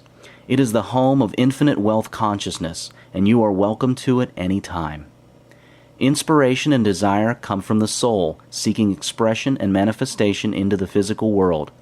One fast track to get to where you are going is to pay attention to your desires and inspirations. Develop your intuition. Mind, body, and spirit are all connected. One way to think of it is to see the mind as the subtlest part of the body, and the body as the most solid part of the mind. By living in this knowledge, by treating mind, body, and spirit with equal importance, care, and attention, You grow fastest and get wealthy fastest. The root of a bulb which shall produce a white lily is an unsightly thing. One might look upon it with disgust. But how foolish we should be to condemn the bulb for its appearance when we know the lily is within it. The root is perfect after its kind. It is a perfect but incomplete lily. So we must learn to look upon every man and woman, no matter how unlovely in outward manifestation, they are perfect in their stage of being, and they are becoming complete. Behold, it is all very good. It will make an immense difference with your faith and spirit, whether you look upon civilization as a good thing which is becoming better, or as a bad and evil thing which is decaying. One viewpoint gives you an advancing and expanding mind, and the other gives you a descending and decreasing mind. One viewpoint will make you grow greater, and the other will inevitably cause you to grow smaller. One will enable you to work for the eternal things, to do large works in a great way toward the completing of all that is incomplete and inharmonious, and the other will make you a mere patchwork reformer, working almost without hope to save a few lost souls from what you will grow to consider a lost and doomed world. So you see, it makes a vast difference to you, this matter of the social viewpoint. All's right with the world. Nothing can possibly be wrong but my personal attitude, and I will make that right. I will see the facts of nature and all the events, circumstances, and conditions of society, politics, government, and industry from the highest viewpoint. It is all perfect, though incomplete. It is all the handiwork of God. Behold, it is all very good. James Allen. How do you start doing all these things? Just start doing them. Now. It is that simple. Just do it. Now. Your truth is always truest to you. Truth is personal and ever-changing. Even though you should surround yourself with experts, advisors, and good books, always follow what rings true to you. Do not follow external sources blindly. Check them with yourself. The source always talks to all of us through all forms of internal and external communication. Always in all ways. It is us who shut out that communication. Start paying attention to the movies you watch, the TV shows you see, the magazines you read, the people you talk to, the events of life that you watch, and the intuition you have. All these and many more carry messages for your advancement, messages from the source. Simply be open and willing. Act as if you are already wealthy, for you are. There are no real limits other than those you set on yourself. Become unstoppable by refusing to stop. It's a little like wrestling a gorilla. You don't quit when you're tired.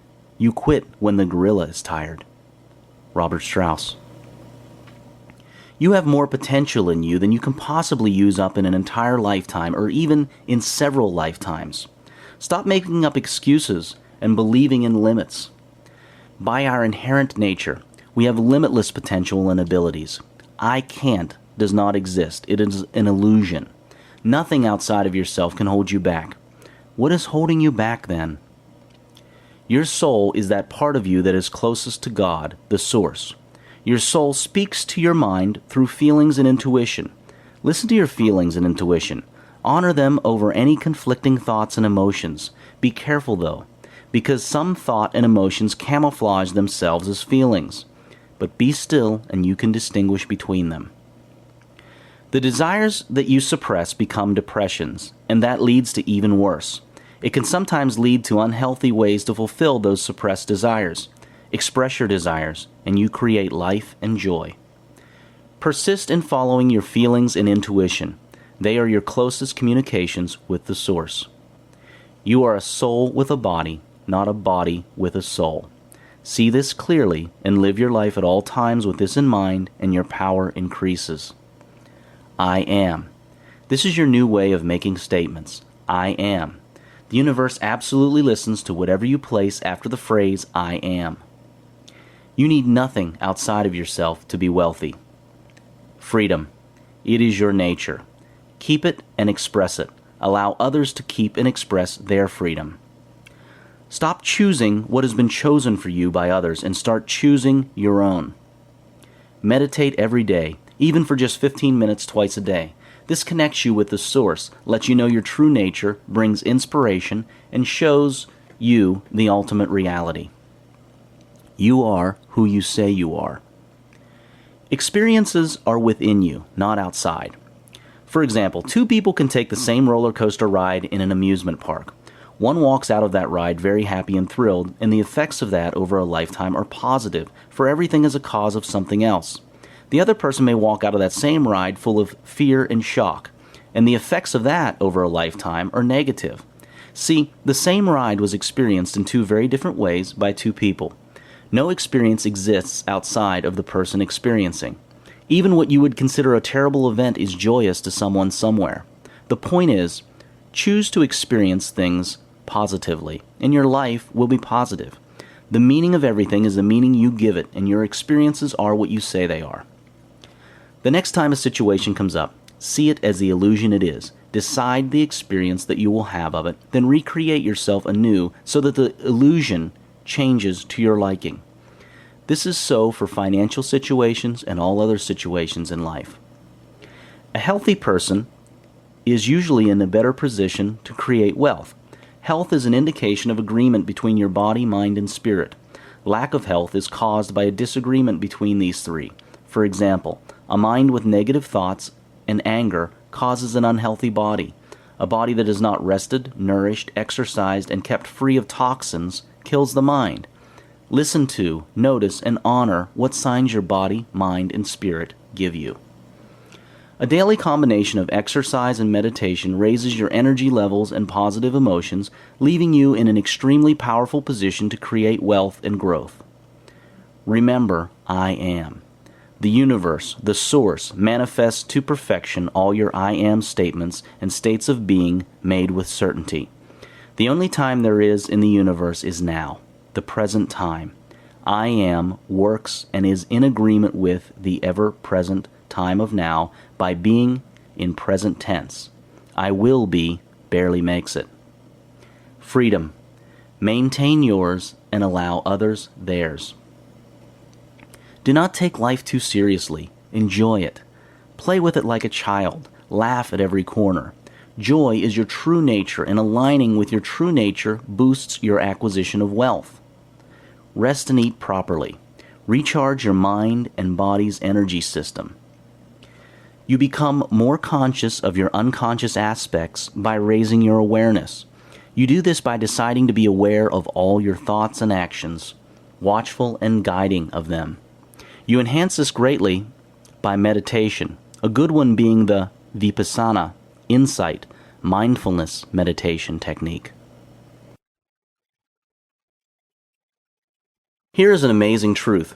As you enrich your inner self with enlightenments, your outer self will grow correspondingly richer, yet you will become more and more indifferent to riches, and riches will let go of their obsessive hold on you. You will finally become a naturally and automatically wealthy person with the carefree abandon of a child, and you will enjoy freely. Desires indicate to you things that you have a built-in ability for. You may never have piloted an airplane before, but if you have a desire to do so, it shows you that yourself has the ability and nature to be able to learn to pilot a plane.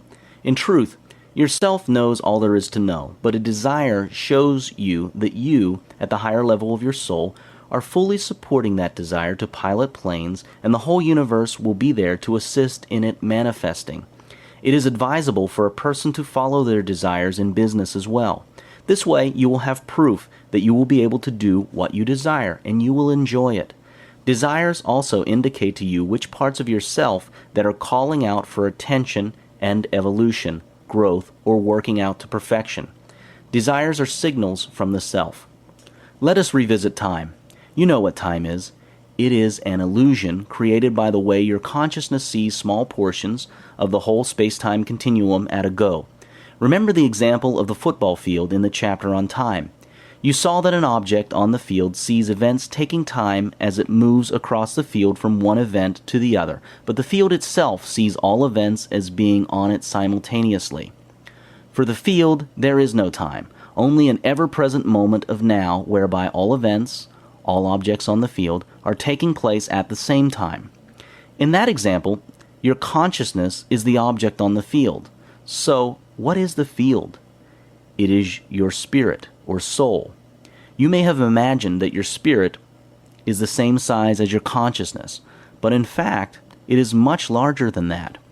It covers all aspects of your life, even those that you are not awake to, not conscious of.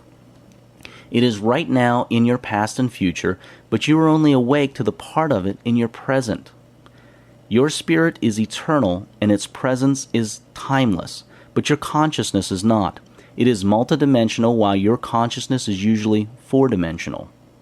The point here is this: your spirit communicates to you through intuition and feelings. It knows your future, all possible combinations of it, but it needs your consciousness to experience what it knows. In fact, it knows everything, but it needs consciousness in a physical plane to experience what it knows conceptually. Your self knows exactly what time each event in your future will take place, exactly what you need now to make it take place then. But your future is not fixed. It changes with every choice you make. But whatever choice you make, it knows the series of events after that. And if you wish to get to a certain point in your life in future, it knows how to get there exactly, step by step.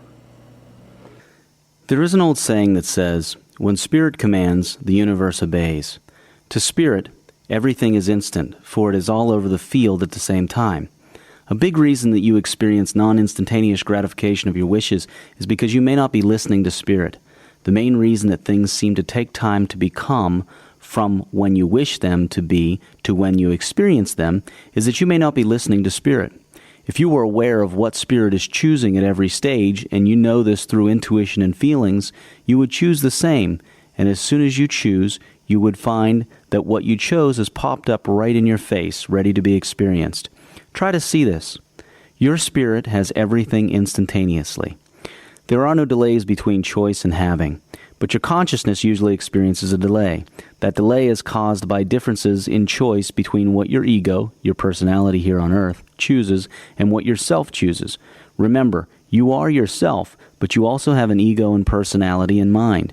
So all choices are yours, but your spirit's choices are the most powerful, so to speak. Yet all choices are acted upon by the universe. If your self chooses to experience a choice called A1 and your ego chooses A2, you will get to A2, but you will find a delay in time due to the confusion both choices pass on to the universe. But if you choose A1 and spirit chooses A1, then you will find no delay at all. People now call these occurrences synchronicity. It happens when you think of something or a person, and immediately when you think this, the same thing or person coincidentally appears or calls you just right then. And you say, "Wow, what a coincidence." But it is not a coincidence. It is just unison between spirit choices and ego, mind and emotional choices. All your other parts chose what your spirit part chose, and the result of the choice was instantaneous. You see, your desires arise from spirit. Spirit chooses just the right sequence of events to arrive at a desired end. Remember, you are your spirit, so these are your choices. But you have many components and levels, some that you are not conscious of unless you choose to be. Fear is in the world of ego, so is emotions and non-detachment, and so on. These things inhibit instantaneous manifestation of your choices, even if you were to know what spirit is choosing. And fear is false evidence appearing real. Emotions are past conditioning. They are reactions instead of creation, and life is about recreation. Non-detachment rises out of fear, out of illusion that loss and failure is an actual existence. Learn to be aware, intuitive, detached, and creative instead of reactive, and start seeing fear as false evidence appearing real. And you will start to experience more and more of your choices the instant you make them, or very soon after you make them. Learn to trust your intuition. Realize that you are a soul and your true nature is indestructible and all-knowing. There, everywhere, and you have all. Your body and ego are just illusions made to enable you to experience yourself. You, at the level of spirit, are in your future even right now as you read this. Why then would you fear the next moment? It is already taken care of by you, and you cannot possibly hurt yourself. Even death, the thing that people most fear, is senseless to fear. Think about it. Spirit was done with its body. What can the body possibly do to prevent spirit from leaving and taking away life? Nothing. If spirit chooses to move on, that is it. It cannot be trapped. And what can the body do to leave the spirit if the spirit still needs body? Nothing. Spirit is in past, present, and future and can see things the body cannot. Body cannot conspire against spirit. Do you see how ego fights a fruitless war of fear against death and everything else? Do you see how fear itself is the destroyer? Spirit loses nothing. It cannot possibly lose. It knows that even after the body dies, spirit is still intact as it was before, and it is all good. It is ego that fears death, and only because death is unknown. People who know death cease to fear it, as you may have heard. Now think about your birth. Just as you may not be aware of all of the choices that you are making as spirit, just a few of them, you most likely are unaware of the choices you made with regards to your birth. That does not mean that there were no choices made. You chose a purpose, as we saw in the chapter on purpose. You had many purposes, desires, and wishes for further growth in various aspects. You chose the exact right circumstances, body, configuration, and location to be born in to fulfill your desires, purposes, choices for growth, and to stop believing in certain illusions. At every moment, you sent yourself the right people and things in your life to take you to the next step. Sometimes your ego refused to take them, but nevertheless, you sent them. Do you start to see how it all works? If you are still not convinced, think about this. What do people say when they are thinking of suicide? I can't live with myself anymore. Look at that statement. There are two people in one. It is like a person saying, I cannot live with this other guy anymore. Yet it is two individuals in one. One of them feels immortal and desires to end association with the other, which it knows is mortal, and the one where the suffering is coming from. Deep within everybody there is knowledge that we are an immortal soul with a mortal illusionary body and ego. It is in believing in our illusionary part as the real part that all suffering comes from. It is when we live in the illusion instead of using it as we came to do that causes pain and lacking. The illusions are very necessary. They are beautiful gifts, but start using them instead of living in them. Vipassana, insight or mindfulness, meditation, takes your awareness to the level where you can watch your subconscious mind create thought. You can observe your sponsoring thoughts. It gives you a chance to fix your subconscious and ego through a process called mindfulness. It also takes you to levels beyond the subconscious. It is a wonderful tool. You are your spirit, not your body, personality, conditions, or anything else. Yet your spirit is eternal and all that is. Your spirit is real. You are spirit. You are real. The real creates the illusion, not the other way around. The spirit, or soul, chooses a purpose or purposes when it chooses to manifest itself as a human being on earth. This purpose is co-chosen with all other spirits, with the One. It chooses what it wishes to experience in this physical plane. It gets a body and mind to experience these things. Now, it communicates to the body and mind through desires and feelings. But it never enforces its choices. Body and mind are free to choose whether or not to experience those desires. Often, out of fear or past conditioning, they choose not. Yet the desire does not go away. It remains until fulfilled. When the body and mind are in disagreement or opposition to the soul, a person will experience dissatisfaction. When body, mind, and soul agree, the creative force is phenomenal. Waiting ends, and joyous experience occurs without resistance. The soul then knows itself experientially. At all times you are free to choose what you wish to experience, and at all times your soul communicates to you, but you can choose not to listen, as many people have done in the past. Nothing real can be threatened. A Course in Miracles. All other things held constant, to the extent that an individual or society lives as souls with bodies, minds, and egos, instead of the other way around, so will they have wealth and happiness. The greatest advice that can be given to you now is this: meditate daily. If you do not go within, you go without. Meditation takes you in to meet yourself in infinity. It cannot be explained, only experienced. Talking about infinity, let's take a brief look at the One. 1. All that is. Hinduism taught it in a different way. Buddha does the same in a different way. Tao did the same in a different way. Jesus and Muhammad taught it in a different way. Quantum physics teaches it in a different way. Just about every spiritual teacher, sage, quantum physicist, and religion teaches us, in its own different way, that we are all one, and by acting in that awareness we move forward fastest, most richly and least painfully. This is nothing new, but often we have refused to listen. Now, in your quest for wealth and joy, you may wish to look at this again. Everything is all one, the same being, individuated in different guises. In other words, everything is a localized point in and of the source of all that is, of God. Nothing can possibly exist outside of and separate from the source. The individuation and the illusions of separation are necessary, as we saw in the chapter on self. But they are only great tools when used as tools. When they are believed in as realities instead of illusions, they destroy and cause unnecessary suffering and inadequacy. Let us look very briefly into this oneness. Once you realize, feel, and act from this position of oneness, you will start seeing that you already are one with all things you desire and with all the people and things that will bring wealth to you. You will see that you are the one making the request for your desires, the same one communicating that request, the same one fulfilling that request, and the same one experiencing the manifestation of your request. Hence you need not worry. The illusion that you are not the same one is there just for your thrill and experience.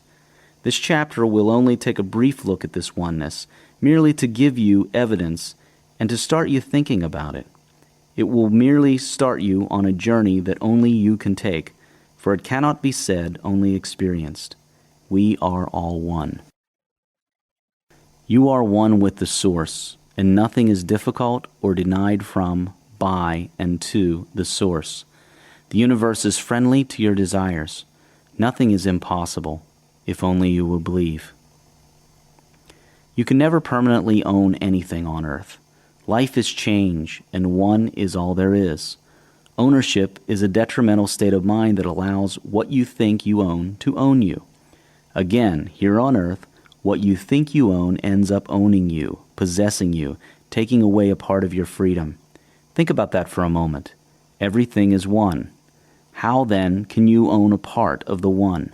How can your leg own your hand? Your leg can play with your hand for a while, but it cannot own it. This works the same way with you and the rest of life. When you think you own something, you chase it about to prevent the loss of it, a chase that is fruitless. Hence, it owns you. Instead, think of yourself as a custodian of things until it is time to not be their custodian. Whether you like it or not, when the time comes or when your life on earth moves on, you will have to release all these things. Even your own body is eventually released from its present form. So enjoy, share, and have these things, but do not think that you are their owner. You can be that, but you cannot really own that. It is all one, and one is always changing. Everything and everyone is connected. All life is one. What happens in Kabul affects you, somehow, wherever you are. And what happens with you, the thoughts you have, and so on, affects everyone else everywhere, somehow. So for your own sake, think, act, and be as one. Superiority and inferiority is not inbuilt in people and things. Seeing things in terms of better or worse is a judgmental weakness.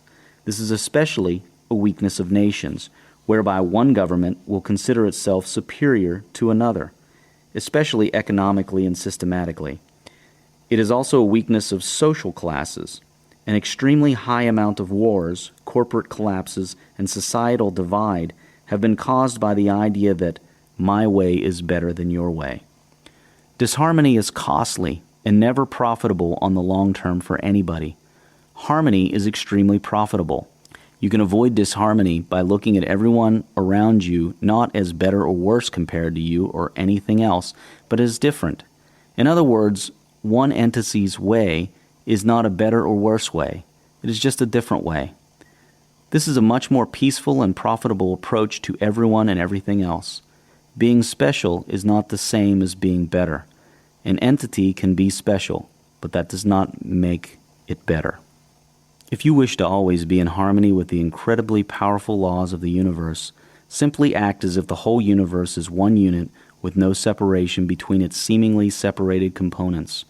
For example, to know how to handle a business opponent in a way that will profit you the most, act as if your opponent and you are one. Treat him or her in that way. There is not a person alive who is not capable of greatly contributing to the well-being of this planet. Just changing your attitude can affect the world around you. Susan Jeffers. It is in your best interests to do your part to ensure that people all over the earth have wealth consciousness and joy. Many thinkers and scientists are beginning to show that an individual's thoughts affect the whole world's thoughts. An individual was responsible for what happens in the world and to everyone on it. The ancient Greeks had a similar concept, Gaia. It has been mentioned by many philosophers all over the world, from ancient Greece by Plato to ancient Asia and the Far East. Modern scientists and thinkers in various fields of science are also starting to study and show that we are all connected. These connections are being found in various forms and in various fields of science. These findings include those by scientists such as Dr. John Lovelock, Peter Russell in his book The Global Brain Awakens, the British biologist Rupert Sheldrake in his book A New Science of Life, Howard Bloom in his book Global Brain, and many others. If you wish to be wealthy, you can do so on your own. But you can do so a lot easier and to a much larger extent, by far, if you help the world attain wealth consciousness. It has been said before in many places that the reason the one chooses to individuate itself is this: in the absence of that which is not, that which is not. Think about that. So the wrongdoer cannot do wrong without the hidden will of you all. And when one of you falls down, he falls for those behind him, a caution against the stumbling stone. Aye, and he falls for those ahead of him who, though faster and surer of foot, yet removed not the stumbling stone. The murdered is not unaccountable for his own murder, and the robbed is not blameless for being robbed. Yea, the guilty is oftentimes the victim of the injured. Khalil Gibran. Let us revisit quantum physics briefly. We saw that subatomic particles are what make up the physical universe. We also saw that these particles have intelligence. We saw that this pure energy has intelligence. It also has remarkable properties such as being able to be in two places at once and move from here to there without crossing the gap in between, to travel back and forth into time, and so on. We also saw that we were in relation and collaboration with these particles, for what we chose to observe is what becomes from this energy pool. Now, what do you suppose these energy packets are? What is pure energy? Before we attempt to answer that question, let us look at the source, all that is, what many call God. We have been told that we are children of God, in the image and likeness of God, and that God is all that is. Now let us go back to where God was the absolute only, before creation. In truth, there is no such straight timeline, but let us imagine that there is, for the sake of study. Okay, so we are now looking at God before creation. God was out there all alone. Remember, in the absence of that which is not, that which is not. In the realm of the absolute, there only exists one and nothing else to compare itself against. So experiencing itself was not possible. The one had to individuate into a duality, a realm of relativity. When the one did that, there now was a this and that. Now this duality could allow experience. Day could experience itself against night, and vice versa. The same was possible with all the opposite dualities or individuations, such as man and woman, up and down, left and right, and so on. And each of these dualities had their own similar dualities. For example, a woman or man had the dualities of sad or happy, and so on. And even happy had its dualities of very happy and not so happy, and so on. And the total of these experiences is the experience of the one. But for our discussion now, we are looking at the initial duality that first came of the One, before that initial duality split again. Now let us get back to the question of what energy is. Okay, so from one, we have the initial duality. Now let us call that duality spirit and anti-spirit. By the way, quantum scientists have discovered that subatomic particles all have an opposite. So a proton has an antiproton and so on. But in our part of the universe, these antiparticles are not present because antiparticles destroy particles when they meet. Scientists talk of these as the matter and antimatter of the universe. So the part of one that is spirit individuates itself again into infinite little parts or spirits. By the way, individuation is not the same as separation. Quantum physicists have also seen that although they call a subatomic particle a particle, it really is not a thing, yet it is the building block of things. And although a subatomic particle has a wave-like behavior and a particle-like behavior, there are no particles running around, nor waves fluctuating. You cannot visualize a subatomic particle. You can only calculate it and experience it. Subatomic particles behave as spirits would. Why do they do that? Now do you see what pure energy is? It is spirit. Everything in this part of the universe is energy. Energy is matter, one and the same thing. E equals mc squared. Yet spirit is energy, and hence spirit is matter. You see, there are no clear lines of definition and separation. All that is really is one. Individuation is not separation. Think of individuation as the having of many dimensions, not the separation into many separate things. So think of the world as dimensions or facets of the same one, not as separate things. The other part of the universe, for everything is a duality, is the anti-universe, made up of antimatter. But that is another topic altogether. The point is that you can now trace the origins and explanation of the universe and its link to spirit and to all.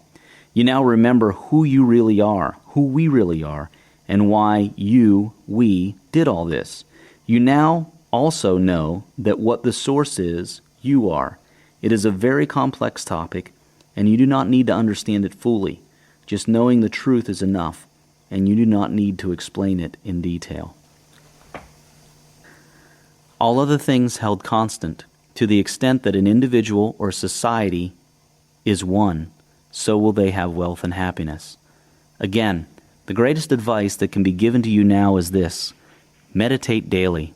Soon, maybe on your first meditation, maybe later, you will come to experience this oneness, and you will be amazed at it. It cannot be spoken of, only experienced. This is a journey only you can take on your own. Meditation takes you in to meet yourself in infinity. It cannot be explained, only experienced. Now, if you are one with the Source and all there is, guess what else you are? You are abundant by nature.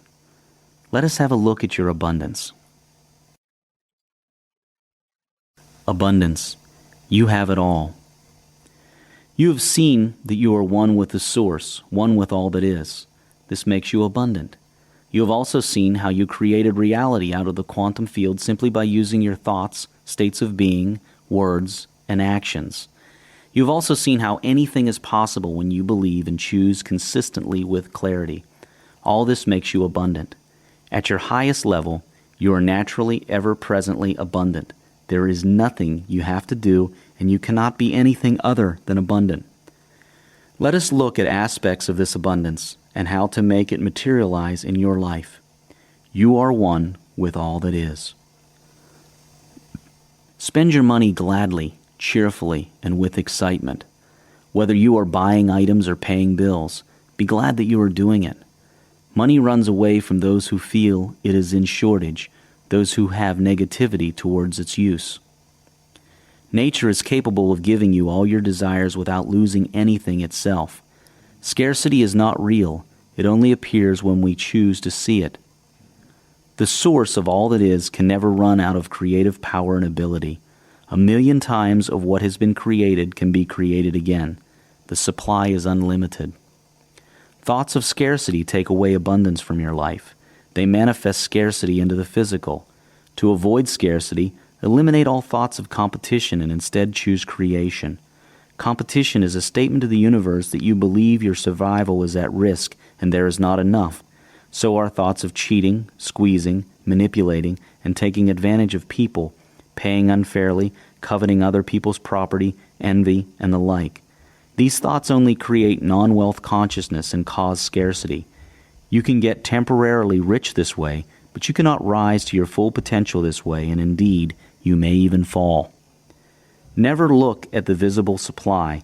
Look always at the limitless riches and formless substance and know that they are coming to you as fast as you can receive and use them. Nobody, by cornering the visible supply, can prevent you from getting what is yours. Wallace D. Wattles. You are made in the image and likeness of the Source, God. Abundance and affluence are your natural states. In the deepest part of you, you already know this to be so. All you need is to remember this, so as to experience what you truly are. The universe has more than enough business and wealth for everyone. Way more than enough. People are not poor because nature is poor. People are poor because their wealth consciousness is poor. Even in 1 billion lifetimes, let alone one lifetime, you cannot possibly finish the wealth given to you free by life. But you can fail to receive it by your own thoughts, words, actions, and most of all, your chosen state of being, your I am statements and truths that you uphold about yourself. The idea that a person fails in wealth building because of competition or other such circumstances is illusionary. The so-called competition and negative circumstances are created by a person who believes in scarcity. They come to such a person in the most amazing way to fulfill the person's self-set limits. Abundance, affluence, and wealth are your birthright. Poverty is a transgression of the laws of the universe. The universe, by law and design, is not a place where poverty is natural. It is an abnormality. Do not scare away money by saying and thinking there is not enough of it. You cannot even begin to ponder the infinite vastness of the readily and freely available supply of value creation material and energy you have access to. Do not manipulate people and things. That is competitive thinking. Creative thinking is more effective and true to the nature of abundance. Competitive thinking makes you think in terms of scarcity that has to be fought for, and that is what you get. Why would you wish to create scarcity? Economics teaches about scarcity of resources. None of that is true. Economics was invented at a time when people believed in scarcity. This belief caused the world to be scarce, to perpetuate an illusion of scarcity, and hence the study of economics proclaimed that resources are scarce. Economics is derived from observation. It totally ignores first cause, spirit, and state of being. We are only now beginning to see that certain resources can never run out. For example, software, music, or other digital content downloaded or broadcast cannot run out. How do you run out of a software download? No matter how many copies you download, there still remains that original copy that everyone is downloading. One copy multiplies as much as is needed without costing the maker any more money. We will soon come to know experientially that if enough of us put our mind on it, we could regrow the entire Earth's forests in a few years, create new water, or do anything else. Do not believe in the economics of scarcity. If you do, it will become true for you, a self-fulfilling prophecy of scarcity. Economics was a study of scarcity at a time when scarcity was all there was.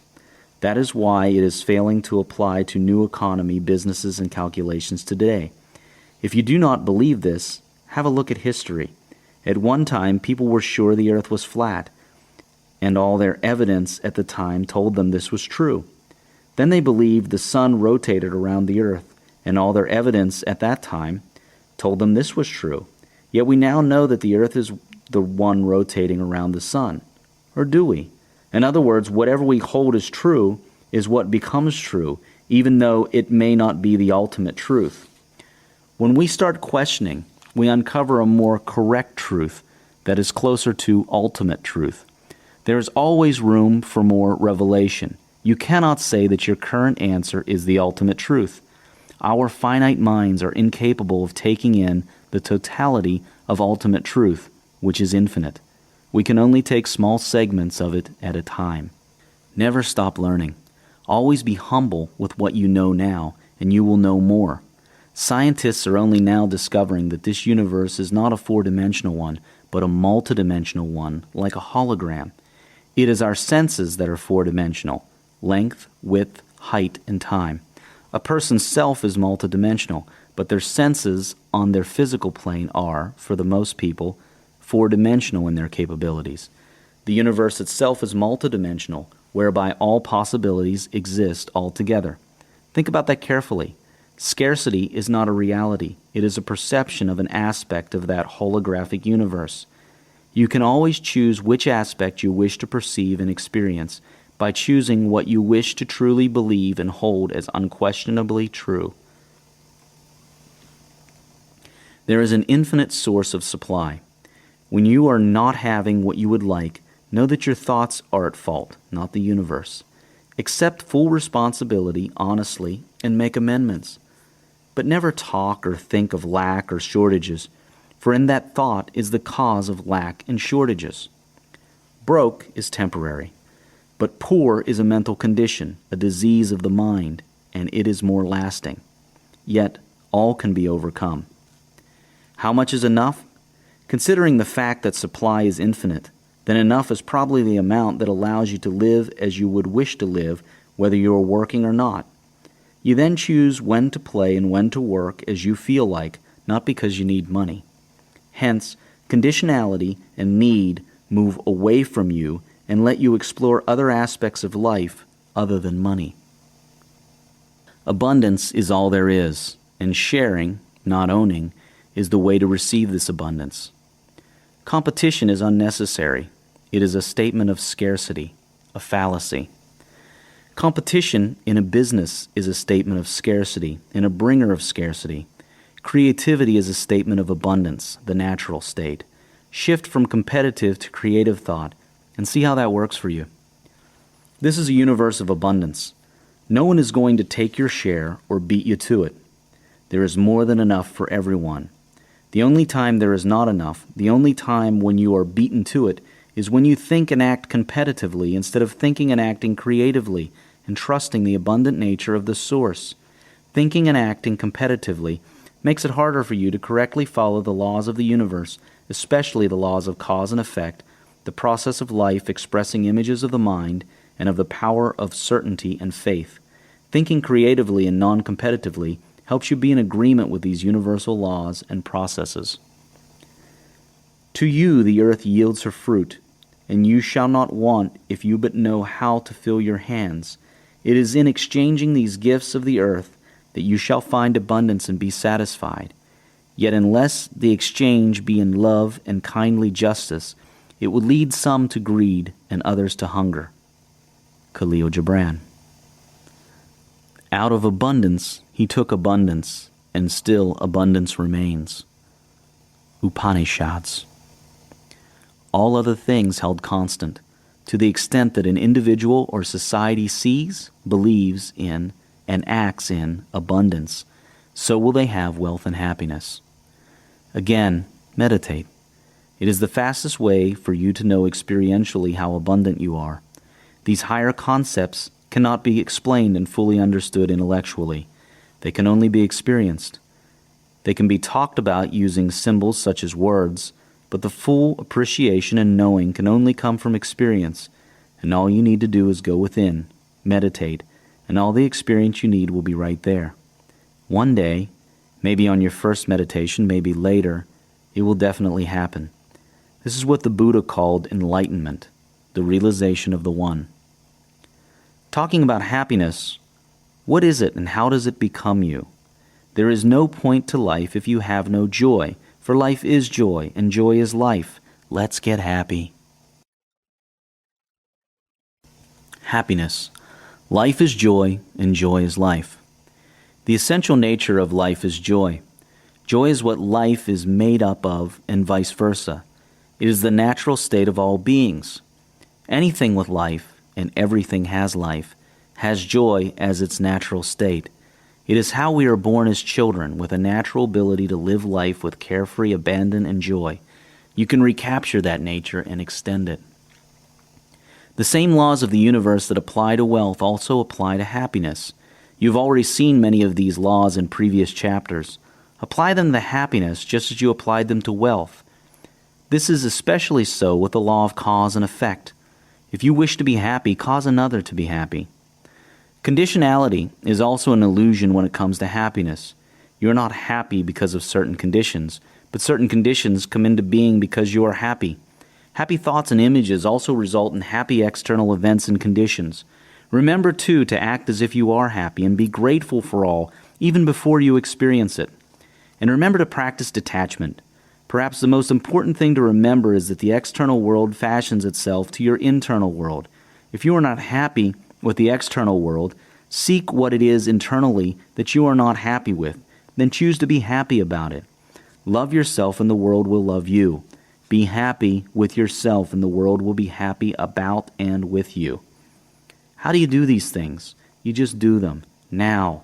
Do not complicate this. It is simple. Make the decision right now to be happy with you and to love yourself. Happiness is a decision. Decide now to be of the state of happiness, and all else will follow. Happiness is a continuum of moments that are not resisted. If you resist a moment, you will not be happy with it. Also, what you resist persists. What you accept and bring into your light reveals itself and lets go of you. Unconditional love, acceptance, detachment, and tolerance, all these lead to happiness.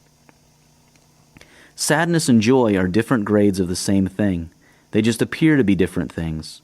Hot and cold are actually just graduations of the same thing called temperature. When you express yourself and your desires, you have joy. When you do not, you have sadness.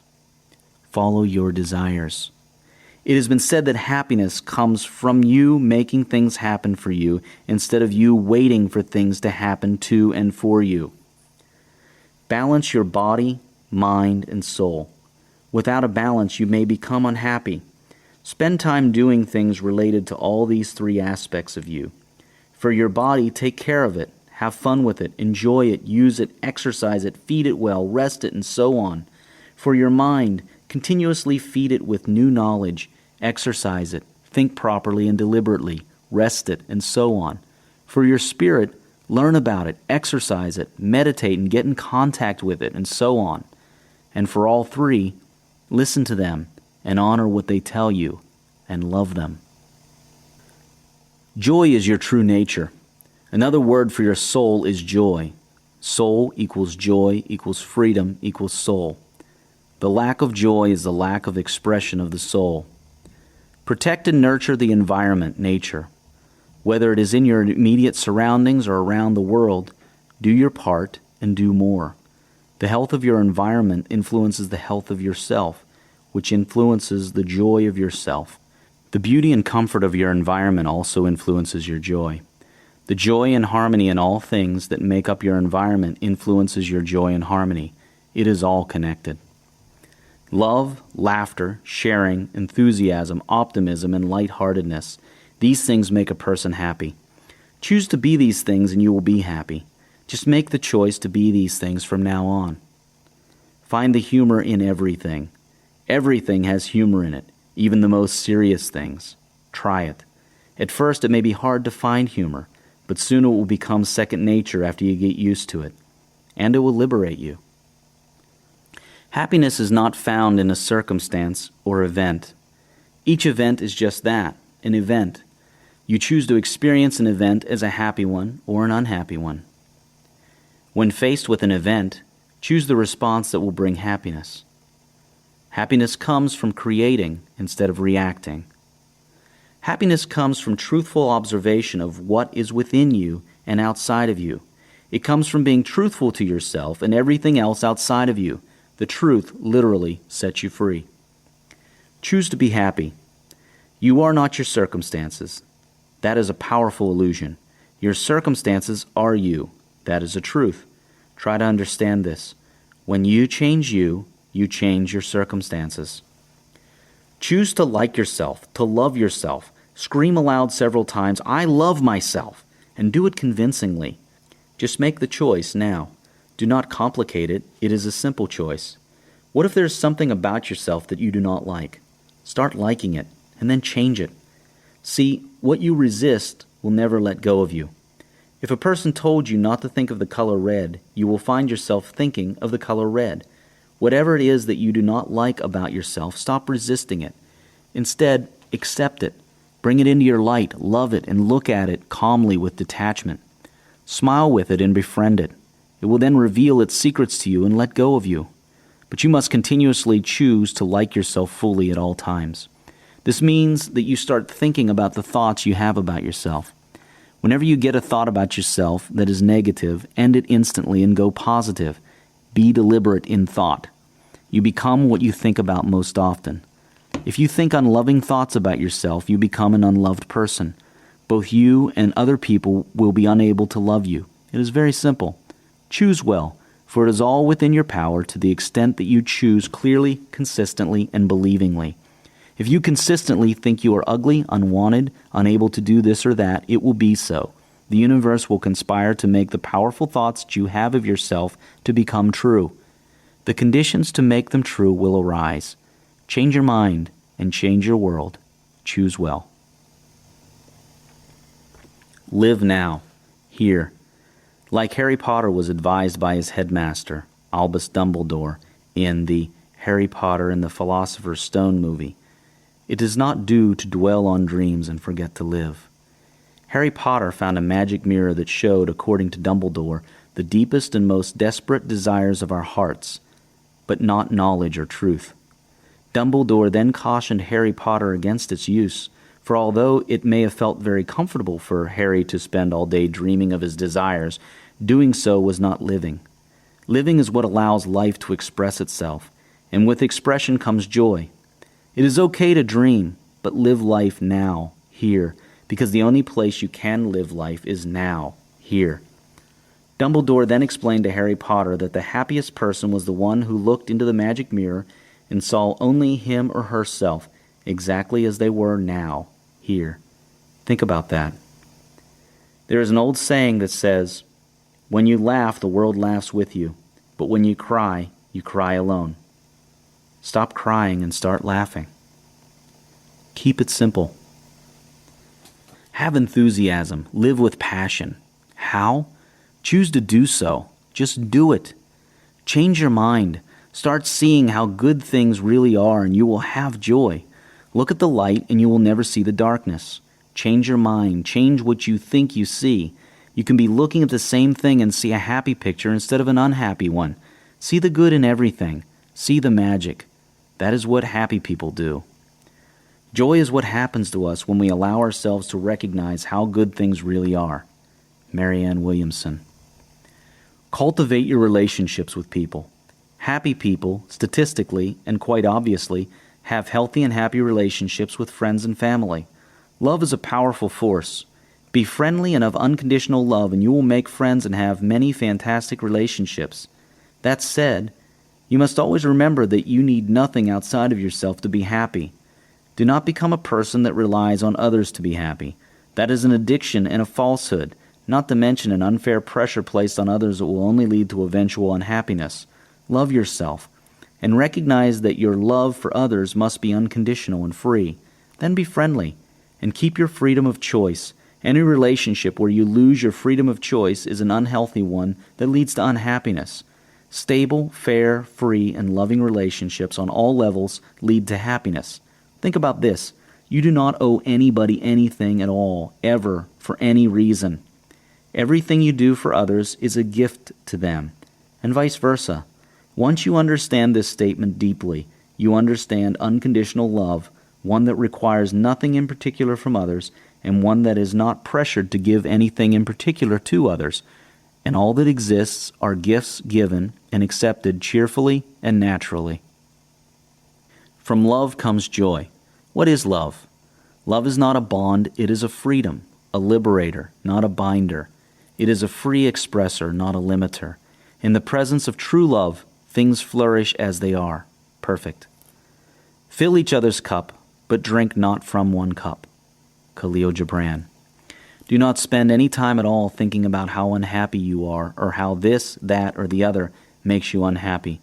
Remember, you become what you think about most of the time. The less judgmental you are, the happier you become. The more forgiving you are, the happier you become. Cherish and nurture your freedom, and let others have theirs as well. Practice unconditional love for yourself and for others. Freedom and love, these are the keys to happiness. Do not cut your freedom short, nor cut another's. True and unconditional freedom and love are the flames that fuel creativity, trust, growth, and expression of spirit, hence joy. It is important to understand the nature of unconditional love and freedom. Love and freedom that comes full of conditions goes against the only constant in the universe, change. Every moment things change. Change is growth. Conditional love resists change. It is a love of an idea, not a person. It is the love of a past known moment and not a future unknown moment. It is full of fear that the conditions will one day not be met. That fear attracts the very thing that is being feared.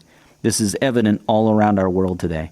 Finally, yet importantly, conditional love and freedom takes away the power to choose happiness no matter what the event is. Happiness is a choice. People who understand this are able to face any situation with joy. Conditionality makes it harder for you to do this. To be happy, start to understand and practice unconditional love and freedom. Start to enjoy watching others grow as they choose to grow, not as you choose them to grow. Start to enjoy the unknown moment of the future and stop clinging onto a past known moment. Start creating instead of reacting.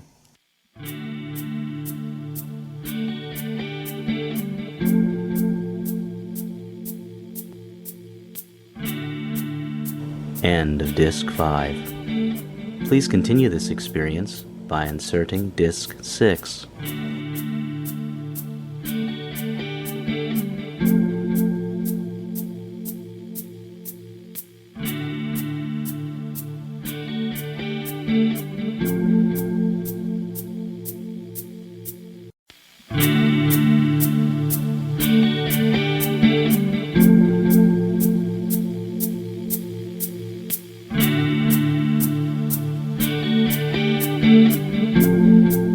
A Happy Pocket Full of Money by David Cameron Gikandi. Read by John Wayne Myers. Disc 6.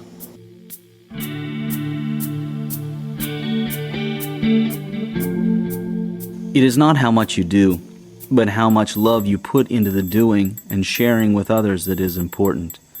Try not to judge people. If you judge others, then you are not giving love. Mother Teresa. Give, give, and give. Giving is another powerful key to happiness.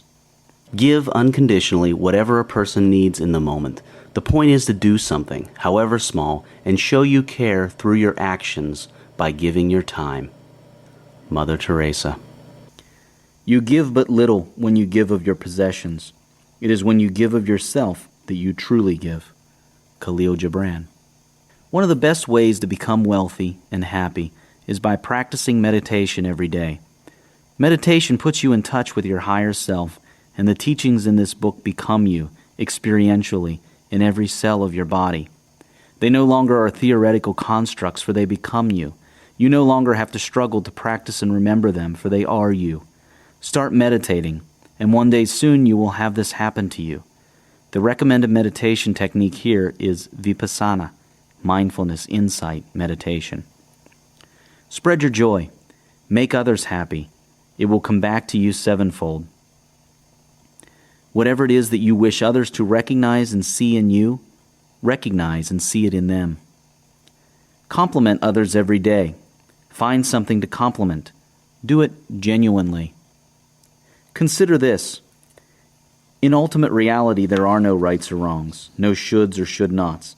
There are no accidents or coincidences, or good or bad luck. All events are perfect outcomes of universal law that never fails or errs. It is our choices and goals that make a thing right or wrong, good or bad, in the pursuit of that goal or choice. For example, killing is a perfect outcome of universal law, and it is not in itself wrong. But if, as a society, we wish to promote peace, happiness, and prosperity, then killing is wrong. Our choices make a thing right or wrong. But on its own and without our choices, a thing is just a perfect outcome of universal law. Also consider this: change is all there is. That includes what society considers acceptable or not. Even what looks like an acceptable form of behavior now was at some time in the past unacceptable, and will someday become unacceptable, and vice versa. Also, what is acceptable here may not be acceptable somewhere else, or at another time or place in the day. Think about this on a global, racial, sexual, economic status, and age scale. Then ask yourself why. Also consider this: to the extent that you make your own choices instead of taking the choices passed on to you by others, you will be happy, growing, and free. What is should? What is can? Why? Who are you? Why? Why? Think about these things. Think about them with detachment. Observe them truly. Within those answers you will find liberation, power, love, and happiness. The more you choose for yourself and what your life events are, based on your truths and not the truths of others, the happier you are. You learn to love by loving. You just do it. It is not complicated unless you complicate it, so do not complicate it. You need not wait a single moment to start being happy. How fantastic is that? Right now, right here, you can make that choice. You need nothing outside of yourself to be happy and wealthy. It is all inside. The outside simply responds to allow you to experience your internal state physically. The truth is, the happy get happier because they know how to be happy, and the troubled get more troubled because they pour all their life energy into their troubles. Susan Page. Remember the dangers of wanting. Never want happiness or anything else.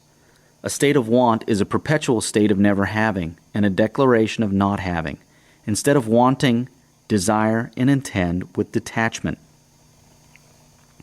The more love you give away, the more of it you get in return.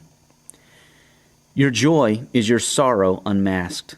When you are joyous, look deep into your heart, and you shall find that it is only that which has given you sorrow that is giving you joy.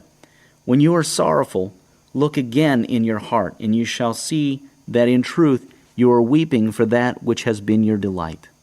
Khalil Gibran. Do not complain, neither to yourself nor to others. What good does it do except highlight negativity and cause it? Smile. Just smile. Try it. It makes you happy. Smile because you know how life works, because you know the big secret. Real joy comes from within, from being. Pleasure and pain come from without, from the things outside of you. Joy never stops being joy. It is the nature of spirit, of being. It is not affected by external things. Once you are present in now and aware and in touch with yourself, the joy will be everywhere in you, and it shall never stop. It never had stopped and never can stop anyway, but you can be blind to it by not being here, now, fully present. Joy is an eternal state, in now. It is not in the past or future, for those are times that do not exist except only in the mind. Pleasure and pain, on the other hand, are external. They are also complementary. The same thing that gives you pleasure gives you pain. Think about it. Whatever external thing gives you pleasure, when it is not there, you feel pain. You feel the pain of not having it. The same thing gives you pleasure and pain. Or the thing that gives you pain, when it is not there, you feel pleasure. The same thing gives you both. All external things do this, and that is why people are often feeling unsatisfied. However, once you touch yourself and live now, real joy comes to the surface, and that can never change the pain. From that point on, everything will become enjoyable. Even the most painful things will cease to bring suffering to you, and you will marvel at all life. Joy is being, and being is isness. Now, from that point on, you shall be happy with all being, resisting no present moment, but creating your next moments in a powerful way through true choice. Resisting isness is futile. Resisting now is painful. What do you expect to gain out of resisting what is? You cannot undo it, so why bother? Yet when you touch yourself and feel joy, you shall not need any intellectual conviction to stop resisting now. You shall just naturally love all being. Why does the same thing give you both pain and pleasure? It is because of the mind living outside the moment of now. For example, if you like a certain thing that gives you pleasure, when you have that thing, you enjoy it, unless you worry about losing it. When you do not have it and you let your mind escape now and go into the past and future thinking, it was great when I had that thing and I really wish I had it now. I look forward to when I will next have it. I do not like not having it now. You start getting into problems. When you think like that, you totally miss the joy of now, what is, and the gap between now, isness, and a past and future that only exists in the mind is the cause of pain, anxiety, and dissatisfaction. Joy is always in the moment of now. It is ever present, but you can choose not to see it. When you are out of mind, of no mind, you are being now, in harmony with all else that is now.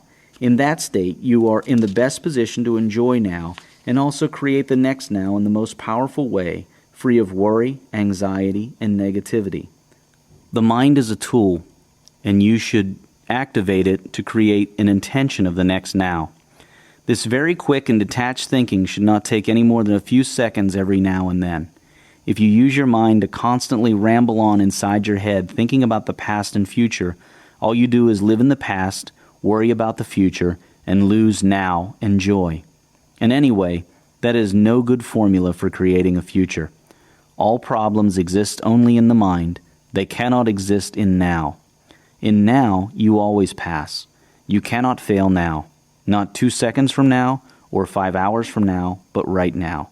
All problems exist outside of now, in the mind, when you use the mind incorrectly. All other things held constant. To the extent that an individual or society loves unconditionally, causes each other happiness, and lives now, so will they have wealth and happiness. Remember, life is a celebration, and joy makes for celebration. Joy is spirit being expressed in the ways it likes to and desires to. Express your spirit and let others express theirs. Well, we started with money, went on to larger things, and now we shall go back to money. Money is not the real thing. It is only a symbol of the real wealth inside us. We have so far been looking at what makes up the real thing. Even though money is not the real thing, we still need to know how to use this money. It is a full circle, a full cycle. For money is the end of many other things that make up wealth consciousness, but it is the beginning of the experiencing of wealth consciousness as material wealth. Money is a symbol of wealth and the beginning of the experiencing of wealth, so that we may know how wealth tastes like experientially. Money has two uses. One is to allow us to exchange our gifts. The other is to allow us to experience wealth.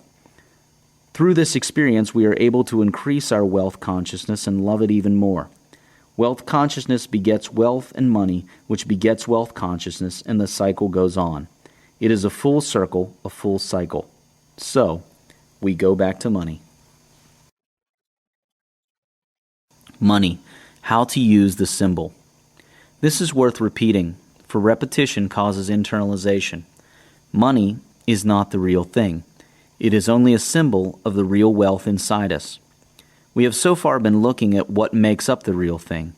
Even though money is not the real thing, we still need to know how to use this money. It is a full circle, a full cycle. For money is the end of many other things that make up wealth consciousness, but is the beginning of the experiencing of wealth consciousness as material wealth. Money is a symbol of wealth and the beginning of the experiencing of wealth, so that we may know how wealth tastes like experientially. Money has two primary uses. One is to allow us to exchange our gifts. The other is to allow us to experience wealth. Through this experience, we are able to increase our wealth consciousness and love it even more. Wealth consciousness begets wealth and money, which begets wealth consciousness, and the cycle goes on. It is a full circle, a full cycle. Let us spend some time on money. Do not be ashamed of money. Do not act as if you are ashamed of it. Hiding money, handling it as if it were dirty, being dishonest with money, and other similar attitudes and acts are all detrimental to you if you wish to acquire wealth. This is not a call for you to start bragging. It is a call for you to be honest in all ways with your money. Be honest to the money and about the money. Things that lead to dishonesty with and about money, or things that stem from it, eventually damage your wealth. I love money, and money loves me. Scream this enthusiastically, repeatedly every now and then, until all feelings of ridicule and guilt and fear of money eventually leave you. As you become wealthier materially, it may be in your best interests, depending on where you live, to have offshore specialists look into your affairs and structure them for maximum safety and benefits. Vehicles such as trusts and holding companies in offshore jurisdictions have enabled wealthy people to have peace and continued prosperity for generations. Remember that presently we do need governments, and we must pay our fair part to keep them running. It is to our advantage to have government, but government was created to serve its people fairly, and when it ceases to act in such a way, then it becomes your biggest hindrance and stressor. And because government is run by human beings capable of error, government can sometimes oppress instead of enhance. They can sometimes waste instead of create. They can sometimes make legal laws that are unfair and unjust, even if it is only to a proportion of a population. That is why it is to your advantage to structure your affairs very early on in such a way that you are both within and outside of government control, instead of remaining totally within government's control. That freedom is sometimes the key to growing wealth. Sometimes it can even save you from losing your wealth. This call to look offshore is not a call to greed and anarchy. It is a call for freedom and fairness. For if you cannot guarantee that your government will be fair at all times to you, you should then guarantee that you can step aside or outside safely in the event that it is not. There is no point in taking an unnecessary and lethal blow to your finances in the name of patriotism. Options enable choice. Without options, you cannot choose. Always ensure that you have options in everything. In regards to wealth and many other matters, the options you should seek to guarantee are the option to travel at will when you need to live in a place where you are happy and safe, and to handle your finances in a way that best suits you and your society in your fair judgment. The way to guarantee those freedoms, those options, is to have 2 legal passports from 2 separate countries, legal residency capability in 2 countries with unrelated jurisdiction, and offshore bank accounts and offshore holding or processing companies. Asset and income protection arrangements are much like insurance, by the way. You do not insure your house against fire after it burns down. You do it before the fire, in case a fire ever comes your way. But never forget you have an interest in paying something fair in taxes to keep your government healthy. Even if you find yourself in a position whereby you can escape all taxes, it is a good idea to voluntarily pay about 10% of your income in taxes. Pay your fair share of tax cheerfully, for it keeps the society alive and functioning in order. It is up to you to determine what fair is. Over the ages, sages and teachers have taught that 10% is a fair amount. Even religious texts have recommended similar 10% arrangements. Mathematically, 10% is also optimal for all involved. Of your income, devise ways to ensure that you pay about 10% of it in taxes, that you give about 10% to charity, you invest 10% in long-term growth and wealth-building investments, and you use the remaining 70% to live, grow, and enjoy life. The added bonus to you using your money to enjoy life is that as you spend money on things, you make others wealthier.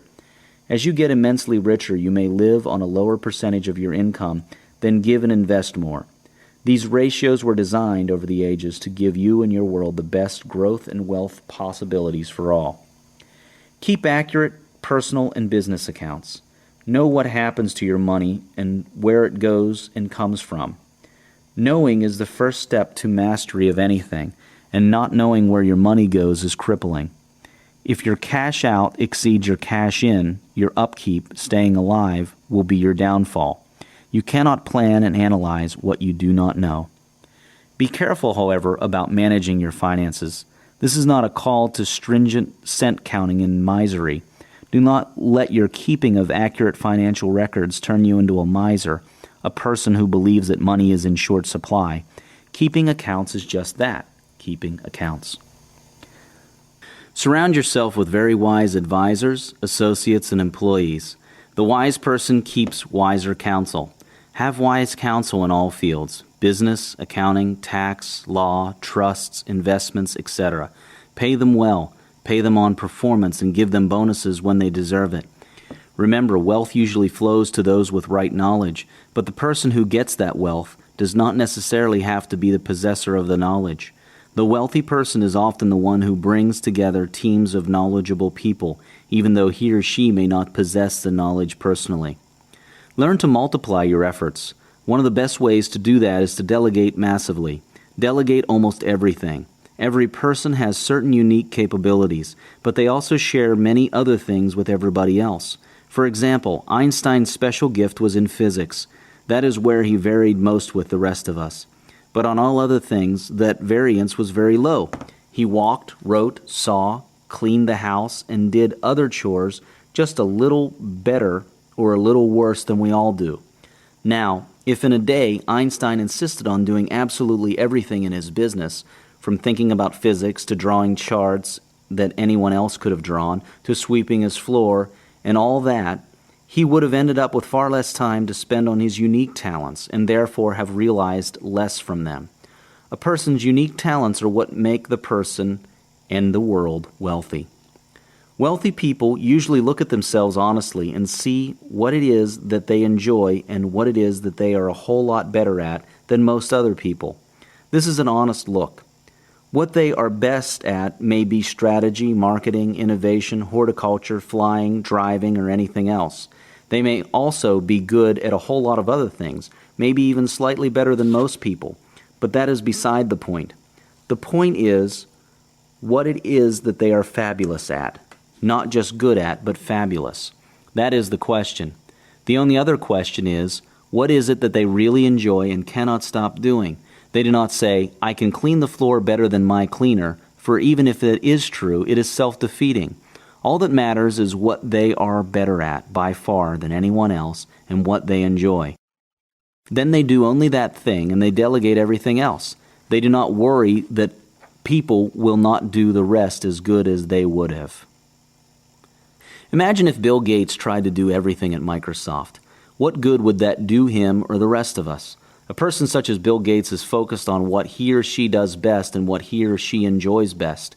People like that delegate all the rest, even if they can do some of the rest better than their helpers can or employees can. In addition to that, people like that recognize that there are many things that other people are a lot better at doing than they themselves are. Delegation multiplies effort and results. Put it in your thinking and your goals to delegate almost everything in your business except for the one thing you're exceptionally good at and what you most enjoy, even if it is just dreaming up new ideas. To the extent that you delegate to the right people, so shall you become more productive and hence wealthier. Increase the rate at which you get ideas. Read books and magazines every day for a few minutes each day at least. Learn to read faster. The more new ideas you get, the better. Get a speed reading course or book. To find good books, use Amazon.com's users rating system to see what readers like you have found useful in their lives. Read magazines in all areas of life. Get a broad picture of the world. The best thing about magazines is their images. They feed your imagination and your goals. Another way to look at the making of money is viewing it as a change of thought causing a shift in the way energy in the universe is exchanged. This is not so that you may start living like this, but just so that you may see that simply changing your thought causes a rearranging of the energy in the universe and leads to increased wealth. Let us see how that works historically. Thousands of years ago, people were hunters and gatherers. This was a dangerous and unpredictable way to live. The desire to have more stability and safety caused human beings to think, why do I have to chase after these goats in the wild every day? That led to the idea that goats could be kept at home, domesticated. Now, instead of chasing after the goat every day across the grass plains, man brought the goats together in an enclosure and fed them the same grass from the plains. Even before this new idea, there was always an availability of grass, land, and goats, but no one had thought of changing their arrangement, of domesticating the goats. The idea simply changed the way they exchanged each other, the way the different forms of energy was exchanged. A desire for a better life caused a thought that caused betterment in the standard of living, using the same material that was always there. A change of thought pattern caused this. Next, the human beings desired to reduce their hardships further by acquiring items they needed but did not have. They first did this by going to war with tribes that had these items. Then they desired a much safer way to acquire these items, which led to the idea that they could trade. Again, they improved their lives simply by rearranging their thoughts, causing a change in the way energy in various forms was exchanged. Trade went along fine, the only problem being the long distances it took a person to carry a goat to exchange it with a bag of wheat in the next village. The desire to exchange faster and more efficiently led to the idea that instead of everyone walking all over the place, they can instead meet at one central spot and show all their goods and trade. A market was formed. Again, look at it closely. All the ingredients had always ever existed, but the idea that it could be done had not. The desire for better caused the idea that caused a shift in the way energy forms were exchanged. Remember the law that says energy is neither created nor destroyed, it only changes form. A market did not drop from the heavens on these people. They simply changed their thought pattern, and it was done. Today, the desire to trade even faster has caused us to have currency markets and stock exchanges. Imagine the time when a trader had to walk for half a day to the market, sell one cow, then walk back half a day home. Next came trucks, and farmers could drive several cows to the market and be back home early enough to do another trip. Then came futures and option exchanges, which enabled people to buy and sell thousands of livestock futures and options in seconds without having to get up or move a single cow. Yet nothing dropped from the heavens. It was all right here. People just desired different. And that desire took an infinite coordination of dozens of seemingly unrelated events to end up with a high-tech futures and options market and the zero need to move the cow at the time of trade. The sequencing of everything to end up with a result that enabled faster trade and profiting was unpredictable. But because the desire was there, nature fulfilled. But let us go back to the past. The agrarian revolution came along, and people, from their desire for more wealth, ended up with ways to improve farming. Again, they simply desired, and that desire led to thought, and what had always been there was rearranged. Nothing dropped from the heavens. But even then, it would take a king 3 generations to build a good-sized home and a fair collection of possessions. The average person did not even think it was possible for them to live in a multi-room brick home with certain amenities. That was for kings and queens. Today, life is different. We are born assuming from observation that a house is something that we shall automatically always live in, and that we shall automatically have clothes and certain other things that were reserved for royalty back then. It does not even cross your mind for a moment that you can lack certain things. Yet people in the past struggled for generations to get those same things. We have the certainty that they did not have. The point here is to see the powerful effects of certainty on an individual level and on a wider scale. Certainty of thought causes massive shifts in the way energy is rearranged. A massive upshift in certainty of thought and in desire for better always leads to a massive shift in the way energy is rearranged for a better life. Take, for example, the emergence of the IT boom. You had Bill Gates and hundreds of other young people making massive amounts of wealth in very short periods. People would become billionaires in a few years instead of 4 generations as it used to take. And as fresh kids out of college watched this happen, they believed they could do it. And many of them believed. And a whole range of new businesses was formed in no time at all. Young people in their 20s were becoming millionaires by the dozens every day. Yet nothing new dropped from the heavens in those few years. All it took was massive desire, belief, and change of thought.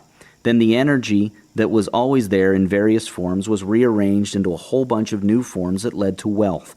And just as millions of people today live better than a few kings lived in the past, the very near future will have billions of average people living better than millionaires live today.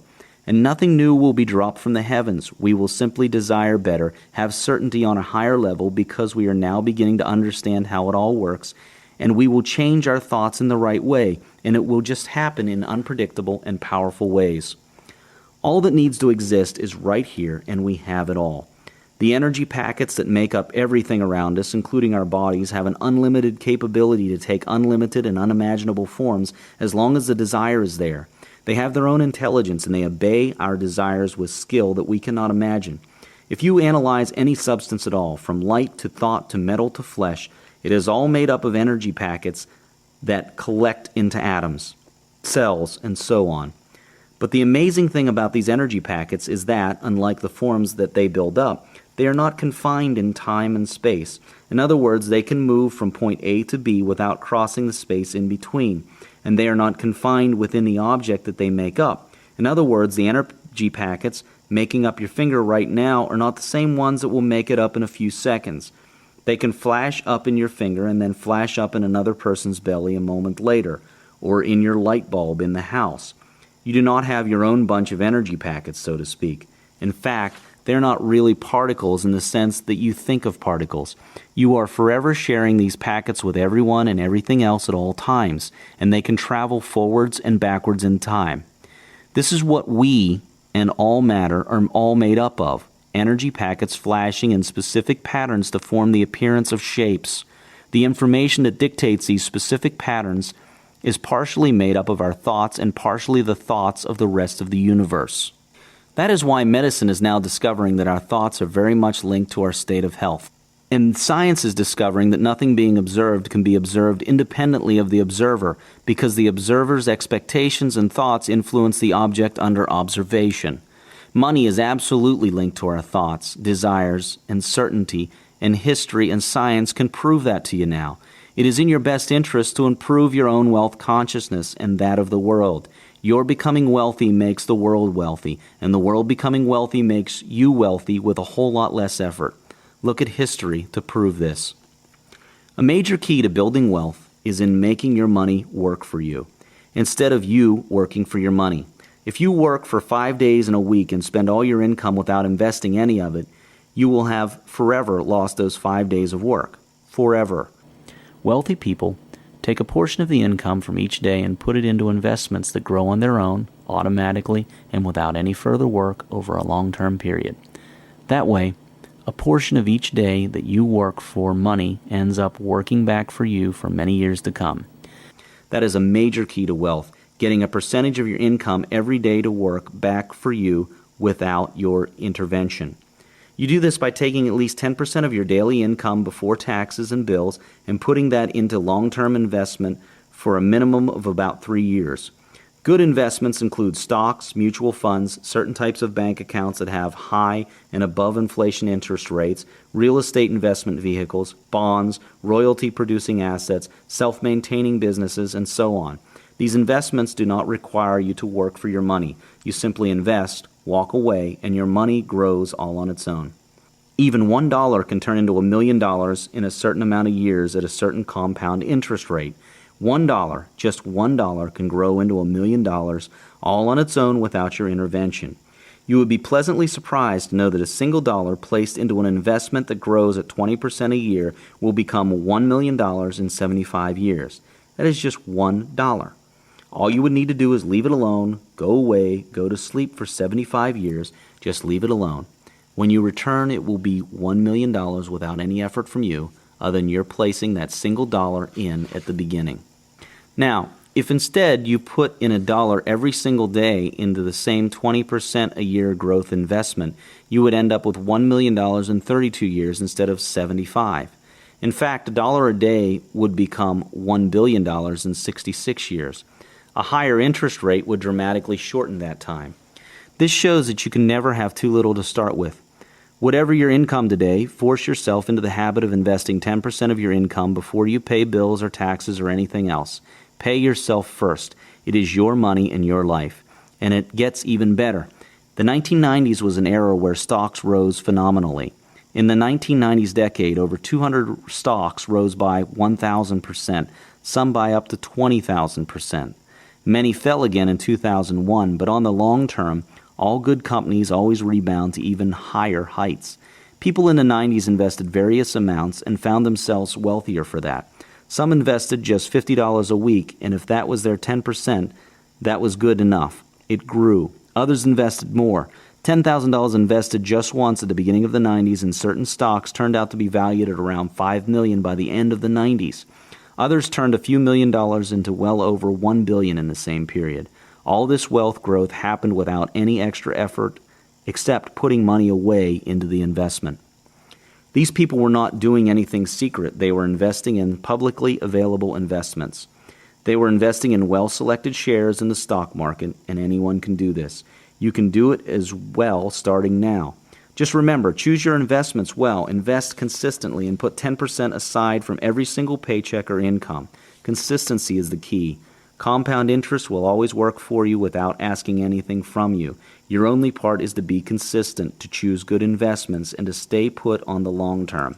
Short-term investment usually does not earn as much as long-term investing, and it is usually a lot riskier. Taxes and the government. We need a government, that is for sure. Without governments, society would not be able, at our present stage, to organize infrastructure development, security, and so on. But there is such a thing as wasteful government or too much government. Just because it is a government does not mean it is always right, that it sets the right amount of taxes we should pay, and that it uses the money wisely without waste. So what is in our best interest, you and I, is to figure out how much we need to pay in tax. We need to keep government alive and healthy and serving us well without paying too much to a point that we don't have enough to invest and enjoy life, while government has too much and wastes it on activities such as building weapons of mass destruction and the like. Governments across the world have tax rates ranging from 0 to 80% or so. Taxes are usually the person's biggest single expenditure. Within each country, you can arrange your affairs in ways that legally minimize your tax amount with the help of professional tax advisors. Winston Churchill once said that no person has the legal or moral obligation to arrange his or her affairs so that the government can put its biggest shovel in.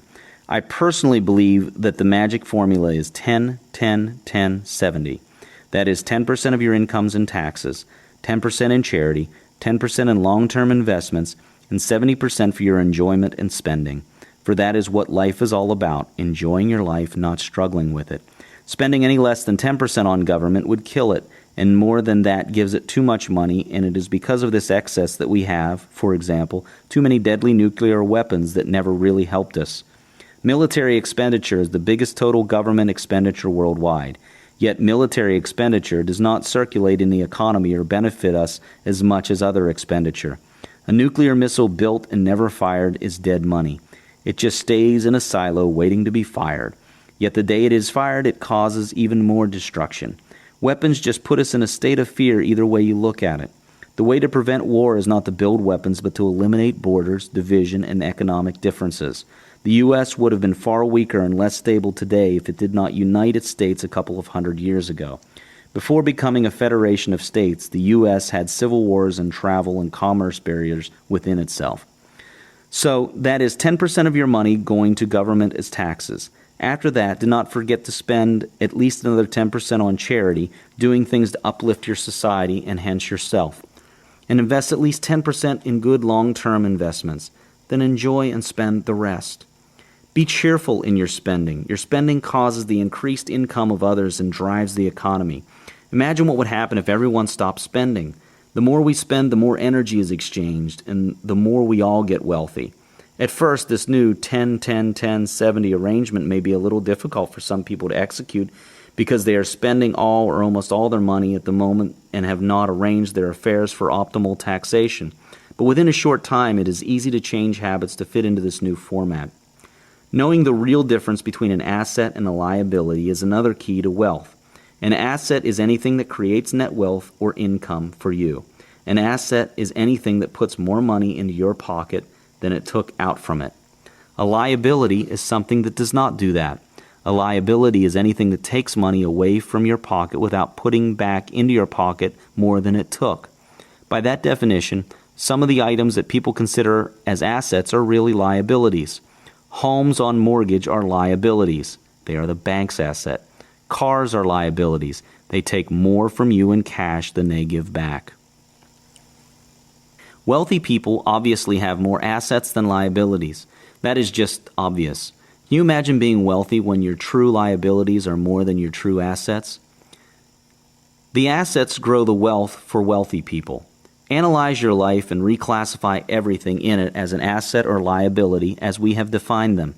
Always maintain more assets than liabilities. Otherwise, you will have zero or negative wealth, debts. It is a simple formula. There is nothing wrong with buying liabilities. Indeed, many of life's most enjoyable things, such as beautiful homes and boats and cars, are, by our new definition, liabilities. But they make life enjoyable. So go ahead and enjoy, but never let your liabilities, as we have defined them, exceed your assets, as we have defined them. Otherwise, you will soon end up in negative wealth. Always maintain that positive balance. If you wish to have that nice home, the way to get it is to first work on having an asset that produces an income that is high enough to finance your mortgage. Then use it to pay for your house payments. So get assets first and use them to finance liabilities. By the way, you do not count yourself as an asset. Getting a job to earn money to pay your mortgage is not the way. That is called working for your money, and it is an often unhealthy and dangerously trapping cycle to get into. Your money should always work for you. The money you earn with your mind and hands on your job or work is to be used to acquire investments and assets. These assets and investments then generate income on their own without much further intervention from you to buy the liabilities for you. You do not work for your liabilities. You work for your assets, and your assets work for your liabilities. If at present you do not know how to do that, then get books and advisors who can show you how to do that in your situation. Good assets to acquire or build include stocks, mutual funds, certain types of bank accounts that have high and above inflation interest rates, real estate investment vehicles, bonds, royalty-producing assets, self-maintaining businesses, and so on. Whatever you seek to know, a very good book or person exists that will give you this knowledge. For books, Amazon.com is a great starting point for your search. For other information, a search on Google.com usually gives you what you are after. In this day and age, we lack nothing. In truth, we never did. We just made up the shortages ourselves. Live a luxurious life. Remember, life is images of the mind expressed. Keep improving yourself and your environment and surroundings with luxury and beautiful nature. It is from what is around you that many of your mental images are formed, and you therefore should have a good source of mental imagery. Luxury and a healthy environment and nature breed more wealth by breeding higher images of the mind. Live in as much luxury as you feel comfortable and happy with. Take care of Mother Nature, the goose that lays the golden eggs. Do not pollute or destroy the environment fast or slowly. That is killing the same source that enables you to be. Remember the law of cause and effect, the law that never fails. People think that they can destroy the environment, usually for self-profit, and get away with it because it is future generations that will be affected. The law of cause and effect never fails. As surely as you breathe, you reap what you sow, positive or negative. The only thing we do not know is how, where, and when. Sow good seeds, and you will reap good harvest. Money is value energy that, like all energy, lives to flow and needs to flow to stay alive. Help it flow cheerfully, and it will be attracted to you. Give the services that others need. Increase their value. We are here to serve each other, to act as growth enablers for each other. Do this in your own capacity, and money automatically will flow in. Say to yourself and believe it, money loves me and I love money. This will be true for you to the extent that you can say this comfortably and with joy, without feelings of guilt. If you find yourself guilty, find the reason why and ask yourself how true that reason is and where you got that reason. To the extent that you are comfortable with money and you are welcome and love it, so shall you be wealthy.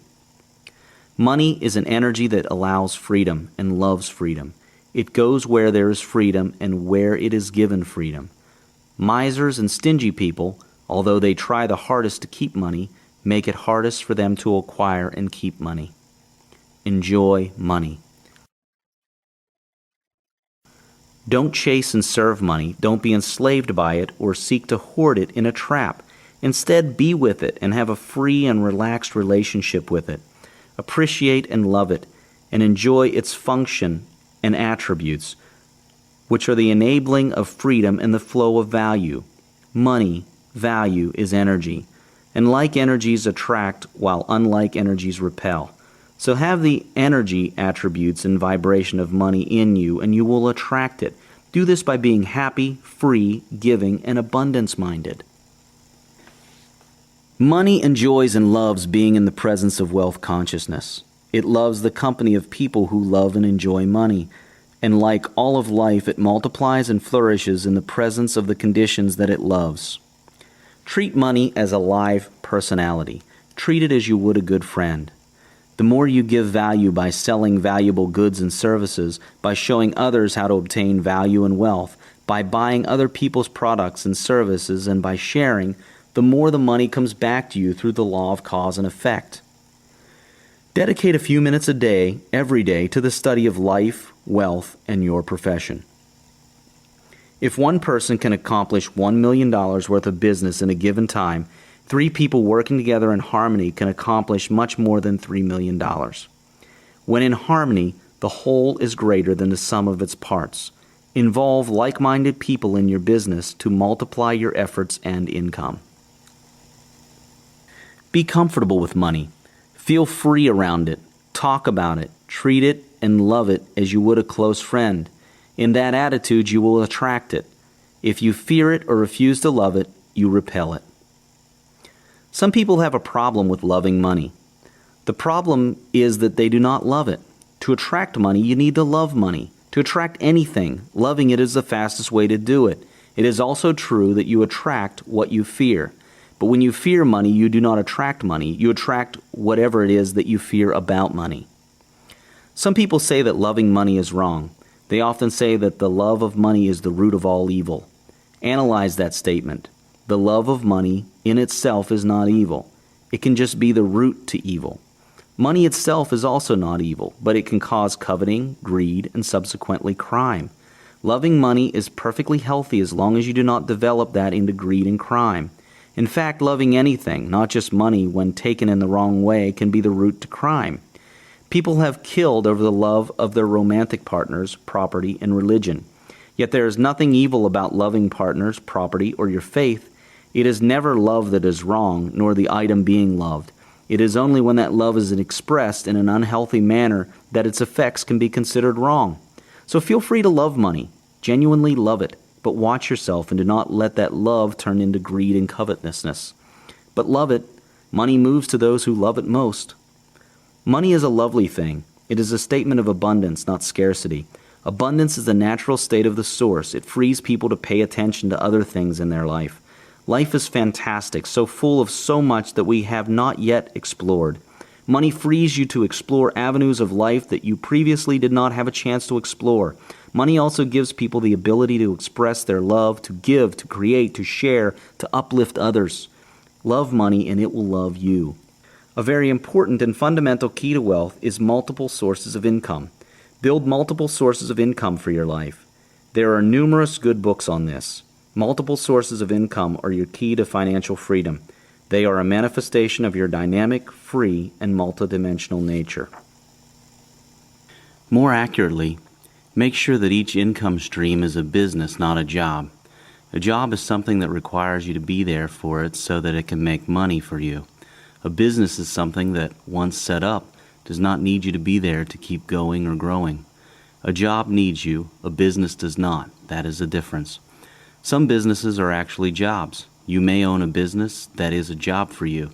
It needs you to tend to it. Without your constant attention, it fails. Jobs take your time and freedom. Businesses give you time and freedom. A person with multiple streams of income from multiple businesses ends up with free time that he or she can use to live well and to launch more businesses if need be. Jobs never allow such liberties of free time to diversify and be free to enjoy other aspects of life. So, have multiple sources of income, but ensure each source is independent of you and has been built to do well without your constant attention. Teach wealth consciousness to your children from an early age. Remember, have multiple streams of income that do not need you to be present for them to keep producing. To have multiple sources of income, simply desire it to be so. Make it part of your goals. Visualize and start buying books, magazines, and talking to people. The right businesses, investments, and sources will then simply start coming to you. And always keep wise counsel. For everything, Have a person who is of wealth consciousness and of specialization in the area to advise and counsel you. Learn also to trust your feelings, but not your emotions. Follow your desires. It is easy. Of highest importance, remember always that the universe gives you exactly what you are and think. Read this twice. If you believe that money is bad, is unworthy, is evil, is shameful, or anything else negative, and if you believe that you are none of those things yourself, you create a conflict within you. You would be giving the universe the message that you are a good and positive person and that money is a bad and negative thing. In such a case, in the interest of honoring your conflicting message, the universe would give you conflicting results, and you would end up with little money. You must honestly and genuinely identify your values within the values you assign to money. If you believe you are a good person, then truly believe money is a good thing, and vice versa. Those who believe they are good people and that money is bad end up with little money. Those who believe they are bad people and money is for good people end up with no money.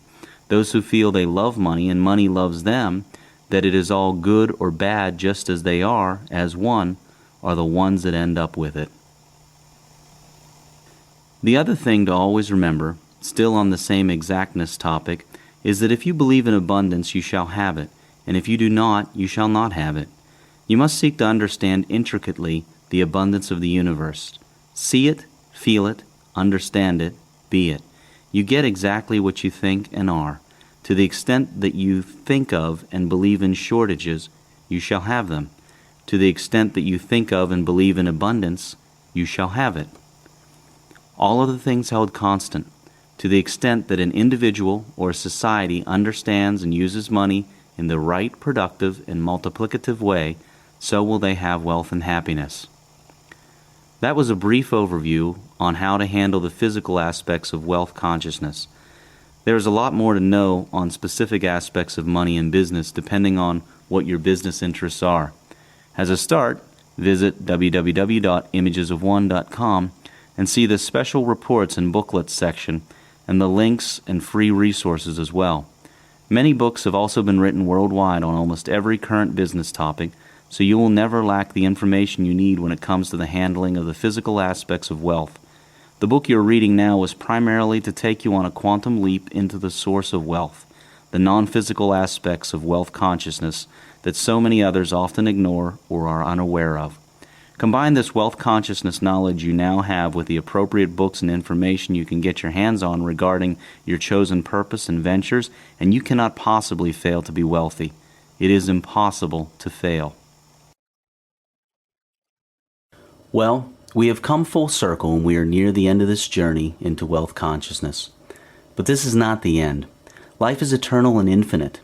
At the end of every truth is the beginning of a new truth. The quest can never end. It can only get larger and more enjoyable. This is the beginning of a new and beautiful journey for you, not the end of it. But always remember to keep balance. Balance your quest for expansion of wealth consciousness with quests for other expansion. Enjoy life and enjoy your time here on earth. Only through balance can you find true joy and true abundance and wealth. So what is next after this? A lot.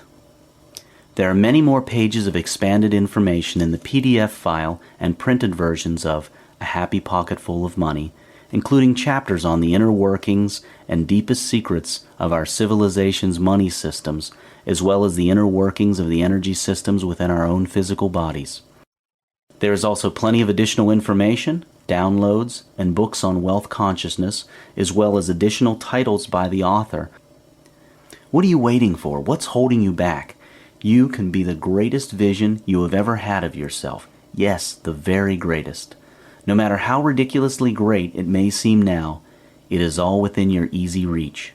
Seize the moment. Now. You have no reason to wait and no one to blame. Be great in whatever way you choose to be great. Now. Here. End of Disc 6.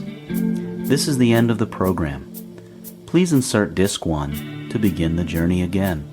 This has been a production of First Thought Entertainment in association with Images of One. This audiobook was written by David Cameron Gikandi, produced, composed, and performed by John Wayne Myers. Thank you for listening. We sincerely hope that it has enriched your life.